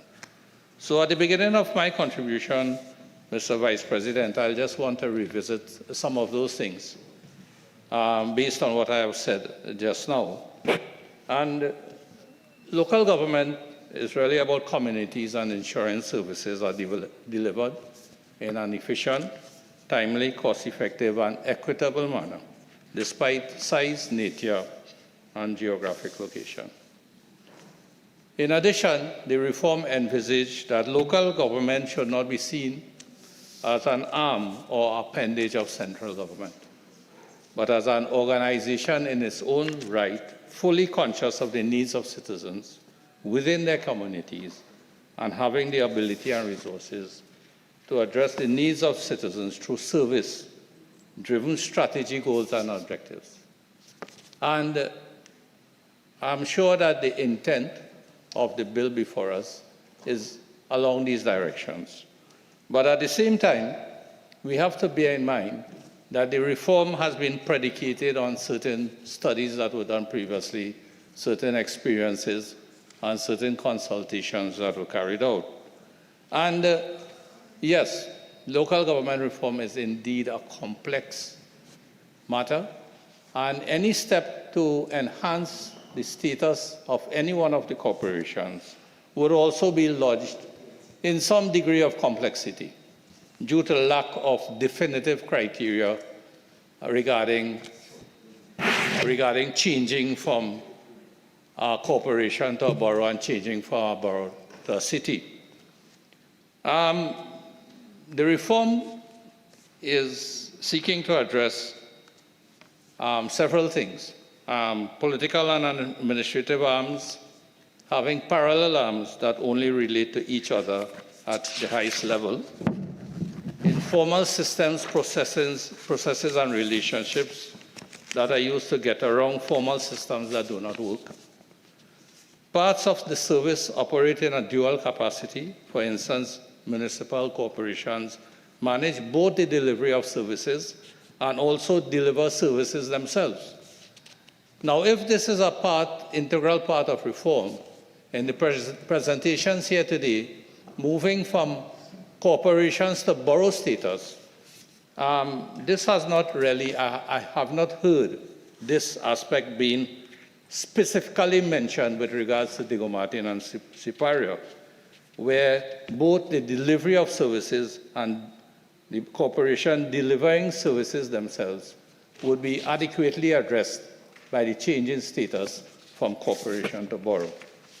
And then, of course, the existence of a bipartisan system, which is manifested through pro-government councils or anti-government councils, which leads to political interference and manipulation.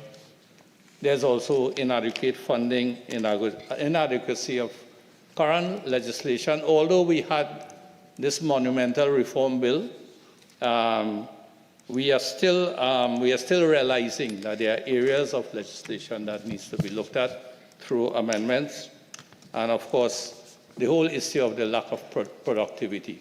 Now, I think the intention is that by moving from corporation to borough, some of these factors would inevitably be addressed. But are they going to be addressed in an informal way, and benefits are going to come from that? Or is the reform seeking to have more definitive, as I said, measures and criteria for bringing about the reform? Now, Mr. Vice President, I've said it before and I'll say it again. The reform envisaged is indeed very ambitious. We are talking about 8 specific divisions to be established, corporate services, etc. And within those 8 divisions, we have functional units, which when you add together with disaster management, monitoring and evaluation, and internal audit, there are almost 32 units, functional units, to be established under the respective 8 divisions envisaged in the Reform Act. So it is indeed a mammoth task. It is a daunting task. And this is the background. This is the background of reform that this bill is being brought into. Now, in piloting the motion, we have heard from the Honorable Minister of Rural Development and Local Government that there were certain steps that were taken. One, it was by resolution of the corporation. The respective councillors of the corporation made a resolution of their desire to attain borough status. And the matter was considered by the Ministry of Rural Development and Local Government. A note was sent to Cabinet, and the Cabinet appointed committees to consider the request. Now, Mr. Vice President, in light of the primary motive for local government reform, which is decentralization, and removal as much as possible of the role of central government within the local government system. I still have some reservations about this approach here regarding having to change the status of corporations to boroughs and boroughs to cities. In that, yes, Senator Hislop went into a lot of detail about the desire and the will of the people within those corporations to chart their own future, to chart their own pathways for growth and development. And the word desire came up a lot. But in addition to the desire of persons within those corporations, I ask the question, is the desire to be tempered or to be evaluated or to be measured against certain criteria regarding eligibility for promotion? And, we, outside of just desire and will and a request, and a request through the ministry to the cabinet. Because if we are talking centralized, decentralization, I ask the question, why is the government still involved at cabinet level to determine whether a corporation should go to a borough status or to a city status? Why such a high degree of central government's involvement where the cabinet has to appoint committees to look at it?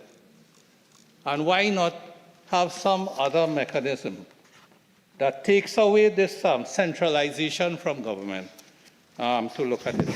Because we have the Local Association of Regional Corporations, the Local Association of Local Government Authorities, that actually is in the Municipal Corporations Act. It's in legislation. And I am asking, what was their role in this recommendation that is here before us? Were they consulted? Did it go to them? The request, did it go to them? And did this Local Association of Local Government Authorities, did they make a recommendation for the consideration of government? I'm not sure because it was not mentioned. And the question is whether they should have a more pronounced role. So the Minister of Rural Development and Local Government did mention that there are amendments to be made to the Municipal Corporations Act because, as I said before, it's complex. There are so many aspects. And I think this is one of the aspects where you transition from corporation to borough to city that unfortunately the Joint Select Committee at the time, because of the wide range of things that was being looked at, this wasn't looked at particularly in terms of changing it from one of, in my view, subjectivity to a large extent, to bringing it within more, where we can have more empirical data in order to arrive, to justify the desire and the will of the people to have this transition.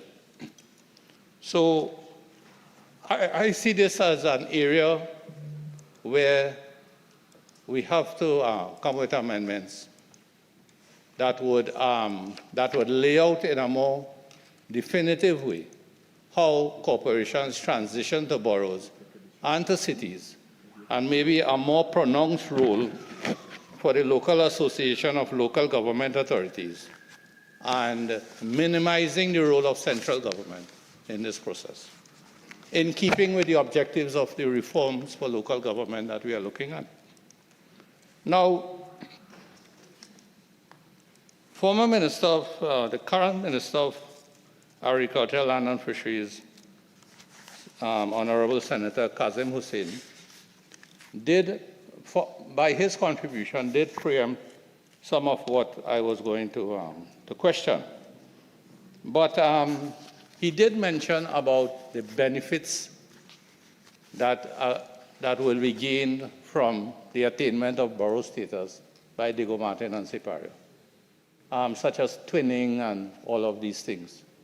But what I didn't get from him, and I would really have liked to get such information, was what have been the benefits, and I think Senator Dial Singh would have mentioned this. What are the benefits, an assessment of the benefits that Arima, Chaguanas, and Point Fortin have derived from being a borough? What are the benefits? And I think that would have helped us in this debate, because we would, in addition to what the Minister, the Honorable Minister of Agriculture said, it would have helped us to really evaluate. He did outline possible benefits, but how much of those benefits really became changed from possibility to reality for the 3 boroughs that we already have. You see, for these corporations, one of the things coming out of the Municipal Corporations Act and the amendments that were made for reform is the whole issue of a development plan.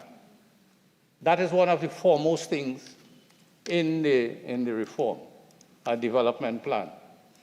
Now I ask the question, where are the Siparia Corporation and the Diego Martin Corporation with regards to the production of this development plan? And is their desire and will to become a borough in keeping with what they have in their development plan? Is it a work in progress? And is it a question that we are putting the cart before the horse?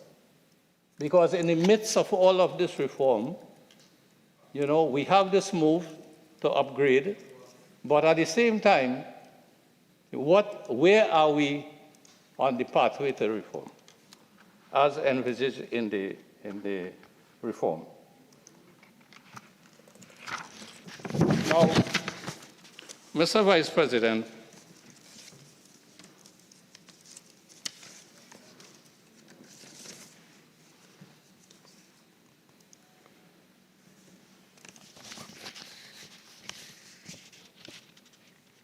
in a previous contribution that I did when the bill for the Municipal Corporations Act was being amended, which included a huge amount of reforms, you know, I had raised the question of change and the management of change. So the reform is putting on the corporations the need for change and the need for significant change. And on top of that, we are adding to these 2 corporations a change from corporation to borough. Now, if we say that that change is just symbolic, and that change is just to change the status quo, then we are defeating ourselves in terms of saying about all the benefits that would accrue. Because being in the midst of a change, where the extent of change is questionable to this point in time, and then we are seeking additional change, I really question the wisdom of that. And the whole point of change is that the suggestion was made at that time when I was contributing that we need highly skilled change managers to be enlisted to facilitate the transition and implementation process. And through expert training and continuous development, staff of the human resource units within the corporations of each corporation will become skilled in the area of change management. And with that, Mr. Vice President, I'll just summarize. Are we putting the cart before the horse? Are we rushing this thing? Should we implement the reforms that are envisaged to a greater extent before we look to make these corporations boroughs? And should we look at going down the road, including as possible amendments to this act, the Municipal Corporations Act, where we seek to close this gap, where we seek to legislate how corporations can transition from corporations to boroughs to cities, and not leave it up to subjectivity, and to maximize the role of the local association of local government authorities and minimize the centralized role of central government in determining that. I thank you, Mr. Vice President. Senator Hazel Thompson, aye. Thank you, Mr. President. I really thank you because my name is not on the list. I hadn't planned to speak. But a few minutes ago, I decided I should speak. The motto of my school is Veritas, truth. And I have heard that in piloting this bill, that no benefits were mentioned. But I have heard an important benefit of this bill, which I would like to speak to. I heard the minister mention a very important word, and that word is status. One very often hears that nothing is free. There are lots of things that are free. The air we breathe, the friendships we have, and one can give a whole list of things. Is status a benefit? I wholeheartedly agree that it is not just a benefit, it's a very important benefit. Right now in my country, when I read a newspaper, when I listen to talk shows, I hear so much sadness. I hear despair. What will status bring to a borough? That sense of community and pride. Pride is what it will bring.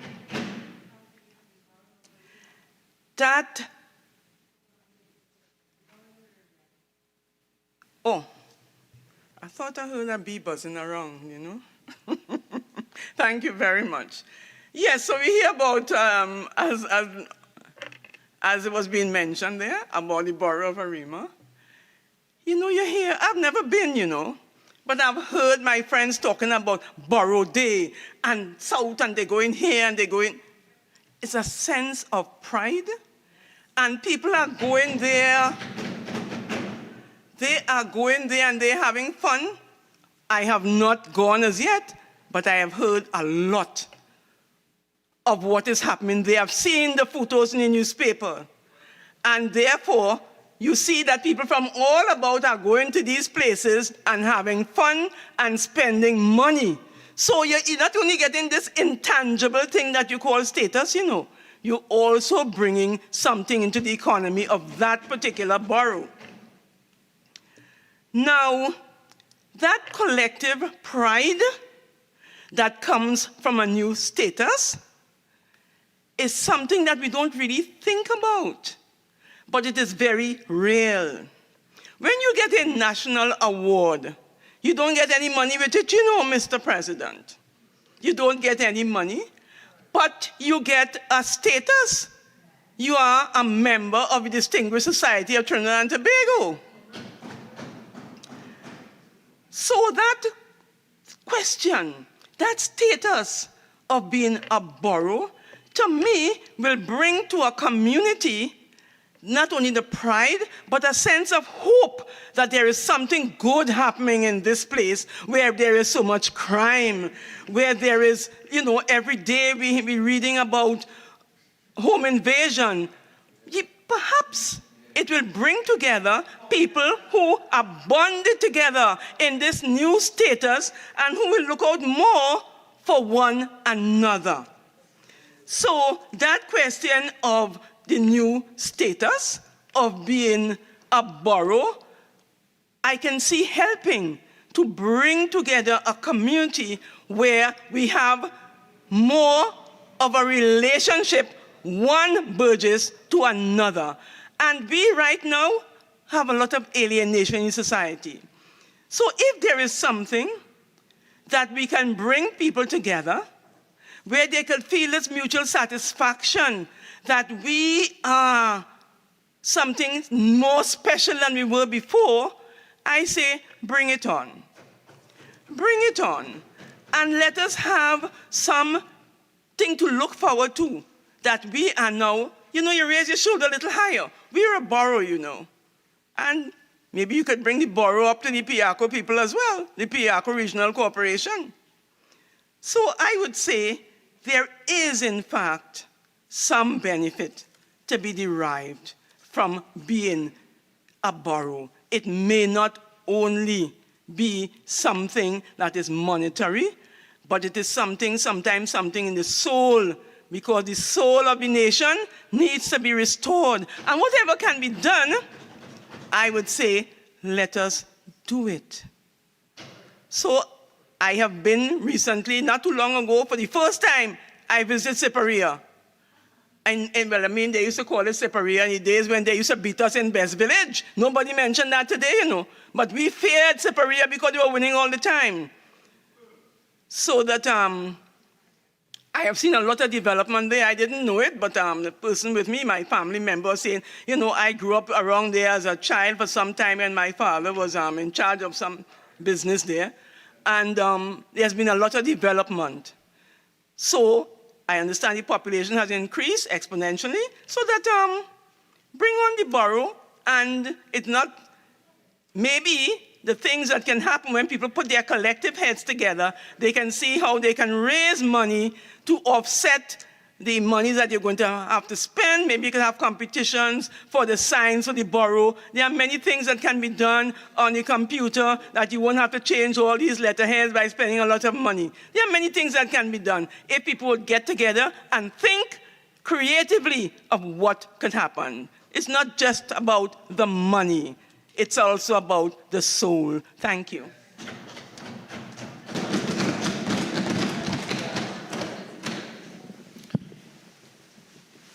Ministry of Tourism and Culture, Senator. Thank you very much, Mr. Vice President. Mr. Vice President, may I remind you, I am the Minister of Tourism, Culture and the Arts.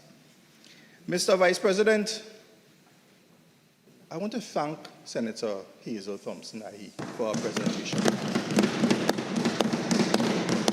She took away my entire speech, but I want to adopt entirely the presentation of Senator Hazel Thompson-Ahi. Mr. Vice President, I'll start off by responding to Senator Roberts. Senator Roberts stood up here for all of 3 minutes. Mr. Vice President, if the opposition does not wish to come here and debate and carry out the will of the people of Siparia and Diego Martin, then they don't have to come. We will sit here and we will pass the bill. So Senator Roberts' big point was, you only make big people come out here to bid, to come here to debate and name change. Well, Mr. Vice President, through you, it is entirely within Senator Roberts' discretion whether he wants to bid and change before he comes here. It is also entirely within his discretion to stand up in this House and debate good legislation as we have put forward here today. But what you don't do is come here and for 3 minutes insult the people of Siparia and Diego Martin. For 3 minutes. And through you, Mr. Vice President, I would say to Senator Roberts, you see the 3-minute presentations? He can save that for his personal and private affairs. Mr. Vice President, Senator Luchmedial went on about Mamagai. And in Senator Luchmedial's entire contribution, again, spoke about elections and trying to ravi down the whole debate. We are not here for that. On May the 18th, the Privy Council delivered its judgment. You ravi down the debate. The Privy Council delivered its judgment, Mr. Vice President. And within 3 months, they will get their elections. If it's elections they want, it's elections they go get. But Senator Luchmedial spoke about corruption. And in identifying her points on corruption, she spoke about some reports in the media with gangsters, etc. But let me remind Senator Luchmedial about a man they called Glenn Ram, chairman of the Mayaro Regional Corporation, who was charged for misbehavior in public office for demanding and receiving bribes of $1,500 from poor people, you know, out on bail. Let me remind Senator Luchmedial, as we're on the point of corruption, about someone by the name of Councillor Anil Maraj of Kumuto, who in 2021 was charged for misbehavior in public office. He's the chairman of the Finance Committee in the Sangre Grande Regional Corporation. Both UNC members charged misbehavior in public office for demanding and receiving bribes from a contractor. He too is out on bail. We are on corruption. Mr. Vice President, would you believe, Mr. Vice President, I have to remind you, would you believe that the member for Pointe-a-Pierre is also charged and out on bail? Senator Luchmedial has the temerity to come here and even utter the word corruption. And Mr. Vice President, we are the PNM. In recent times, Mr. Vice President, you have seen defection after defection. Marcus Gadari, Marabella South, Vista Bella, my good friend. Senator Leiter, I'm on my feet. For Senator Leiter, I'm on my legs. I was actually on my legs before you stood up, right? Honorable Minister, I must ask you to obey 46.1. You're veering very far off the debate. Albeit this course has left this table, I ask you to bring in your points to more relevance, please. I'm sorry, in complete deference, I take your guidance, Mr. Vice President, but I have to talk about the defections, because the defections tying into the response on corruption of Mr. Marcus Gadari, of Sheldon Garcia in Ario Essential, of Samuel Sanka, more to come, but they have defected because of the treatment, the acceptance of wrongdoing by the leadership of the United National Congress. And Mr. Vice President, before I move off of Senator Lutchmedial, since 2015 we have been talking about reform. Since 2015, we came into office on a manifesto based on local government reform. The UNC wanted no part of those discussions. No part. So now we're in the election season, we're in 2023, and would you believe now the UNC wants to talk about local government reform? Now the UNC wants to promise that only they could deliver local government reform? We have been at local government reform for the past 8 years, and now my support for the Honorable Minister of Rural Development and Local Government, we will deliver the reform. The people have asked for it, and the people will get it. Mr. Vice President, let me touch on Senator Mark. You really had to give Senator Mark a Tony Award, you know. He is an actor par excellence. Senator Mark said it was not the will of the people, it was not the will of the people. It was the will of the people. That's the way our democracy is built. The people vote in through an election process their representatives, and their representatives represent and act on their behalf. It was a democratic process that was at work. That's what the councillors are there to do. And Senator Hussain, Minister of Agriculture, former Minister of Rural Development and Local Government, read it into the record. But Senator Mark kept asking, where are the documents? Where are the documents? Well, I have them in my hand. Without wanting to display, I have them in my hand.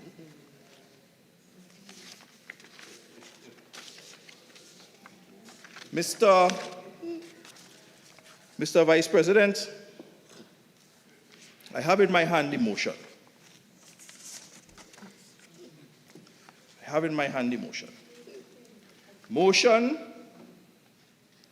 at the 26th statutory meeting, 2016 to 2019 term, held on Thursday, 31st January 2019 at the Siparia Regional Corporation. I have it in my hand here. But what I also have in my hand here, and the motion is very long. I wouldn't read it into the record, but I would read the resolution. The motion has about 7 recitals. Be it resolved that this council, through the Ministry of Local Government and Rural Development, petition the government of Trinidad and Tobago to take the necessary action to designate the municipality of Siparia as a borough. So this is the approval of the motion. So before the motion was read, supported and passed, which I'll come to, the motion had to be approved, to be presented. So I have the approval here on the 21st date of January 2019. And it is signed by Mr. Christopher Encinas, Alderman, the mover of the motion. But it is also signed here by the chairman of the corporation, Dr. Glenn Ramadasing, UNC member. And it is countersigned by the Chief Executive Officer of the Siparia Regional Corporation, Mr. Ravindranath Gangu.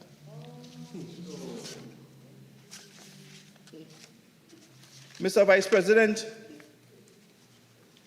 as Senator Hussain, Minister of Agriculture, has said, the motion was moved by Alderman Encinas, seconded by Councillor Debisette, and all members agreed that the motion in the name of Christopher Encinas, Alderman, in the Siparia Regional Corporation to designate the municipality of Siparia as a borough be approved.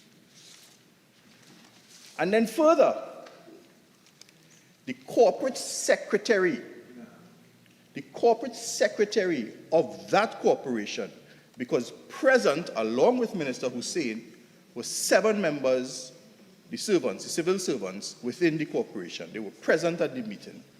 And the corporate secretary wrote to the permanent secretary, Ministry of Rural Development and Local Government, on February 6, 2019, to indicate that your urgent attention is drawn to the motion as named above, approved and ratified at the 26th statutory meeting held on January 31st, 2019. A copy of the motion and relevant documents are hereby attached. So that's where it is. But why would the opposition members now come to distance themselves from this? You know, Mr. Vice President, what we are hearing on this side is when the leadership of the UNC heard of that dastardly act, that the UNC members committed to support the elevation of status from Siparia, from a regional corporation to a borough, she became very, very incensed. And she sent a member for Oropuch West down to deal with those members. So I am not surprised. I know he loves his guitar playing ways, but I am not surprised that Dr. Glenn Ramadas Singh is removed as the chairman. I am not surprised. He betrayed them. Mr. Vice President, no. Every time there's a debate in this House, there are opportunities to disturb my internal peace. And those opportunities are usually taken up by members of the opposition. But today, Mr. Vice President, Senator Dayal Singh's presentation really disturbed me. And I feel a little sensitive because I was a proud resident of the borough of Point Fortin. I lived there for 4 years. I have the distinct privilege of being the son of a mayor of Point Fortin. So when Senator Dayal Singh went on about the borough of Point Fortin and what it achieved and what benefits accrued to the people of Point Fortin, I was disturbed. Senator Dayal Singh raised the issue about cost. About cost. Cost is always an issue, as it was between the time 2010-2015, when every 2 months the United National Congress would change the name of a ministry or expand a ministry.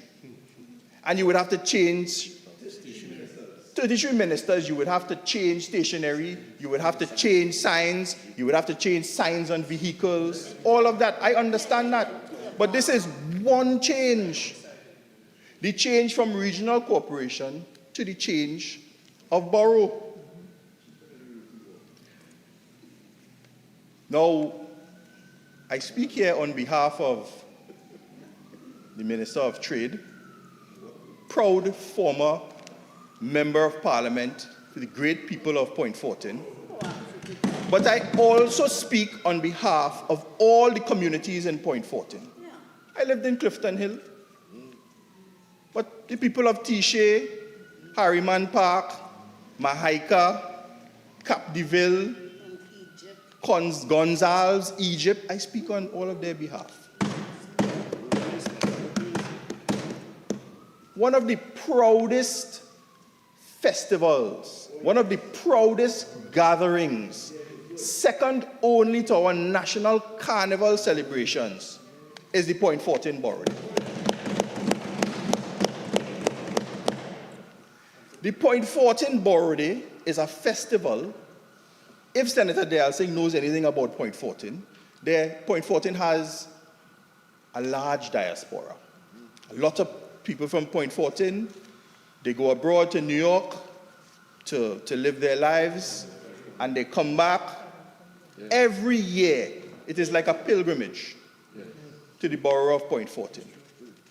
And the borough celebrations are done through the funds of the the Borough Corporation, but also through the very excellent sponsors that exist within the Point Fortin Borough Corporation. We have Atlantic LNG, we have had Texaco, come Trinma, now Heritage Petroleum, and it's funded there. But the festival itself creates so much economic development and so much pride to the people of Point Fortin. One thing you can't beat the people of Point Fortin on is a matter of pride and pride in their borough. So I have to disagree very sharply with Senator Dayal Singh. It generates a lot of economic development. As a matter of fact, Point Fortin is known for two things. One, being known as the cultural capital of Trinidad and Tobago, because it has produced people like Super Blue and Preacher and Iowa George and Naya George and Fayan Lyons. It's a cultural capital. Jereme Richards, Randall Mitchell, Paula Gopi-Schoon. We have a very proud tradition.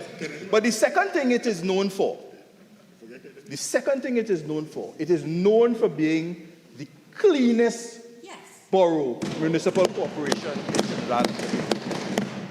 It doesn't depend on CPEP or any external force. Once Borough Day done, and Borough Day is like a carnival, plenty pan, 2 weeks of festival. plenty parade, juve. That's 17,000. The very next day by 6 o'clock, the Borough Corporation workers clean up the entire town centre of Point Fortin. Entire town centre. Senator Dayal Singh spoke about roads. It is true that on the way to the borough of Point Fortin that there are some bad roads. But what Senator Dayal Singh, I'm not sure if he is down there, or if he's ever traversed or had the privilege of being within the borough of Point Fortin. There are some geological formations, world famous. It's called the Pitch Lake. And there's nothing you can do to engineer to fix those roads going down. It's a part of the culture. It's a part of the culture. There's nothing you pave it now, and in 2 weeks, the Pitch Lake says differently. And it changes. So what did we do as the PNM? The PNM, we are the ones who planned the highway to Point Fortin. There's a highway to Point Fortin being constructed right now. The PNM planned it, the UNC corrupted it, and the PNM is going to finish it.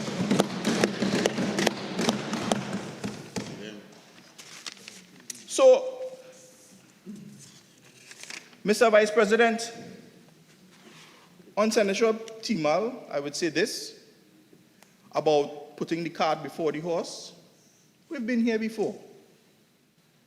In 1853, we have converted the towns of Port of Spain and San Fernando into boroughs.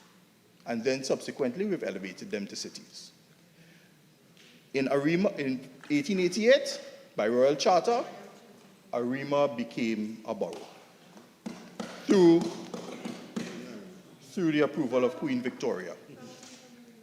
And in 1990, Chaguanas became a borough. We're not putting any cart before a horse. We're simply putting purchase to the will of the people of Siparia and Diego Martin. So, Senator Thompson, I stole my speech a little bit, but I would say there are many intangible benefits for the elevation of status. Many intangible benefits. And as Senator said, pride, that internal pride, it's not always about money. There is that internal impelling force of community pride and purpose, a commitment to community that you get when you're elevated to borough status. There is that. Minister of Rural Development and Local Government gave the other examples, leaving the status of municipal corporations aside. He gave the examples. When you become a doctor, whether a medical doctor or a doctor of philosophy, there is that pride that you get, a renewal of purpose, an elevation of status. When you're awarded the Order of the Republic of Trinidad and Tobago, there is that pride. I don't know anybody who has been awarded the Order of Trinidad and Tobago who does not put ORTT after their names. None.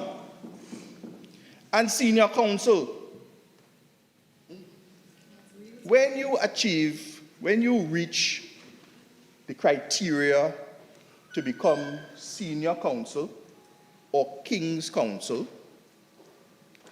and you receive the conferment of that status, there is a prestige that goes along with it. There is a prestige known to all. There are people who apply for it who don't get it and are very upset. But there are also people who, understanding that prestige and status, confer it upon themselves. Like the member for Siparia. It is because of that.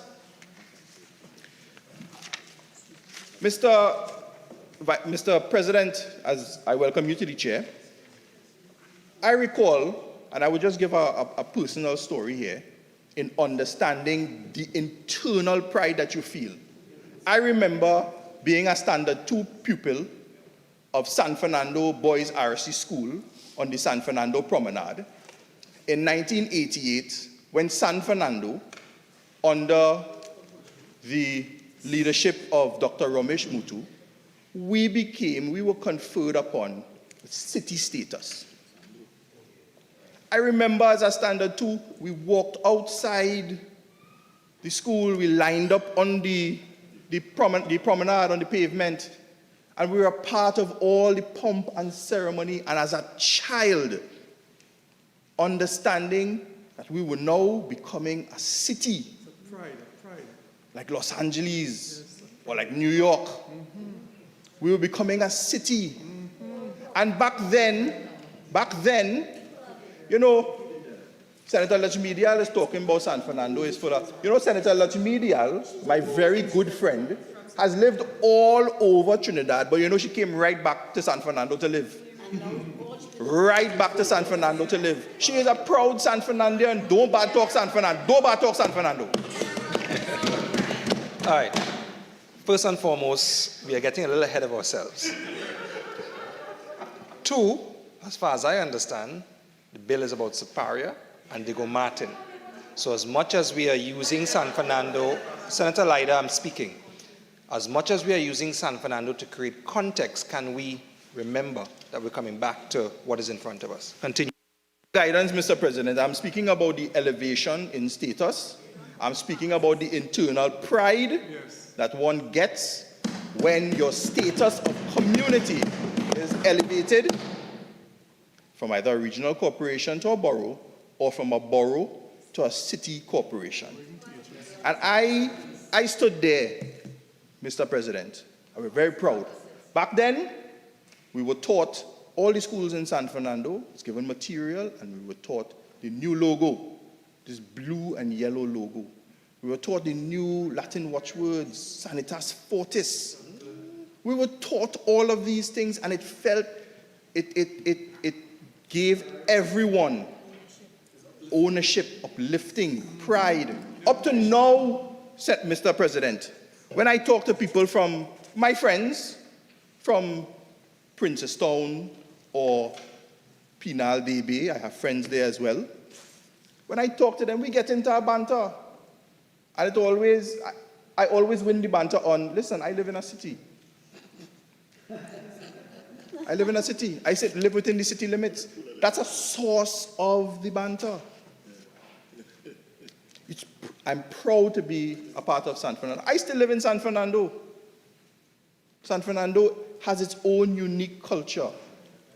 And I'm very happy to be a part of San Fernando. So, I still live in San Fernando East, and I'm very proud to vote for the People's National Movement. I'm very proud to live in San Fernando East. And whether I serve as senator or I serve as a member of parliament for San Fernando East, I serve, Mr. President. So, Mr. President, why not Diego Martin and Siparia? Why not?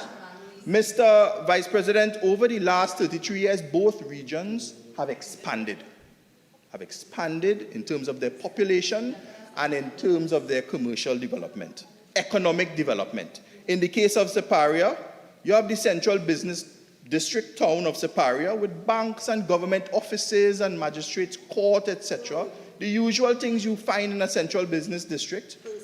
But you also have, in terms of tourism and culture, and other members have spoken about it, I'll touch on it.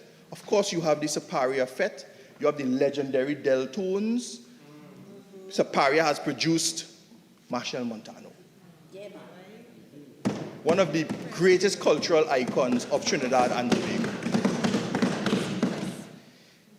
But in San Fernando as well, in Siparia as well, pardon me, Mr. President, you also have, within the municipality, you have the Pitch Lake, a very unique tourism attraction. You have the Vesini Beach Facility, one of the best beach facilities in all of the country, and it's fast becoming a sailing hub for young people in Trinidad and Tobago. You have the mud volcanoes all over the corporation. You have the mud volcanoes in Losiro, you have mud volcanoes in Cedrus, you have the wetlands, all beautiful sites and attractions. You have Queen Anne Beach, where the people of Siparia go and they have a very popular corridor cook-off competition. You have a lot going on.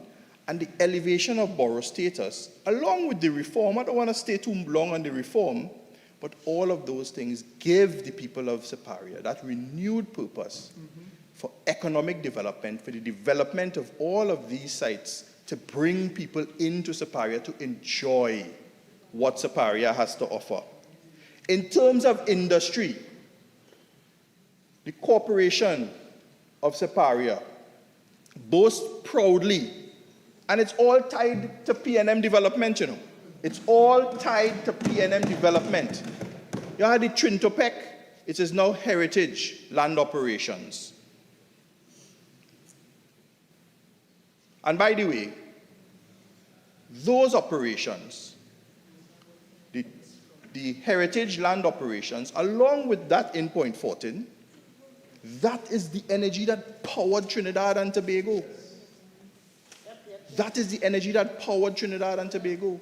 So we have this massive economic generator in the form of heritage petroleum, and all the businesses in and around the corporation of Siparia, whether it be Faizabad, Sign Village, Labre, all over, are service companies that service heritage petroleum. You also have TGU and other plants in Labre. You have the Labitco industrial estate, a massive economic generator. So why not the people of Siparia? Why not? In the case of Diego Martin, as we know, we are close to Diego Martin. Diego Martin is one of the most populous places in Trinidad and Tobago. Diego Martin itself has some of the most valuable properties in Trinidad and Tobago. A well-established industrial park in Diamond Vale, high-quality commercial properties and commercial experiences there in the Diego Martin region. State-of-the-art sporting facilities, private and public health care. It is home to the yachting sector, where we welcome yachties, and there is a whole industry around the repair of yachts coming into our shores. Home to the Defense Force, home to the entire Chaguaramas Park. I mean, in Diego Martin, you could exist and live in Diego Martin and not have to come out of Diego Martin. Because everything is right there, whether it be groceries, government offices, everything is right there in Diego Martin. So why not? Why not Diego Martin and why not Siparia? If you say it's a name change, okay, it's a name change. But there are intangible benefits that come with that name change, with that elevation of status. And that is what we want for the people of Siparia and for the people of Diego Martin. This is no election gimmick. This bill was laid in 2021. And prior to May the 18th, when Ravi appeared, it was in progress as being debated in the House of Representatives. This is no election gimmick. It was already on its way. And we are the conduit. And I am a proud conduit as a member of the cabinet, the executive, bringing this to this House, supporting my colleague, the Minister of Rural Development and Local Government, in elevating the status of Siparia and Diego Martin. This is an opportunity for the people of Siparia and Diego Martin to reset, to reaffirm their commitment to their communities, to reaffirm their sense of pride to their municipalities. It puts the economic development and the standard and quality of life that those persons want to experience and achieve firmly within their own hands with support of the government. So, Mr. President, I am very happy to stand here to support the people of Diego Martin and the people of Siparia. We support them in their will and their wish to be elevated as a borough from a regional corporation. There are studies. The studies are too much for me to get into, by Kairi Consultants Limited, reports on the local area economic profile of both the municipalities of Siparia and Diego Martin, and we support them. If the Opposition United National Congress do not support them, if the Opposition United National Congress wishes to dismiss them with a 3-minute response, well, we will stand by them. We will stand by them. And we will do as we have always done, which is be, as a people's national movement, at the forefront of the development of Trinidad and Tobago, its people and its aspirations. And with those few words, I thank you.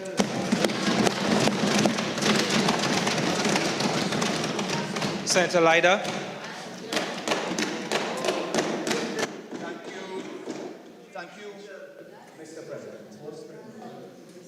Thank you, Mr. President. And Mr. President,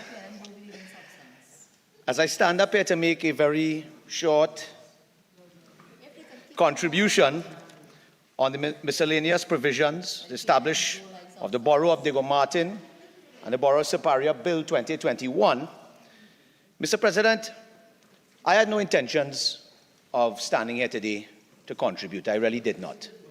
I really did not. Because, Mr. President, similar to my colleague, Senator Mark, I also agree with him where he's indicated, why would we have a problem with seeing Diego Martin and Siparia achieve the status of borough? I am confused, because when I listen to my honorable colleagues in the PNM talk as though we are against this bill passing. When we hear it, Mr. President, when we hear it, I have to get up and speak, Mr. President. But Mr. President, that was one reason why. But when I had to listen to this government get up in their desperate attempt to salvage what will be a trouncing at the polls in the next local government election, and spend their contributions politicking here today, while of course not being stopped for irrelevance. But when I listen to them politic here today, Mr. President, I'm feeling under the weather today, Mr. President. I'm feeling under the weather today, but I had to stand up and respond to this. Mr. President, I had to stand up and respond because I could not believe what was coming out of each of these representatives on the government side. Mr. President, I thought we were living in Dubai. I thought we were driving on flat roads, kicking a ball in a field without grass reaching up to your knee.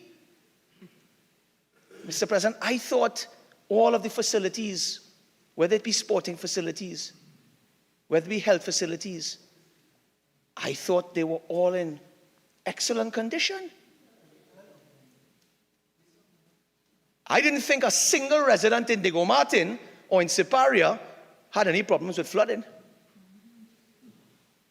That's what I heard on that side. But Mr. President, I had to stand up as a resident of Diego Martin to respond to what was said on this side. So every section I have here today is a direct response to what was said on that side. Just in case somebody gets up under 46-1. Telling you up in front. Mr. President, but us not having a problem with sealing borough status for any of the 14 corporations, I said to myself, I wouldn't speak. And I sat here quietly listening. Sit here listening to hear what would be these sweeping improvements that would come as a result of this bill passing here today. I listened attentively with hope, because I live in one of them. So I really wanted to hear that. Of course, the Honorable Minister of Local Government and Rural Development piloted the bill, and he spoke. I always enjoy listening to his contributions. Today, he reminded me of an old professor in Fatima with his history lesson on local government. Lots of history. But Mr. President, you know what was missing? After the history, there was a lack of substance. There was a lack of substance as to passing this bill today, what would be the benefits. Incidentally, I didn't continue on into Form 4 and 5 with history. I went into business.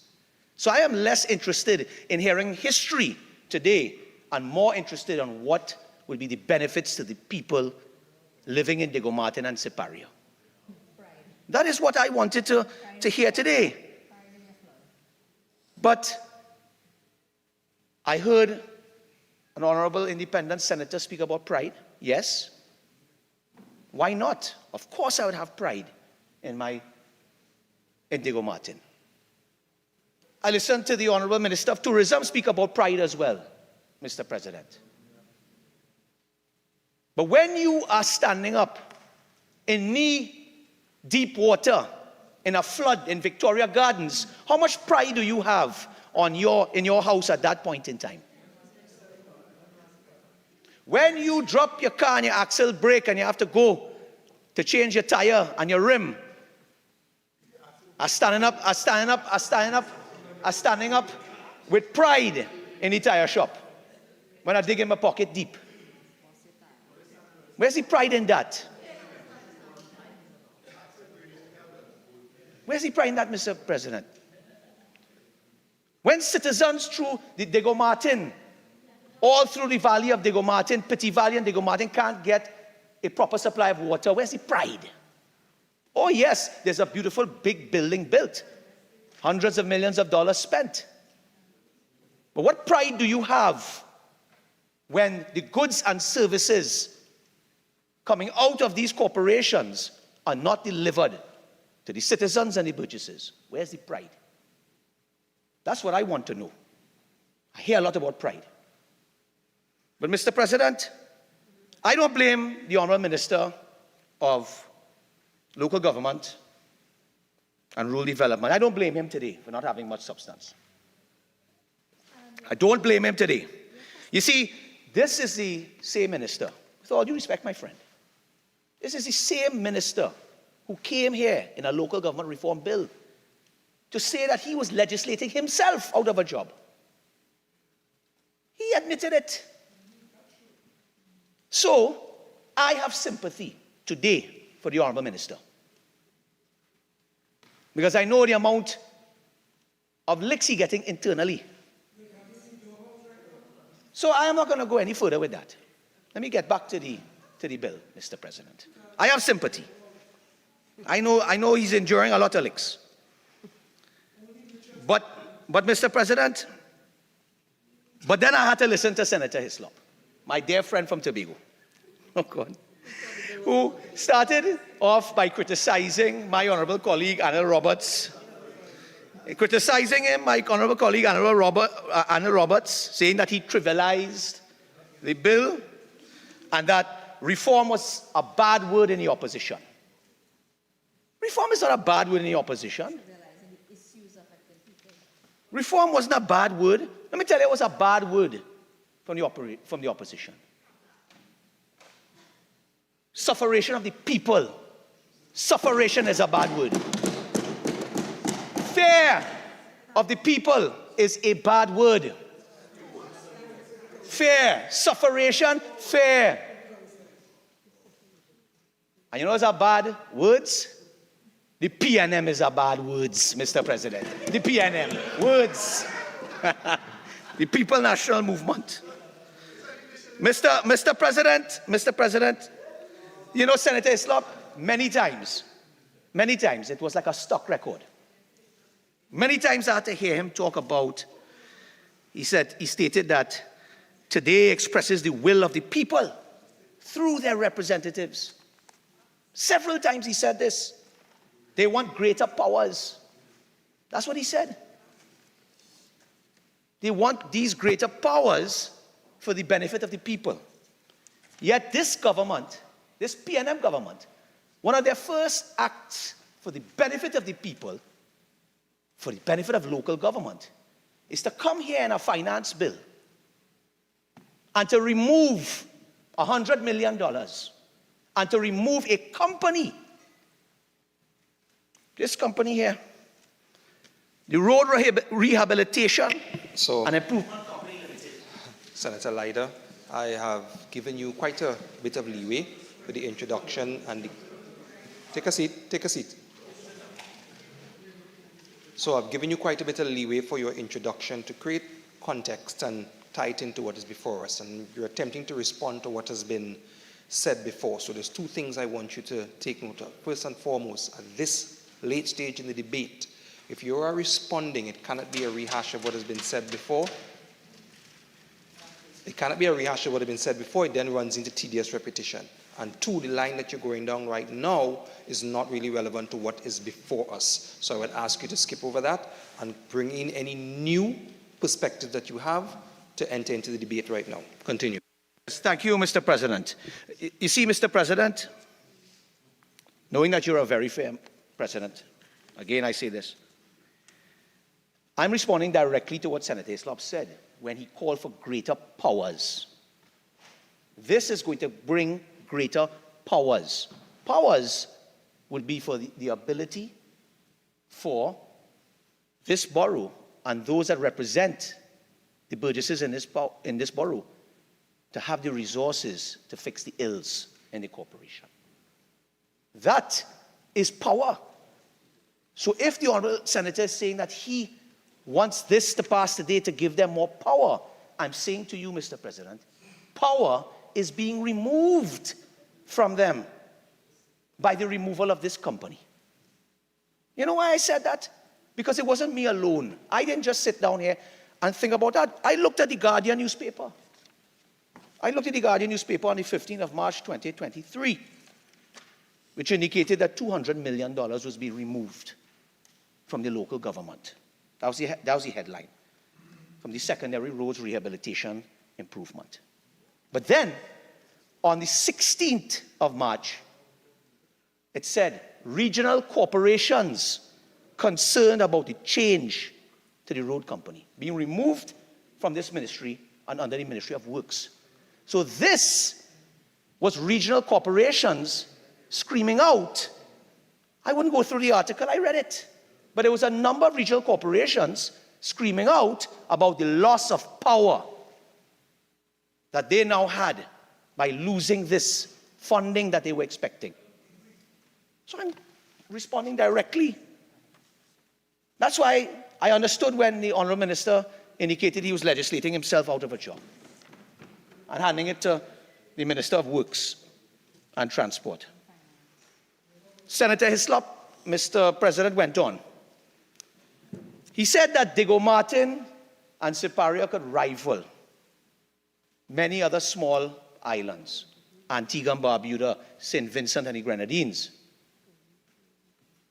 And, Mr. President, that struck me as very strange, how the Honourable Senator could say that.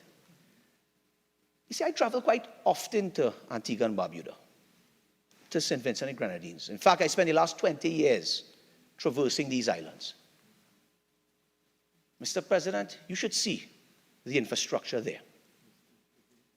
They have no oil and gas. They don't have the financial sector that we have. They don't have anything near the resources we have in this country. And if you see the beauty of those islands, he was right. He said, he spoke a lot about the THA, though it was irrelevant, but he spoke about how beautiful it is. And yes, Tobago is shining even brighter under new management, Mr. President. Shining even brighter under new management. That new management, yeah, shining. Tobago is shining. But you see, before the end of August, when they get beaten at the local government polls, Mr. President, we will see many of these corporations, including San Fernando, shine again under a UNC-led corporation. Mr. President, but I have to say to him, to the Honourable Senator, how could you make that comparison? When you see the level of decay, infrastructure decay in Diego Martin and Siparia, the level of flooding that is happening in Diego Martin and Siparia, the crime, the bad roads, the lack of water, joblessness. When you see that, Mr. President, how does that rival against these islands? I think he's wrong. Take a seat, Senator. So, I'm starting to hear a repeat of the arguments when you started that is coming back around now. You would also notice that several senators that have spoken before have been warned in relation to going too deeply into local government reform, which then cascades into local government election, none of which are before us.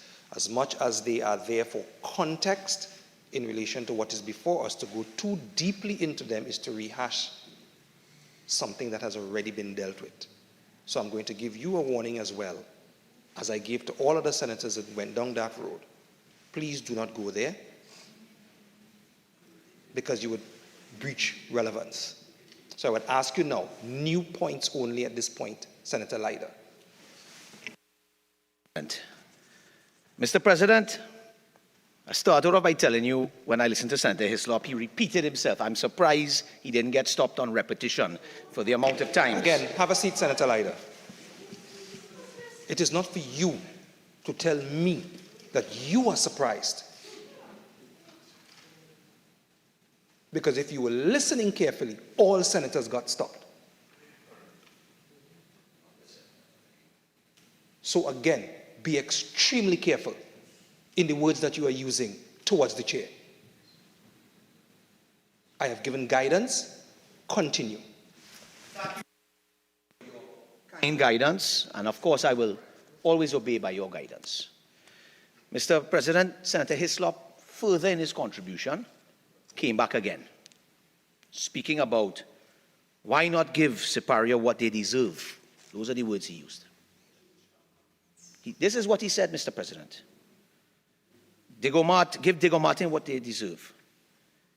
He said that they were suffering from a lack of resources, suffering from human resources. It's a new point. It's exactly what he said. Mr. President, and I agree with him. Because what the Honorable Senator did was incriminate this PNM government, who has become famous and infamous for not providing resources to all 14 regional corporations in this country. Yes, he said it. He said lack of resources, lack of human resources. So therefore, I take that to be an indication that the passing of this bill today would provide resources and human resources. That is how I must take it. No, that's how I take it. And that's how the population is listening, taking it. But I'm saying to you, when we see this government, through the Ministry of Finance, hold back subventions, hold back funding, what is the passing of this bill going to do to alleviate the shortfalls when that is done? So no, there's no real benefit here other than pride in this bill today. And the Honorable Senator admitted it. He admitted it today. I hope he doesn't get in trouble. Like the Honorable Minister of Local Government. I hope he doesn't get in trouble for exposing the government today. Mr. President, but I will move on. Mr. President, I am a proud resident of Diego Martin. A very proud resident of Diego Martin. I've lived there all my life. I lived in all 3 constituencies. Diego Martin Northeast, Diego Martin Central, and currently in Diego Martin West. I lived there, yes. And Senator Hislop spoke at length about a lot of brilliant activities and brilliant initiatives that was done by the Honorable Prime Minister, by the Member of Parliament for Diego Martin Central and the Member of Parliament for Diego Martin Northeast, who also happens to be the Minister of Finance, holding the purse strings. Yeah. Yes, man, and that's why I'm surprised. That's why I'm surprised of the infrastructure decay in his constituency. But, Mr. President,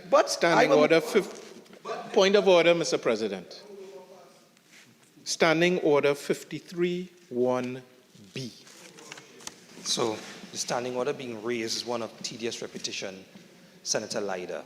And I have indicated prior that we've heard about the infrastructure. We've heard about what the name changes would do for infrastructure and what it would not do for infrastructure. That has been put forward ad nauseum by several senators that have gone before you. So I'm asking once again, if you have something that is new by way of it has not been raised in the debate thus far, or a new perspective completely, then that is allowable. Continue. Mr. President, let me take a new perspective here. You see, Mr. President, when I listen to Senator Hislop speak about the initiatives done, to me, it sounds like someone politicking to the population. It's not relevant to this bill, Mr. President. Okay, all right. I don't think you're understanding where I'm coming from. So, yes, you're saying that you're responding to Senator Hislop. Senator Hislop is quite early in the debate, would have made his comments and so forth. Several senators would have responded to that already. Hence the reason why I'm saying you're running afoul of the standing order as it relates to tedious repetition, which is why you would have to look at all that has been said and decide how you're going to bring something new to the debate. It's not enough to just say I'm responding to senators that have gone before because somebody else has responded to it already. Hence why you are running afoul of tedious repetition. Thank you, President. So, Mr. President, I continue on. Senator Hislop, probably through tedious repetition, came back again and repeated himself. I think at this point I'm going to have to end your contribution. Have a seat, because it's the guidance, as much as I'm trying to give, is not being adhered to, and then I'm getting comments coming back at the chair. So thank you. Minister. Thank you. Of Rural Development and Thank you, Mr. President, for the opportunity to wrap up this debate. May I first of all say that my task has been made all the much more easy because of the spectacular contributions made today on this bench. I want to just thank my learned colleagues for their submissions. In particular, if I do say so without offending my other colleagues, Senator Mitchell's contribution today was a stellar performance, Mr. President, a stellar performance. I thank him for making my task somewhat easier. Mr. Deputy, Mr. Vice President, Mr. President, there is a word that captures the submissions of all of the opposition members. It's nihilism. Nihilism. Nihilism. It is the opposite of existentialism. Why is it relevant? A quick look at the meaning.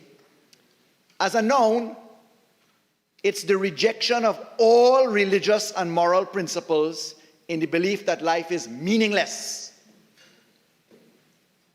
Philosophically, it is the belief that nothing in the world has a real existence. Historically, the doctrine of an extreme Russian revolutionary party, circa 1900, which found nothing to approve of in the established social order.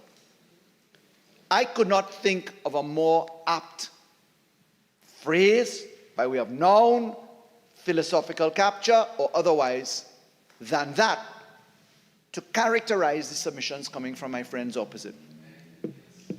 In fact, Mr. President, I've spent a lot of time in the Senate over the last 8 years, 7 years in particular. My dear friend, Senator Lakshmi Dayal, has become almost unrecognizable to me these days.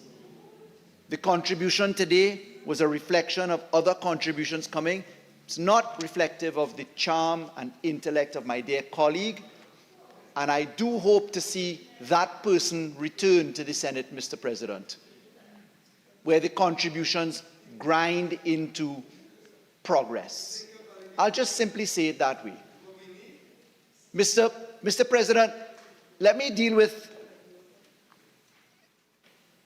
a short version of addition to what Senator Mitchell did. Senator Mitchell relieved me of the responsibility of responding to Senator Mark's call for a criminal investigation into the resolution which caused us to come here today to stand behind the people of Siparia in respect of their resolved request that the borough be the status that they wish to achieve. And permit me to just say that Senator Mark's position in relation to that really borders on an apology being required specifically to the following people. The Siparia Regional Corporation, members of council, chairman, the current chairman, still operating as chairman pursuant to Section 15 of the Municipal Corporations Act, in post past the expiration of terms on the May 18th marker. The chairman is Mr. Dinesh Sankasingh. Past representatives, the vice chairman, Alderman Ms. Chandradehi Ramadasing, Councillor Mr. Dudnath Meru, Councillor Mr. Derek Colin Borin, Councillor Mr. Shankar Tilak Singh, Councillor Mr. Javed Mohammed, Councillor Ms. Ramona Victor, Councillor Mr. Jason Ali, Councillor Ms. Dana O'Neill Gervais, Councillor Ms. Arlene Ramdeo, Councillor Mr. Gerald Debiset, Ms. Christine Neptune as an alderman, and Mr. Christopher Insenius as an alderman. All of those honorable people served the people of Siparia in local government representation in the period December 2nd, 2019 to May 18th, 2023. And not one of them, by resolution, called the police, sought to rescind their resolution, sought to say that there was a trick being carried out on the people of Trinidad and the people of Siparia in the manner that Senator Mark put forward today. That belief that something is wrong and nothing is good clearly occupies Senator Mark's attention, but clearly none of these people that I have just mentioned occupy any form of bother that something is wrong with asking for municipal status to be changed to borough status. So I would just like to say that Senator Mark is on his own. If the Honourable Senator pursues the obligation as he has put on the record that he will, I will just simply say to him, join the line of current investigations for theft, for misbehavior in public office, for follow the money issues that certain corporations are now facing right now. And all that I will say, if you have belief, pursue it. But clearly, the people of Siparia, the members of the Siparia Council, the sitting chairman, has said absolutely nothing that would lend me to believe that there's an ounce of credibility in what Senator Mark has said. Second point. We heard Honourable Senator speak about potholes in Siparia, and they're not repairing roads in Siparia. And we heard about failure to fund development in Siparia. Again, I offer an apology to the people of Siparia and to the UNC Corporation of Siparia for the vicious attack leveled against them by Senator Mark and the members of the opposition, because, Mr. President, the heads of funding in the Appropriation Act and in the Supplementary Appropriation Act reveal that the Siparia Regional Corporation in 2021 received an actual amount of $10,957,333. The 2022 estimates took them to $18,286,100. At 2023, this year, it's $43,987,000. So let me repeat that by way of comparison.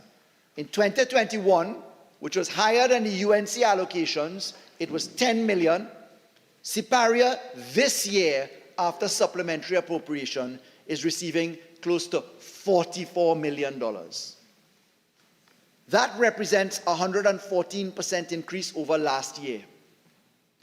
And the indictment leveled against the people of Siparia by Senator Mark and the members of the opposition bench today is that they, the Siparia Corporation, failed to repair their roads, their embankments, their pathways, the potholes on their roads. They have control under the law by resolution of council to fix those things. We don't need to go as far as the secondary road company that Senator Elida was referring to, alluding that somehow it was taken away from the ministry. I would have said something at the time, but I was pursuing the Piaco case in Miami at the time and could not speak about the Siparia matter as it relates to CIRIC because there were other things that the government was engaged in. And by the way, that brought significant result for the people of Trinidad and Tobago. $1 billion in stolen money found to be returned. But the people of Siparia, in receiving $43 million by way of supplementary appropriation, as it now rounds that figure to, Senator Mark is effectively saying to Chairman Sankar Singh and the entire UNC Council that they are absolute wastes of time. How does a political party do that to their own people? Is that the reason why people like Marcus Gadari have defected from the UNC? Senator Mark.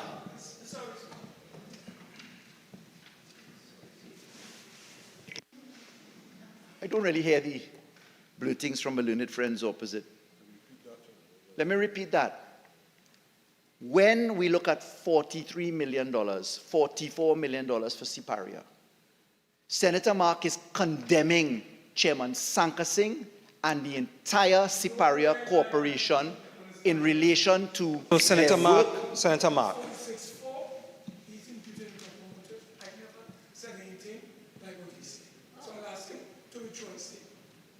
Have a seat. Continue. Senator Mark is criticizing, condemning, and holding in bad light Chairman Sankar Singh and all of the members of the Siparia UNC-run corporation by saying that they have failed to spend their $43 million, which is on top of their $18 million and their $10 million year on year, because they have control over expenditure, Mr. President. And therefore, I reject that argument, and I stand up for the people of Siparia Regional Corporation to become Borough Council, as we now do it, Borough status for them, because, Mr. President, there is no form of friendship or genuine support or existential belief for the people of Siparia coming from the UNC, Mr. President, and that's just as simple as it is. Mr. President, you know what's remarkable? They talk about discrimination of resources in the context of this bill. You know what the Diego Martin Regional Corporation take on allocations is? With the increased and supplemental allocation to Diego Martin is getting $25.8 million this year. 25.8. Let me put that in context to Siparia. $44 million for Siparia, 25 for Diego Martin. Now, does that sound like a government that is discriminating against a UNC-run corporation? Last time I checked, the Siparia Corporation is and has been a UNC-run corporation for a very long time, Mr. President. So I debunk and reject the argument coming from Senator Mark as just being a perfect example of misrepresentation, Mr. President, at its lightest. Mr. President, let's talk in just a few points that I have to treat with left. Senator Leiter raised the point by way of comparison in response to Senator Hislop. How dare Senator Hislop reflect upon Antigua and Barbuda and also the Grenadines, St. Vincent and the Grenadines. And what is different inside of there? You know what is different? In the limited resources that those beautiful sister islands have, there are two material differences as to why progress may appear to be different. Number one, their constitutional structure is different from ours. They do not have the disturbance of requiring parliamentary majority support that has been withheld in the fashion that we have had in Trinidad, in the manner that we do, so they pass their laws quickly, and they see effect fairly quickly. But secondly, there's a very important difference. They don't have the UNC there. And therefore, the personification of objection and nihilism does not exist in Antigua or in St. Vincent. By way of example, Mr. President, it's the same way that Tobago doesn't have that interruption either. Mr. President, in talking about the borough status, I want to commend Senator Timal for an excellent discourse into some very important, pivotal points. I was riveted to Senator Timal's contribution. Senator Timal asked whether we're putting the cart before the horse. Should we treat with the issue of gauging and plumbing reform? And then, very importantly, a very commendable analysis, should we put in objective criteria through an objective methodology to then cause the consideration in the move from municipal corporation to borough to city? I think it's a brilliant suggestion. But let me put where we are into context now in addressing the Honourable Senator's excellent submissions. We stand 33 years away from the 1990 Municipal Corporations Act. 33 years away. And Mr. President, you know, it's remarkable that we had decades of consideration in getting to where we are. We have been discussing local government reform, and through the course of consultations, just to put on the record, we had 1.1 million online contributions in local government reform. 1.1 million contributions. We had 32,000 in-person contributions. We caused amendments to the law, and Senator Timal is so right, he grabbed it really so you could feel the pulse. The breadth of reform that we considered in the Joint Select Committee was so wide that the Honourable Senator is correct. We did not look at this objective criterion model or even the use of the TALGA, the Association of Local Government Bodies, as a character or as a vehicle that could then cause this position.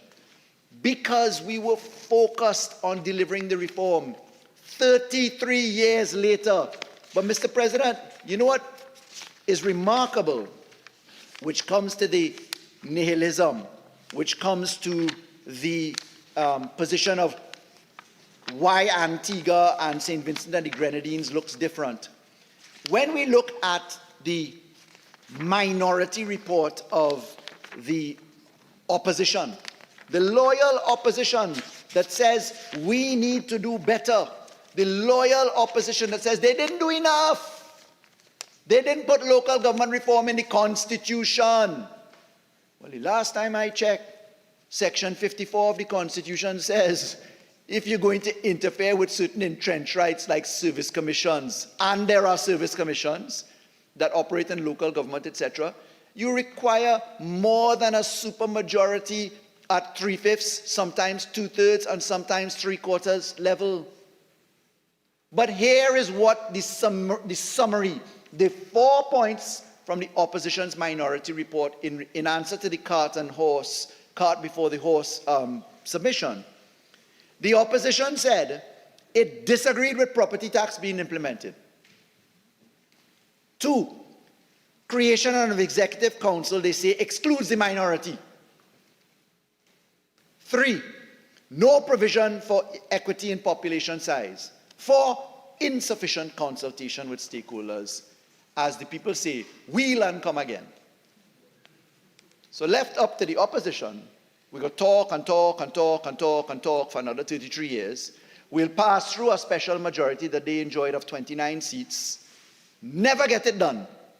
But Senator Mitchell really put it into context. The reason why we're doing this today, apart from the lawful obligation, the legitimate expectation of the people of Siparia and the legitimate expectation of the people of Diego Martin, is that we at the Ministry of Rural Development, my colleague Senator Hussain and I, we have received resolutions that we have to act upon. The supreme law is the Constitution. Section 53 says we make laws for the peace, order, and good governance, and the only way to create the boroughs that they have asked for is by way of a legislative reform by the central government. But I do take the point, and it's tremendously meritorious, that we ought to consider objective criterion to the movement in municipalities, to boroughs, to cities. What's important is we will now be implementing the gauge, because it is in the reformed package that we'll be able to see how it works. Because in that reform package, with the 8 committees, the standing committees, with full-time executive councils, etc., with the ability to receive revenue, manage revenue, have accountability in transparent structures, improve the audit and accounting functionality, minority, just like how the PAC is run in the Parliament by a member of the opposition, the head of the audit committee is a member of the minority in the municipal corporations, with public involvement as well. That's where we get to plumb the gauges. Now, what's very interesting in the boroughs of Siparia and Diego Martin is the following information, Mr. President. Siparia received, as I told you, Mr. President, nearly $44 million this year. Siparia asked in their wish list for $104 million. So they asked for $104 million. They got $44 million. Similar asks in the years before. They asked for 44, they get 10 million. They asked for 100 million, they got 18 million, etc. They're at 44. Do you know what the property tax yield in Siparia is likely to be? Penal Debe is estimated to yield $35 million. Tunapuna Piarco Regional Corporation, from the North Coast down to the Eastern Main Road, will yield $67 million. Siparia is conservatively estimated somewhere close to $60 million. Last time I checked, $60 million plus $44 million is more than $101 million. And what is standing in the way of that supplemental revenue is the UNC. I just read the minority report. But with that extra revenue, we're going to have the ability now, with accountability, with the public procurement law, which is as difficult as it is, we at least have a better chance of causing a better environment where better societies may be yielded. Now, what we have to bear in mind, and I've said this before many times, honorable senators will know over the last 8 years that I've always said this, just start. Sometimes analysis gets the better of us. We get into analysis paralysis. When we came to urge for different systems in other ways, for instance, judge-only trials, we said just start. If we look at local government reform and we look at the borough status, we are saying, let us just start. 33 years of analysis is a long time. It is time to put this into action. Senator Leiter was correct. One of the gazetted responsibilities assigned to me, as my predecessor, Senator Haji Kazim Hussain, had, was to wind up the affairs of the Ministry of Local Government. And that is specifically so because we intend to devolve the power onto the local government entities. But Mr. President, in the current construct, we're looking at councils that don't support the government at 7, councils that do support the government at 7, but we're looking for reform to be equal for all. So where could the discrimination be, Mr. President? Mr. President, I have perhaps I ought, out of comprehensiveness, to address Senator Roberts. Senator Roberts' contribution was 3 minutes long. Senator Roberts' contribution perhaps can be answered along the lines of, there was a video once floating around, somebody who's yet to be identified, but famously this video made its way around. And this video was quite interesting because a lot of people related to it. In this video, the anonymous person said, 2 pull and are done. Perhaps that ought to be changed now to 3 minutes and are done. Because it really now echoes itself into the 4 corners of that contribution. But whoever that person is, I understand that it is interesting. Now, all that I need to say is that I had left the chamber for a short while with my colleague, the Honorable Senator Reginald Armour of Senior Counsel, properly so, and we had the pleasure of engaging the Honorable Prime Minister, and it is now a matter of public knowledge that the election date will be the 14th of August 2023. And, Mr. President, in the creation... Okay. As much as As much as the minister is wrapping up, again, let us be mindful of the noise level in the chamber. I would like to hear the minister. Continue, Minister. Mr. President. So let me repeat that into one go now.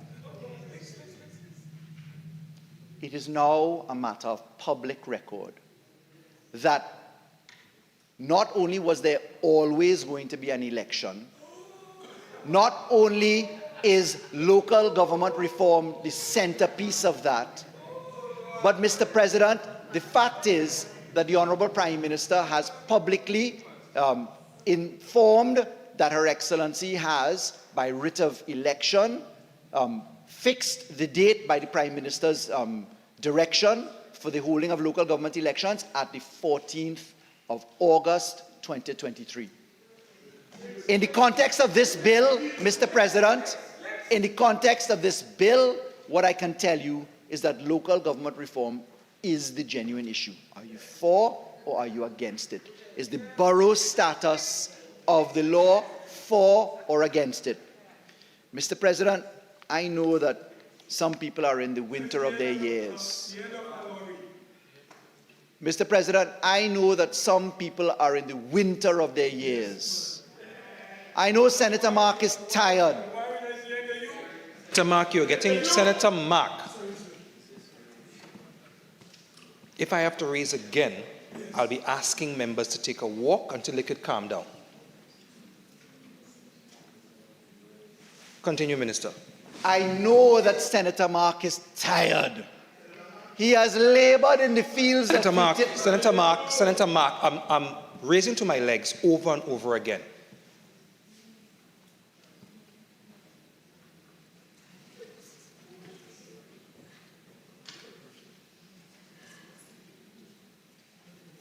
There will be silence now for the remainder of his contribution.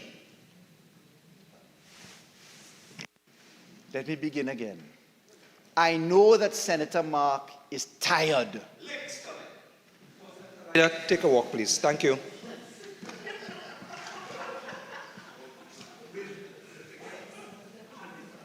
And you may return at the end of the minister's contribution. Continue, Minister. Try that again. Mr. President, I know my dear friend Senator Mark is tired. He has labored in the fields of futility his whole life, Mr. President. That futility found itself all over the floor of this parliament today, searching and hunting for criminal activity when it exists right there in the regional corporations that Senator Mark supervises. Mr. President, when we understand that form of tiredness, I'll tell my friend Senator Mark, it's okay. We'll look after you. The government is a caring government. You don't need to resort to 2 full and 3 minutes. You could go home and retire, Honorable Senator. From this debate, Mr. Senator, it's clear that my dear friend needs a little rest and reflection. That rest and reflection is very much a reminder for me of the reasons expressed to me by people that I have now come to know and understand, people who express their deep frustration with the futility of the United National Congress demonstrated in this debate. People who have been so compelled to put right over wrong and reason over nonsense that they have crossed the floor to the PNM. And the UNC, all I will say as I wrap up now, you are welcome to the loving arms of the People's National Movement. This is a party for all. It is a people's national movement. It is one that will bring success, be it by way of elevation to borough status, so that your pride can be lifted, so that your status can be lifted for you by your parliamentarians, not by yourselves alone toiling. Mr. President, it gives me great pleasure to say I beg to move.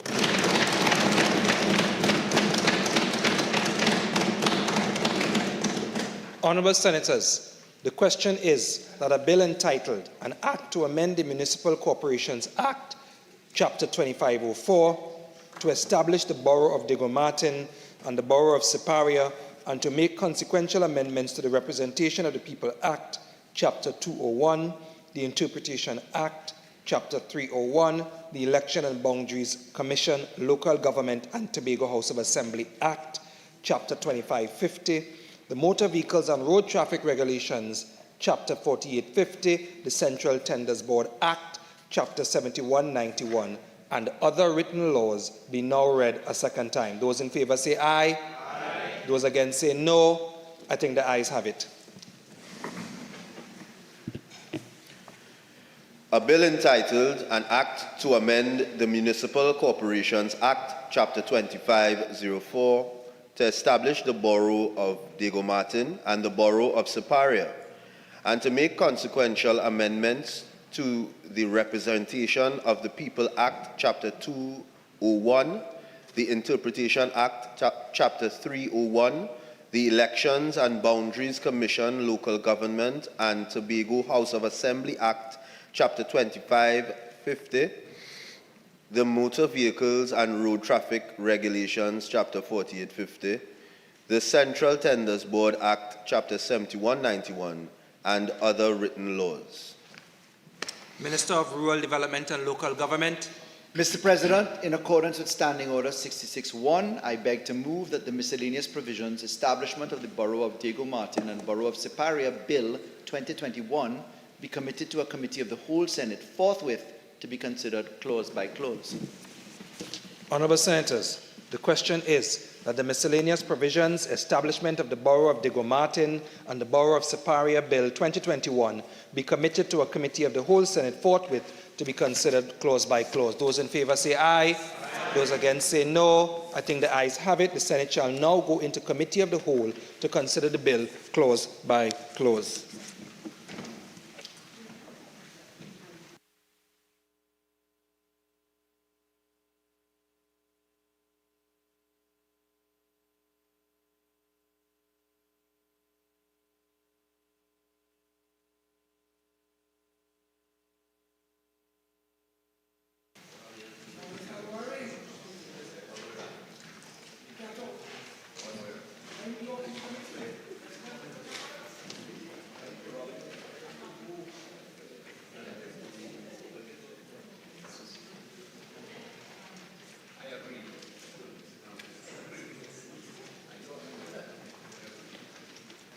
Okay, so Senators, this bill before us has 6 clauses and a schedule.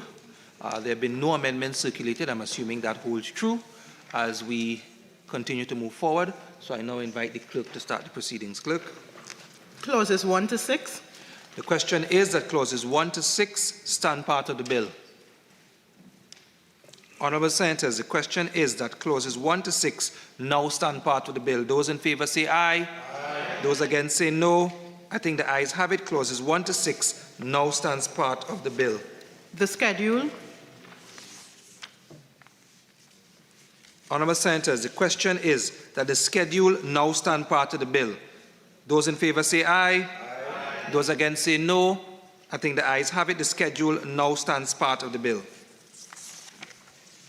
Honourable Senators, the question is that the bill be now reported to the Senate. Those in favour say aye. Aye.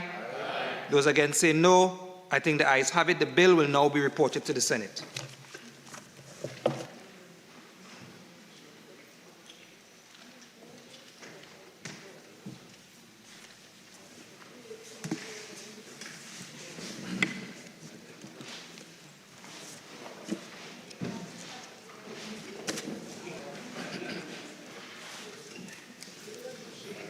Minister of Rural Development and Local Government.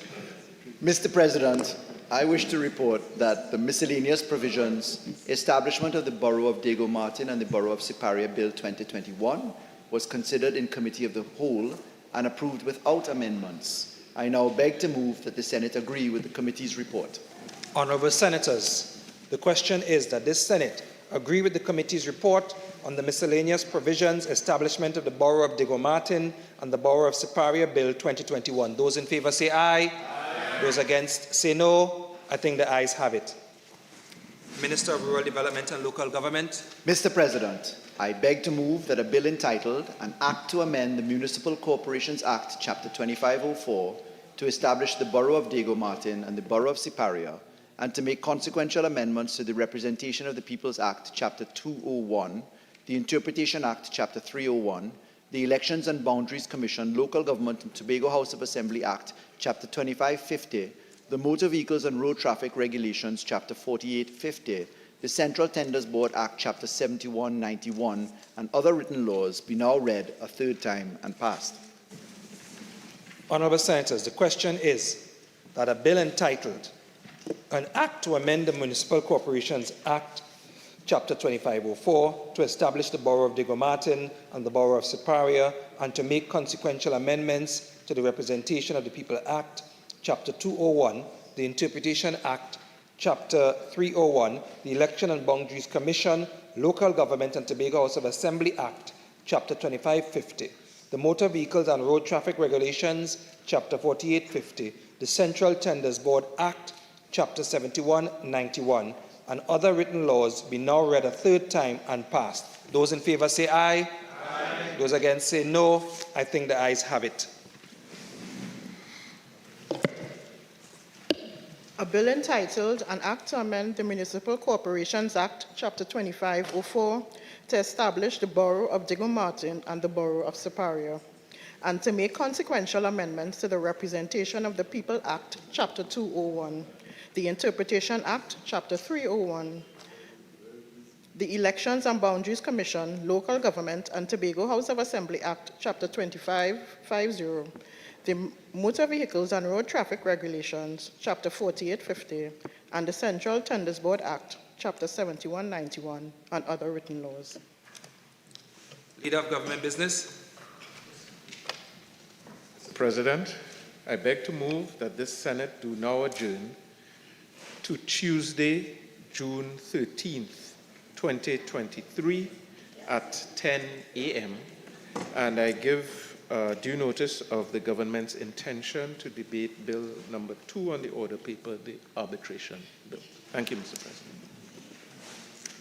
Honourable Senators, before I put the question on the adjournment, leave has been granted for 2 matters to be raised on the motion for the adjournment of the Senate. Senator Mark. Thank you very much, Mr. President. Mr. President, the first issue or matter I would like to bring to this honorable Senate's attention is the need for the government to allow migrant children to attend government schools or to attend public schools.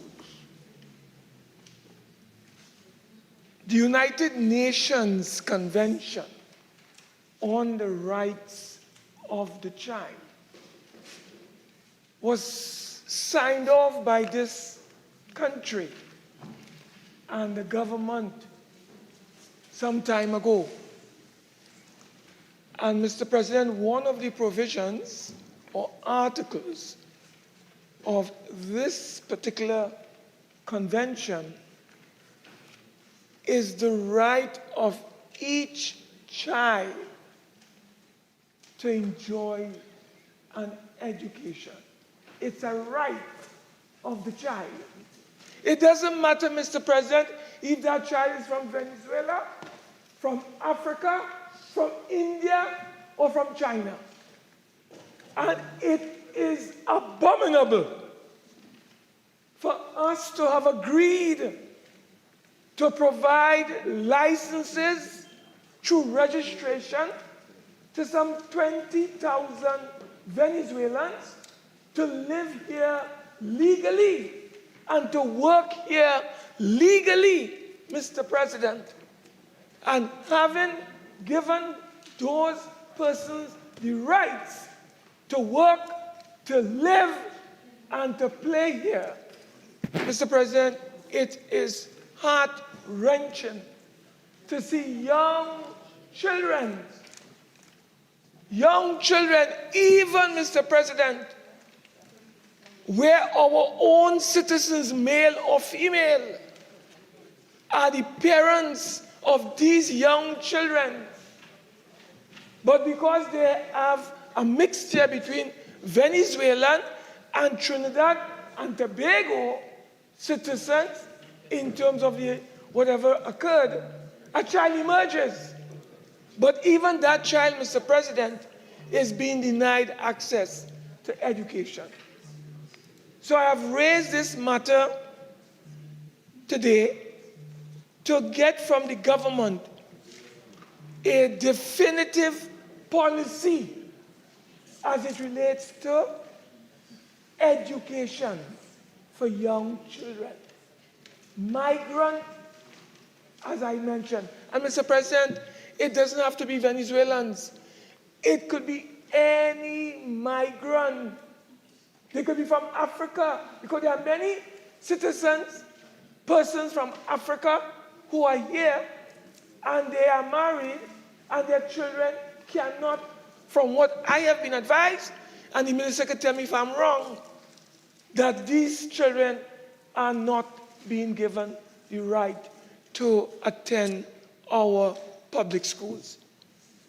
I was quite heartened when I read recently that our distinguished and honorable Minister of Foreign and CARICOM Affairs only on the 19th of April had a meeting, Mr. President, with major stakeholders.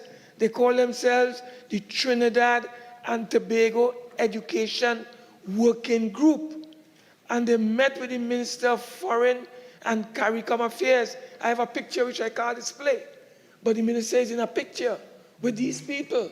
And one of the main items they brought to the minister's attention is the need to pay attention to these children and to take measures to allow the education services of our country to be made more accessible to these children. I don't know what was the final outcome, but what I can tell you is that as we speak today, Ministry of Education, Ministry of National Security, and the Ministry of Foreign and CARICOM Affairs, they all have a collective responsibility to coordinate with the various stakeholders involved in this particular episode in order to ensure that whatever hindrances, whatever obstacles are in the pathway to allowing that flow of education or access, Mr. President, to education are removed. We cannot continue how we are going.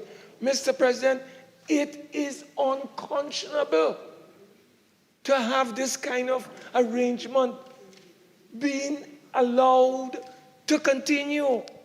Mr. President, could you imagine? I think it's the Catholic Board, and through some platform, they are trying their best to see how they can allow young Venezuelan migrants to access online education, right? I understand it's about 1,000 or maybe just about 1,200. Out of that 1,200, about 600 also under being graduating, but there are still challenges, Mr. President. So I believe that the government has a duty and a responsibility to address this issue. Mr. President, it's almost about 3 years, going into 4 years, that we have had thousands and thousands of Venezuelans in our country. In particular, there are other migrants, but I'm focusing on the Venezuelans because they are affected directly. And the danger, Mr. President, that we face if we do not allow these children of these 20 to 25,000 migrants, not to forget, Mr. President, that there are many other tens of thousands who are outside of the purview of what we are talking about because they are not legally registered. We understand that there are over 100,000 migrants in our country. We do not know if it's true, it's untrue. Senator, you have 2 more minutes. We don't have the scientific evidence. But the danger of that, Mr. President, is that if you allow these children to grow from childhood to teenager, to juvenile, to adulthood, and they are without education. Can you imagine, Mr. President, the tsunami of criminality that we can experience in our country? Because they don't have access to education. And education is the passport to freedom, to liberation, and to emancipation. So you have to do something about this tragedy that is facing our country. So, Mr. President, I am speaking on behalf of all the children, be they from Venezuela, be they from Africa, be they from the Caribbean, be they from Latin America. I am calling on the government through you to announce a definitive policy to allow these children to grow up like our children with education access or access to education and all the possibilities for growing up into dignified, decent, and citizens that we can all be proud of, Mr. President. Mr. President, I thank you for giving me the opportunity to speak on this issue on behalf of migrant children in our nation at this time. I thank you, Mr. President. Minister in the Ministry of Education. Mr. President, I speak on behalf of the government of Trinidad and Tobago and mothers of this nation. According to the UNHCR, the United Nations Refugee Agency, refugees are persons fleeing armed conflict or persecution in their country of origin, and the protection of refugees involves safety from being returned to the dangers they have fled, access to fair and efficient asylum procedures, and measures to help them find longer-term solutions. Migrants, on the other hand, choose to move not because of a direct threat or debt, but mainly to improve their lives by finding work, or in some cases for education, family reunion, and other reasons. If they choose to return home, they will continue to receive the protection of their governments. I make this distinction, Mr. President, because in this country, we tend to conflate the two terms, when in fact there are different legal requirements, processes, and considerations relevant to each. In Trinidad and Tobago, the non-national populations are subject to the provisions of the Immigration Act, Chapter 1801. With respect to education, Regulation 9(6)(e) of the Immigration Regulations states quite clearly, no person shall admit to any educational or training establishment in Trinidad and Tobago any person who is not a citizen of Trinidad and Tobago or a resident, unless that person is in possession of a valid student's permit issued by the Chief Immigration Officer. Regulation 9(6) states further at subsection C, the Chief Immigration Officer may issue a student's permit if 1, the person seeking to enter and remain in Trinidad and Tobago has been accepted as a student by such establishment. 2, there is adequate accommodation for the student at such establishment. 3, no local student has been displaced. And 4, the person seeking to enter and remain in Trinidad and Tobago does not belong to a prohibited class. Our government is committed to treating all persons, including refugees and migrants, with dignity and respect, and this includes access to education.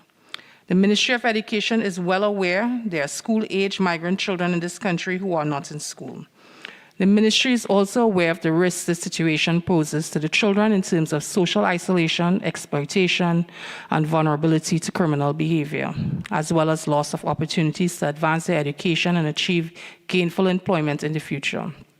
Mr. President, I'm happy to report that based on recent instructions issued by the Honorable Prime Minister, the Ministry of Education has begun collaborating with the Catholic Church on the program of education they're currently providing to migrant children, and that possible arrangements that can be made to admit these children into school and/or transitional educational programs. Out of these discussions, recommendations for the integration of migrant children will be forwarded to the Cabinet of Trinidad and Tobago for its approval. This report will be provided within the month of June 2023. I thank you, Mr. President. Senator Mark.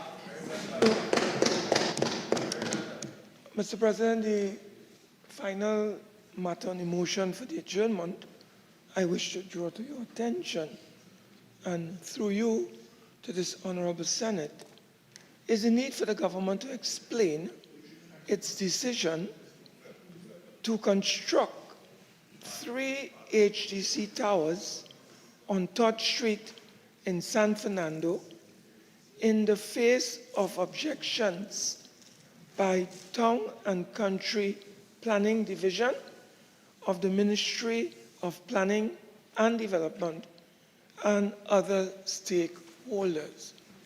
Now, Mr. President, this particular development has been almost tainted in controversy. The government of Trinidad and Tobago through the HDC,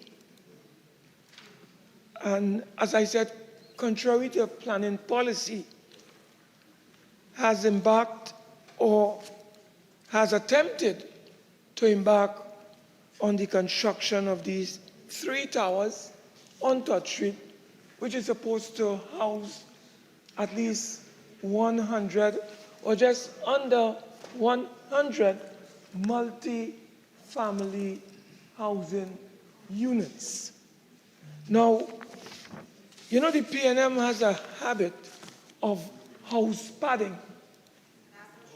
It is not only in South, but they have destroyed, as we speak, Mr. President, very important nursery in St. Augustine in order to build homes to steal the next general election in St. Joseph.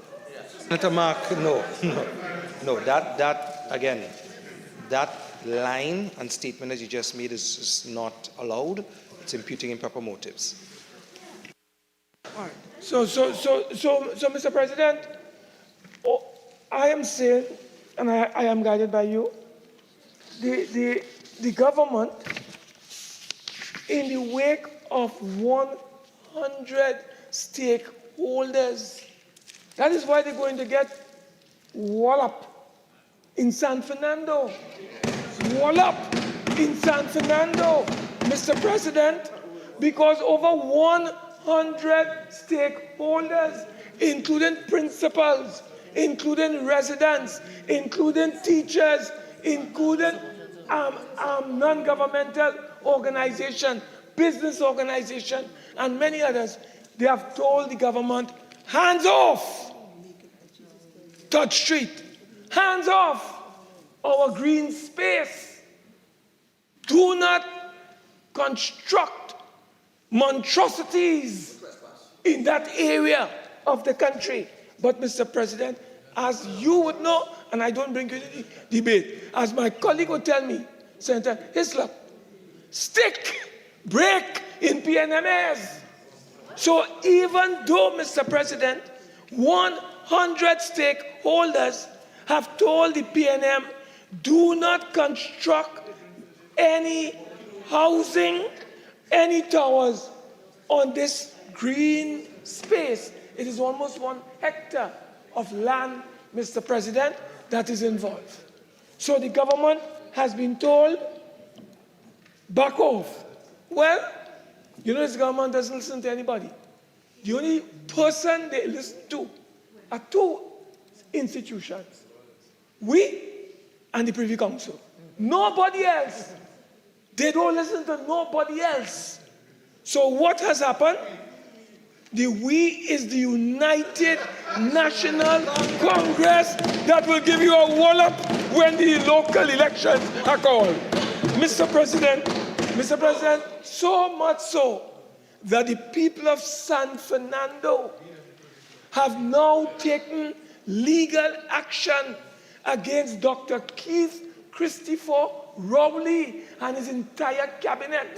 So when this campaign is taking place in San Fernando, you have an order from the court saying, who is the defendant? Dr.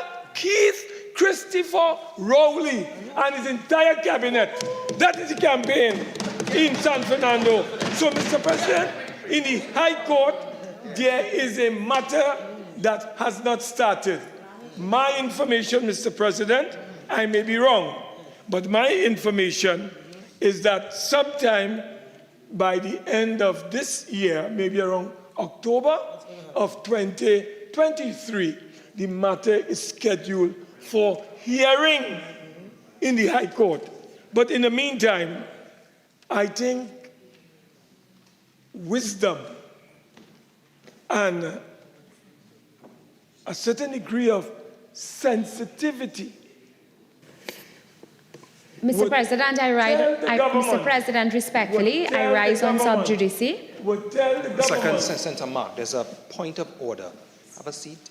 Point of order, Minister. President, Standing Order 47. Senator Mark did mention the matters before the court, so I stand on. Yes. A judge is different from a jury. Senator Mark, allow me to. Senator Mark, allow me to rule.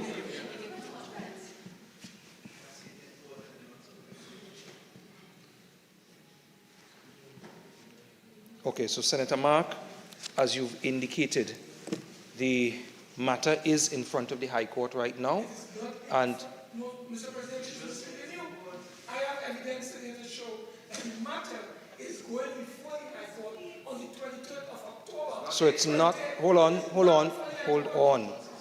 So it's not before the High Court, and you stand by that. Continue. One second, Senator Mark. Standing order. On the sub judice rule, if it is filed, it is sub judice. May I have clarification, please, so that I know whether it is filed or not? There's a seeking of clarification as to whether it is filed, which is what I'm asking. If it's before the High Court by way of a filing, or are you aware as to whether it is going there and it's not by way of a filing? He's asked for clarification. I'm also seeking clarification. President, as far as I am aware, the matter will be at the level of the High Court sometime in October of 2023.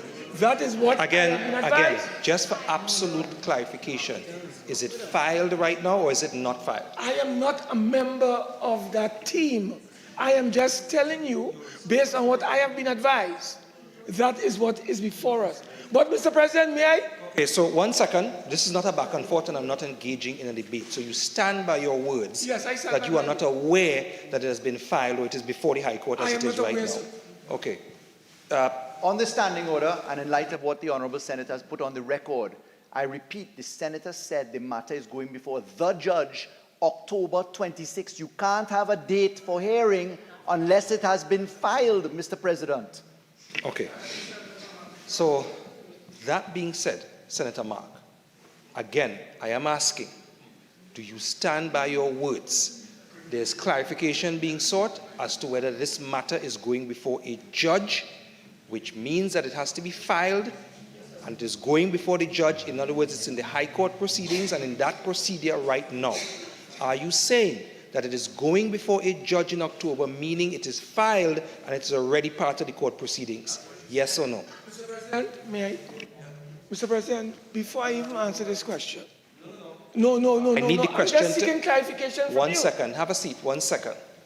I need the question answered so that we can properly rule on the sub judice rule that has been raised. So you've heard what I've asked for and the clarification that needs to be sought. You brought this up in the matter for the motion on the adjournment by way of the statements that you have made, and I'm asking you now, is it before the High Court? President, I have been advised that this matter will be heard at the level of the High Court sometime in October of 2023. That is what I am clear about. I have been advised that it will be heard at the level of the High Court sometime in October of 2023. That is what I have been advised. And Mr. President, what I want to clarify with you is this. When we talk about the sub judice rule, we are talking about a matter being influenced by a jury, not a judge. That is very clear. if this is a matter before a judge, nobody can come here and manipulate the sub judice rule to muzzle members of this honorable house from raising issues. So I wanted you to clarify for the Senate this matter. So, honorable senators, on the ruling that has been brought forward by the Minister in the Ministry of the Attorney General, and the fact that I've sought clarification from Senator Mark, you are standing by your words, and I will allow you to continue in that light. Thank you. So, Mr. President, what we are saying at this time is that the government of Trinidad and Tobago has a duty to ensure, Mr. President, that the citizens of San Fernando and the stakeholders, the 100 stakeholders that are involved in this matter, that they are listened to. The government cannot be wrong and strong in this particular matter. And therefore, Mr. President, I am calling on the government to indicate to this honorable House whether it intends to listen to the people of San Fernando, particularly in and around Touch Street, and the churches that are involved, all the mosque, the mandir, all the teachers, the principals, all the business people, the residents who are saying, Mr. President, they do not want the government of Trinidad and Tobago to construct a tower, 3 towers, on that green space Senator, you have one more minute. Available to the country, to the people rather, of San Fernando.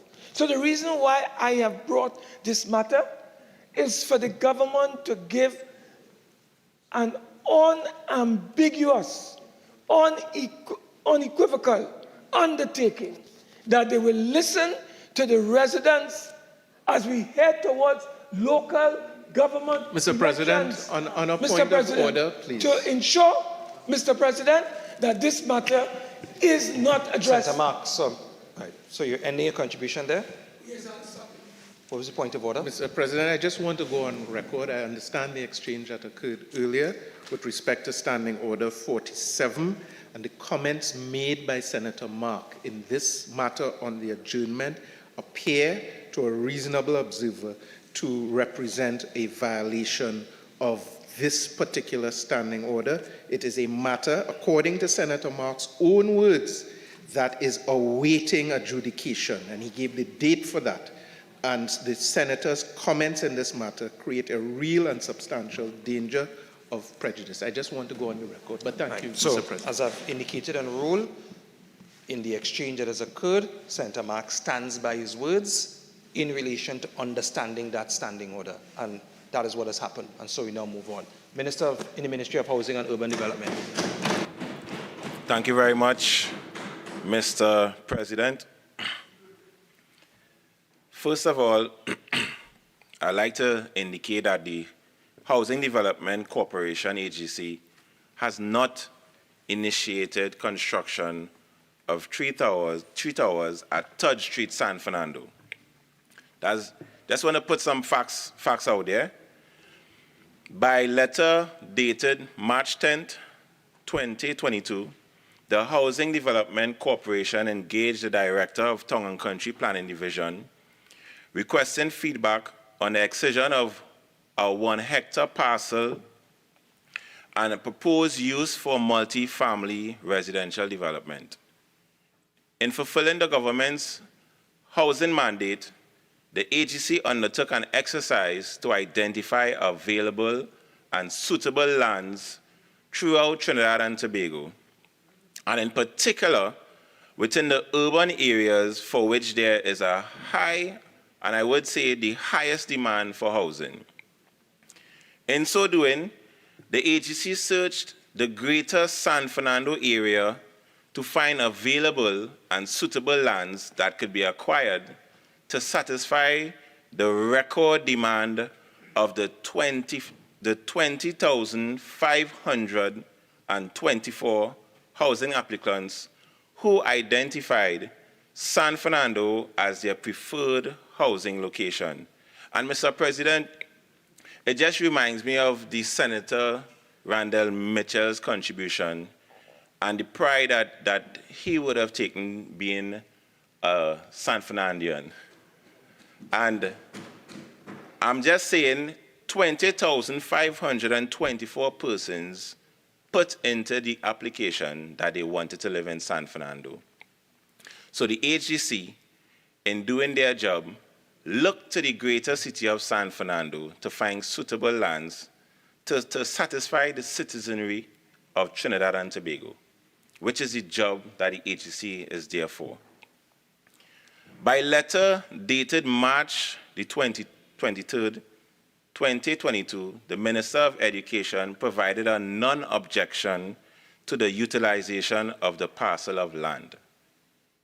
Also, by letter dated April 7th, 2022, the Tongue and Country Planning Division indicated inter alia at that time that it did not recommend the site for residential purposes. The Tongue and Country further advised that prior to any development of the site, a non-objection letter from the Ministry of Education was required to change the utilization fraction of the 1 out of 10 hectares from a school site for residential use. As such, by email dated the 6th of May 2022, the HGC applied to the Tongue and Country for planning permission on the basis of the Ministry of Education's response dated March 23rd, 2022. Subsequently, the letter dated July 29th, 2022, the Permanent Secretary of the Ministry of Education informed the agency that they are unable to accede to the request to the utilization of the lands. So on September the 8th, 2022, Cabinet agreed to transfer of a parcel of state land situated at Touch Street, San Fernando, to the HGC, and noted that the approval will be sought via a subsequent Cabinet note for the parcel of state land to be vested in the HGC.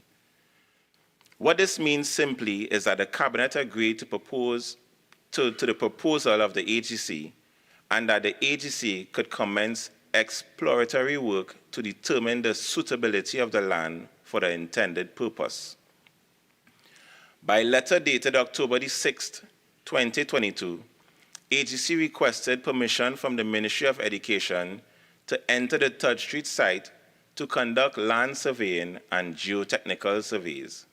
And by letter dated October the 11th, 2022, the Chief Education Officer conveyed approval to the AGC to access the site located at Touch Street, San Fernando. This approval was to undertake the land surveying and geotechnical survey works. Now, these works, Mr. President, are works that are investigative for the suitability of the land for the said development. I would just like to reiterate that the agency has not commenced construction of any residential towers at Touch Street, San Fernando, and that the Minister of Housing and Urban Development remains committed to providing safe and affordable housing solutions to the citizens of Trinidad and Tobago. In light of the foregoing, the Ministry of Housing and Urban Development and the HGC have adhered to all lawful practices with respect to the relevant approvals associated with the planning and construction of housing units. Thank you very much, Mr. President. Honourable Senators, before I put the question, I now invite you to bring greetings on the occasion of Corpus Christi. Minister of Trade and Industry.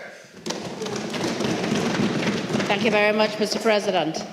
The Feast of Corpus Christi, which we celebrate next Thursday, is also called a solemnity of the most holy body and blood of Jesus Christ, and the feast has its origin in 1246. It is a Roman Catholic festival and a holy day of obligation. It honors the real presence of the body of Jesus Christ in the Eucharist. The focal point on that day is the consuming of bread and wine, though because of particular circumstances, we have not been partaking in wine from the same cup. But the celebration is observed in most countries on the Thursday just after Trinity Sunday. And I believe that Thursday was chosen because it was the day that the Last Supper of our Lord was held. In Trinidad and Tobago, the observance is commemorated with a public holiday. And all over the country, from Scarborough to Point Fortin, Roman Catholic communities will engage in processions subsequent to the church services on that day, which will take place from the Wednesday evening until the Thursday morning. And most noteworthy is the devotional practice of the Eucharistic exposition and benediction as we know it, which takes place subsequent to the Holy Mass but before the procession.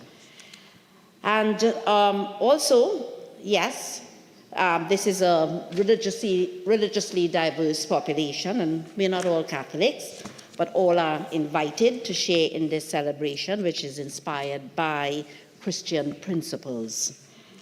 But while we honor Jesus in the Eucharist, there is usually quite some rainfall at this time, and it has started. And gardeners all, enthusiasts and novices too, they stock up on seeds and seedlings and plants in preparation for this day in the hope of having the best and perhaps the most bountiful of outputs in terms of products and crops and so on. So it's a day to be celebrated in every which way. And may I extend from the PNM bench to all of the citizens of Trinidad and Tobago, in particular the Catholic community, happy feast day of Corpus Christi, but may everyone else enjoy the day and enjoy the planting, and may may the results be bountiful. Thank you. Senator Nakin. In the name of God, most gracious, most merciful, I would like to thank my honorable bench, Mr. President, for asking me to send greetings to the Catholics of Trinidad and Tobago, the Caribbean, and by extension, the world, on this magnificent commemoration of what Catholics truly believe to be the body of Christ, Corpus Christi. And it kind of embodies what the minister said about being a diverse population and all can partake. I thank Brother Lyder, who asked me to give the greetings, knowing that I was raised in a very strict Catholic home and from a very strict Catholic family.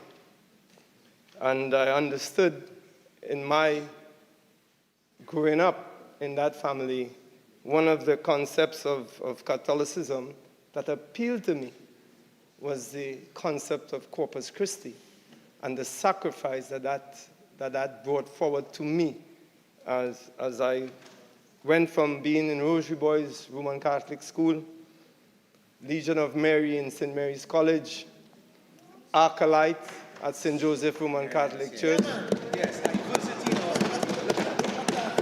As a matter of fact, I was at one time an aspiring priest.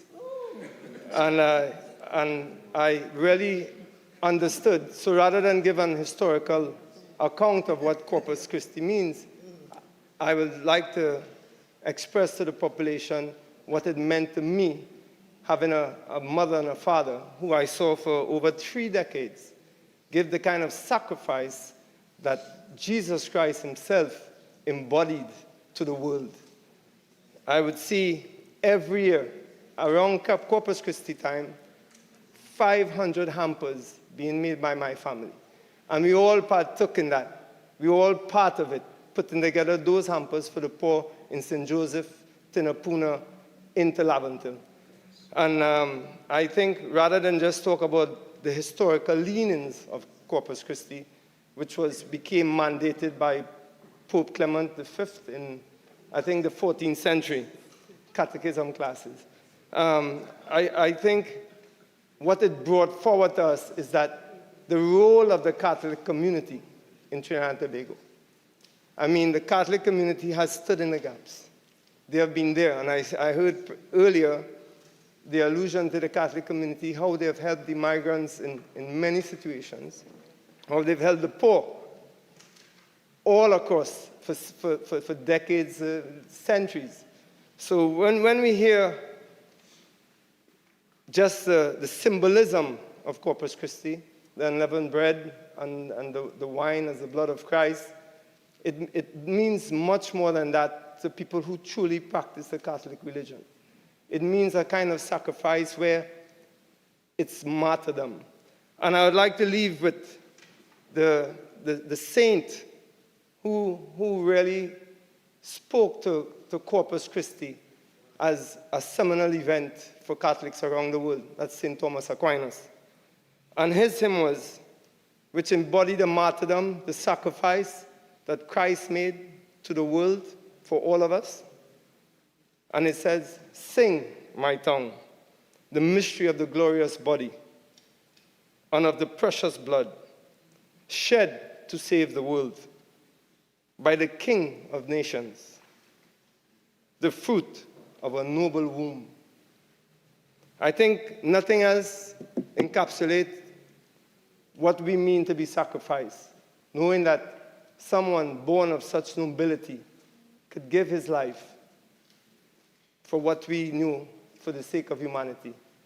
I would like, on behalf of our honorable leader, Kamala Prasad Bisesa, the United National Congress, to wish to all Catholics here in Trinidad and Tobago, throughout the Caribbean, throughout the world, to my Catholic family who originally came from northern Lebanon in Sgata, grandfather Joseph Naked, a Corpus Christi full of blessings and continued sacrifice. I thank you. Yeah.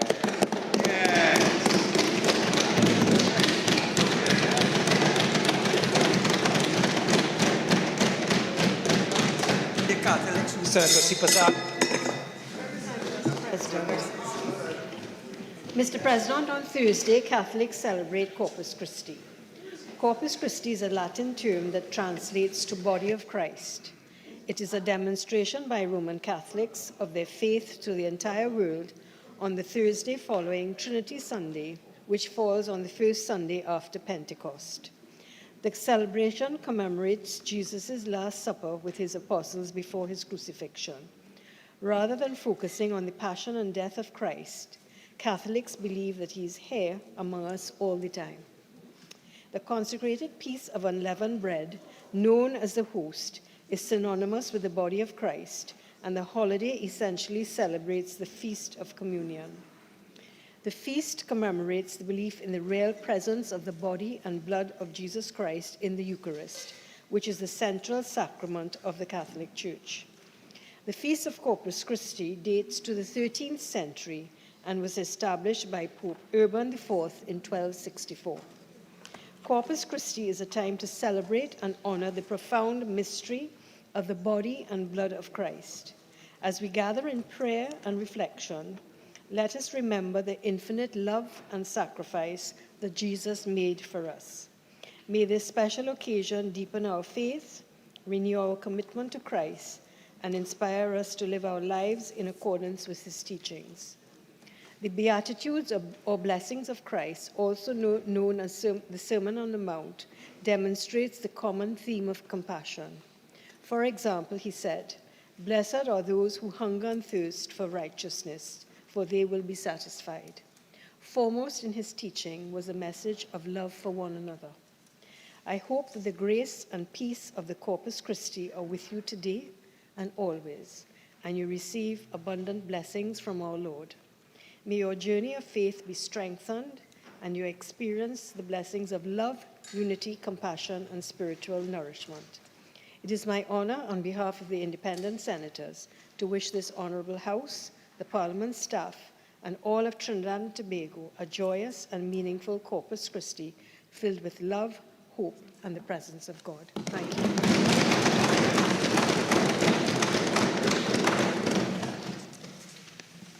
Honorable Senators, it is my privilege to join you in bringing greetings to the Roman Catholic community on the commemoration of Corpus Christi, which is the feast of the body of Christ.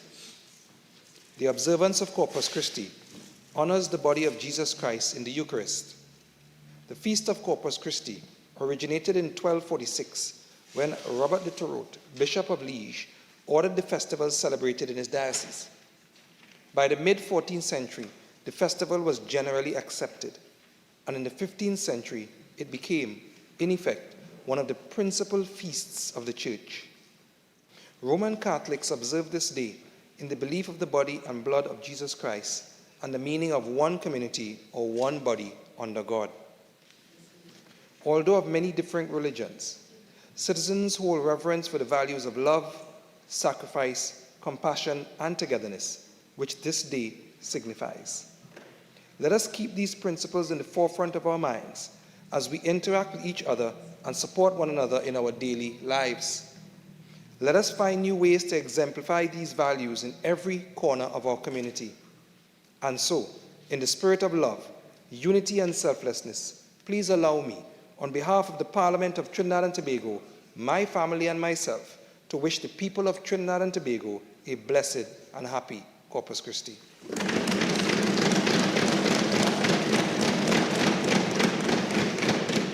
Honourable Senators, the question is that this Senate do now adjourn to Tuesday, June the 13th at 10 a.m. Those in favour say aye. Aye. Those against say no. I think the ayes have it. The Senate now stands adjourned to Tuesday, June the 13th, 2023 at 10 a.m.